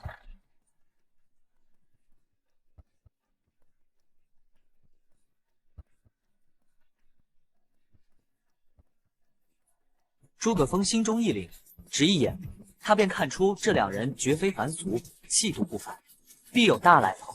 但他想起自家师尊就在殿内，瞬间又定下心神。不知前辈驾临我天道宗，所为何事？老夫名为李长空，听说这里出了位元婴强者，特来拜会一番。嫣儿，你去试试这登天梯，看看能踏上几层。好嘞，爷爷，那我去了。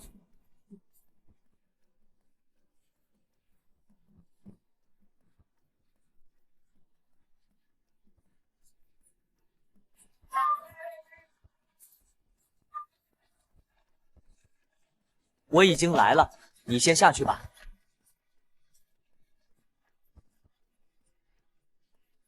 是，师尊。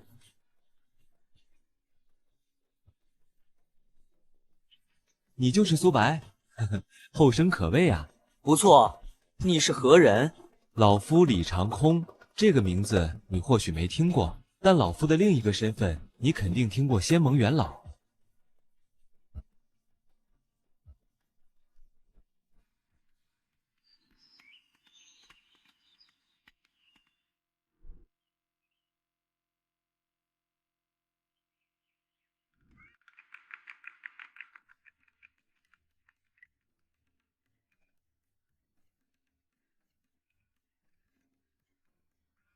爷爷上不去了，这破梯子肯定有问题。哈哈，现在知道天外有天，人外有人了吧？你这小丫头，平时总把第一天才挂嘴边。不可能，我从小到大，次次考核都是第一，从来没有这么差的时候。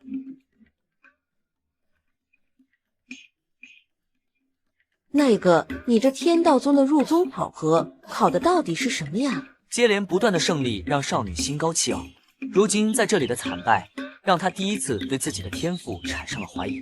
无关天赋，考核的是缘，与我天道宗的缘分。缘分，好奇怪的考核方式。如果是天灵根的绝世天才，缘分不够，你也会拒绝他入宗吗？不错，登不上60层，别说天灵根，即使拥有混沌体，我一样不收。那如果通过的人没有灵根，甚至又老又穷，你也会收吗？我天道宗的弟子不看资质，只看重品性缘分，除此之外，任何外物皆可抛弃。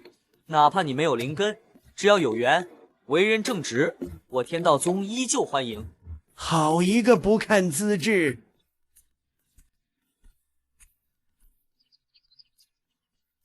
年纪轻轻却能有这种想法，日后成就绝不低于我们这些老家伙，老朽佩服，谬赞了。无需谦虚，老夫我行走天下千年有余，见过的宗门势力如黄沙一般众多，但所有的势力招收弟子无外乎天赋、钱财、背景3样。唯独你天道宗招收弟子仅凭缘法2字，而且入宗免费，还可以免费挑选仙法，这等心胸放眼天下也实属罕见。我也是第一次见，因此对你挺有好感的。你来此应该不是为了跟我说这些吧？哈哈，确实不是，老夫来此主要目的是邀请你天道宗加入仙盟。仙盟这2个字一出，连空气都仿佛凝重了几分。那可是由大陆最顶尖势力组成，用以管理上万宗门的庞然大物。哦，仙盟，不知道加入仙盟对我天道宗有什么好处吗？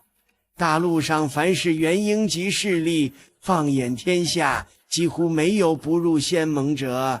入了仙盟，不管是购买仙法、丹药也好，灵气也罢，还是采集灵草、贩卖资源，都可以走仙盟渠道。最重要的是，一旦加入仙盟，便代表你已被仙盟认可，未来你天道宗扩展领地都不会受到限制。老者抛出的条件个个诱人，他相信这个世间没有人会拒绝加入仙盟。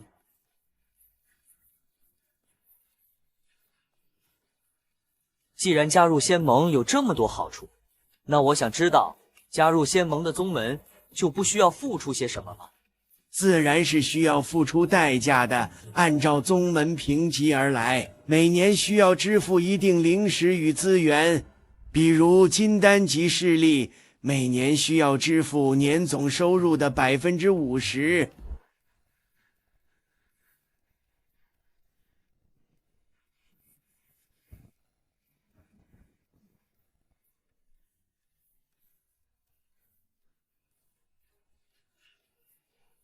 元婴级势力每年只需要支付40%的收入，化神级势力那就只需要支付30%的收入了。若再往上进入仙盟32强，那就只需要10%就行。50%的总收入，这哪里是加入仙盟，分明就是被当成韭菜肆意收割，国土的当狗被压榨。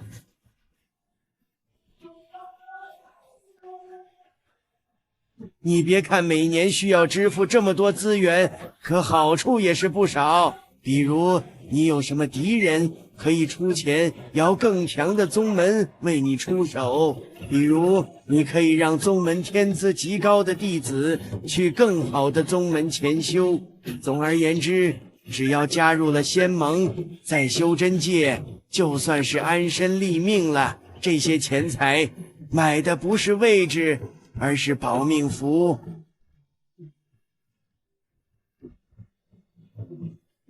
如果我拒绝呢？拒绝。老者始料未及，放眼天下，大小势力无不以入仙盟为荣。拒绝，正意味着与整个修仙界的现有规则为敌。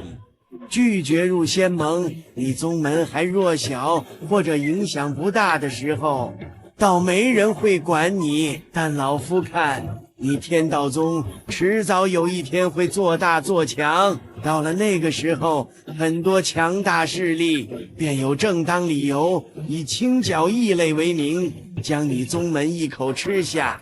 老夫提议你入仙盟，虽然收获少了点，但保住根基还是绰绰有余的。谢谢指教，我心意已决，我天道宗不入仙盟。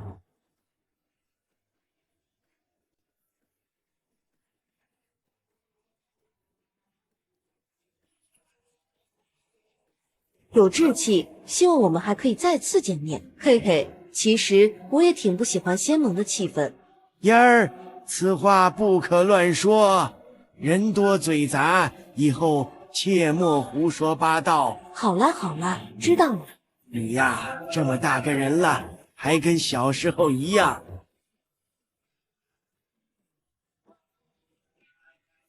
如果有一天你们想来我天道宗，我天道宗的大门随时为你们打开。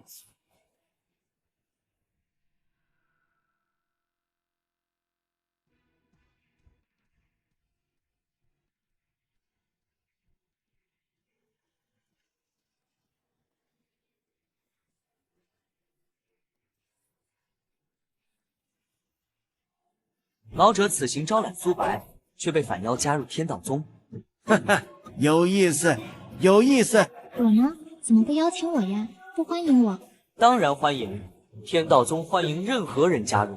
苏白一眼看穿少女语气，心中不禁一动，好感度还涨到了20，有潜力。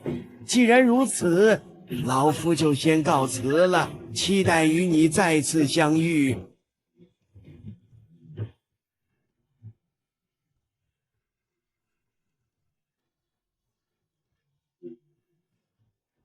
仙盟卷宗并无你天道宗信息，老夫只是游历路过，听闻你事迹，才提前邀请。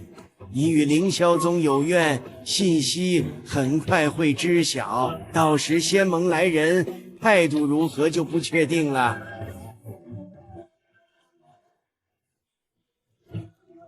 态度，兵来将挡，水来土掩。若以礼相待，我自不打笑脸人；若想威逼，那就怪不得我了。在这个世界，终究是强者为尊。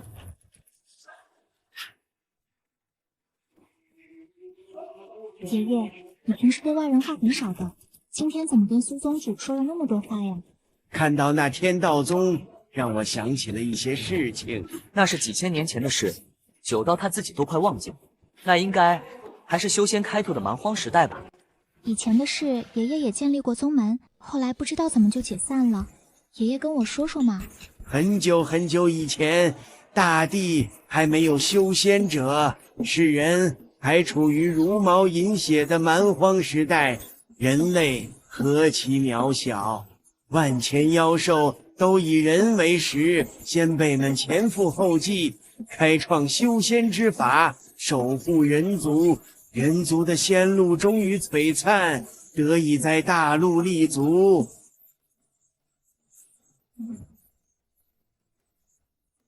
那时，人族集结一切力量，无数人以身试路，粉身碎骨，只为完善通往更高境界的仙法。终于，我们将第一批仙躯送上了更高层次，人族君临天下，万千妖族尽皆俯首，那便是人族最辉煌的时刻。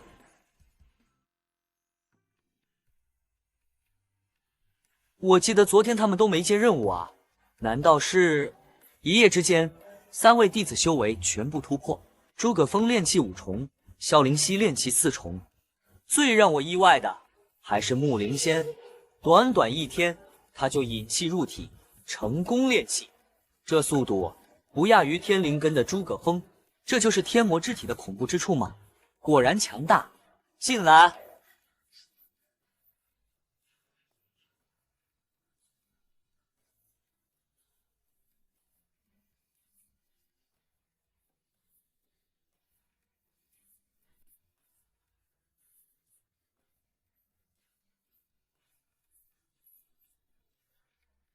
苏白彻底看傻了，这厚度足有上万字，请个假而已，需要写本书吗？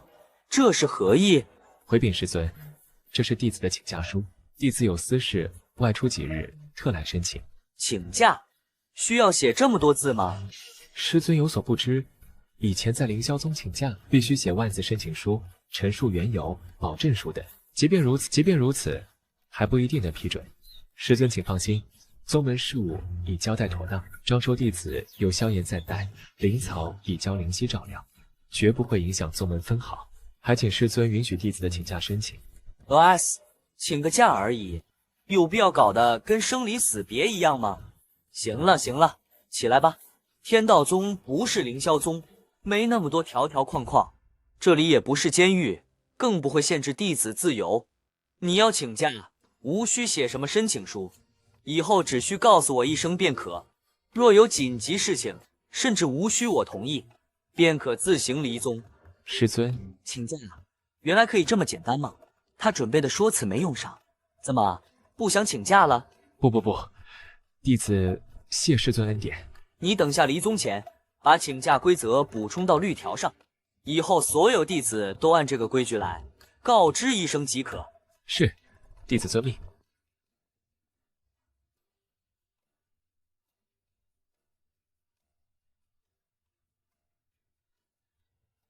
爹娘，感谢师尊的栽培，孩儿如今已炼气5重，有足够力量替你们报仇了。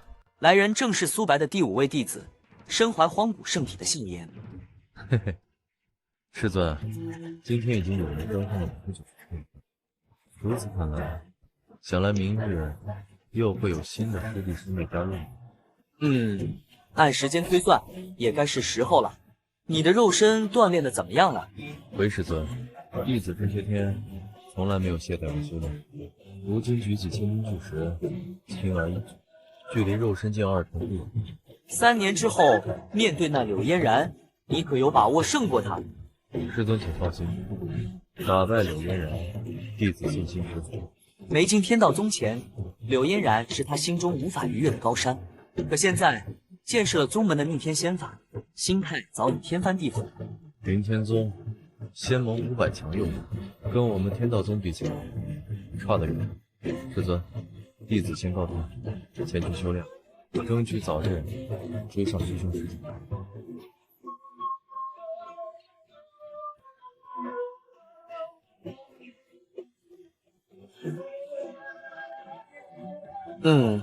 笑颜资质绝佳，悟性非凡，是一块砾玉。苏白相信，不止笑颜，如今宗门内的5位弟子，日后皆能名震一方。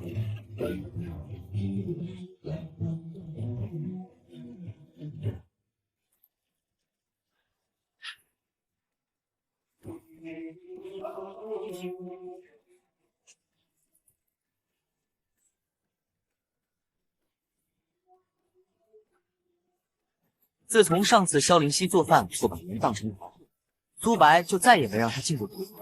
那个味道，他可不想再体验一次。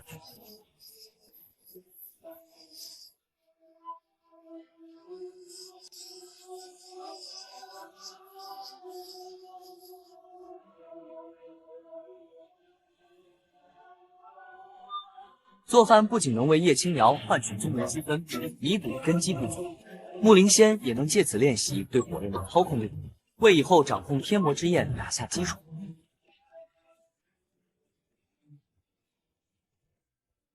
天道宗何愁不兴？爹娘，孩儿不孝，没能让你们过上好日子。孩儿遇到机缘，拜入天道宗，如今已经是修仙者了。1年前你们死不瞑目，孩儿不是惜命不敢报仇，是那时没有能力，不得不隐忍。要是孩儿死了，你们的仇就永远无法报了。现在，孩儿有了足够的实力，一定会让那欧阳家付出惨痛的代价。欧阳家，你们给我等着吧！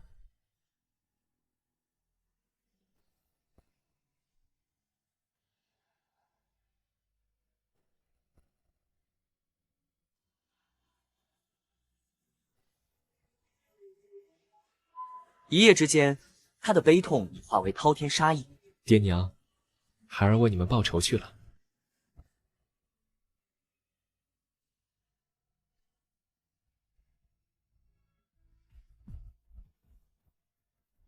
哈哈哈！今天是老夫60大寿，诸位能够赏脸前来，真是令我欧阳府蓬荜生辉呀！祝欧阳老爷子福如东海，长命100岁！哈哈，好，今天我特地备下美酒佳肴，希望大家尽兴。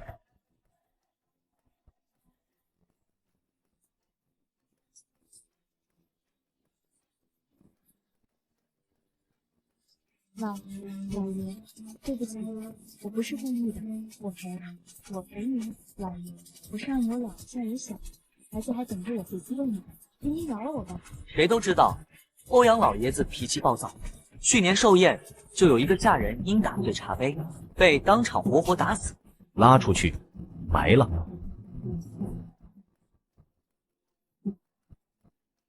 老爷，饶命啊！我不能死，我的孩子在等我回去。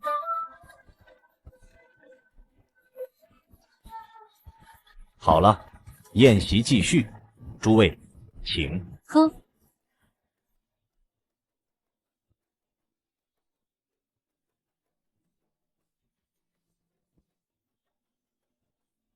怎么回事？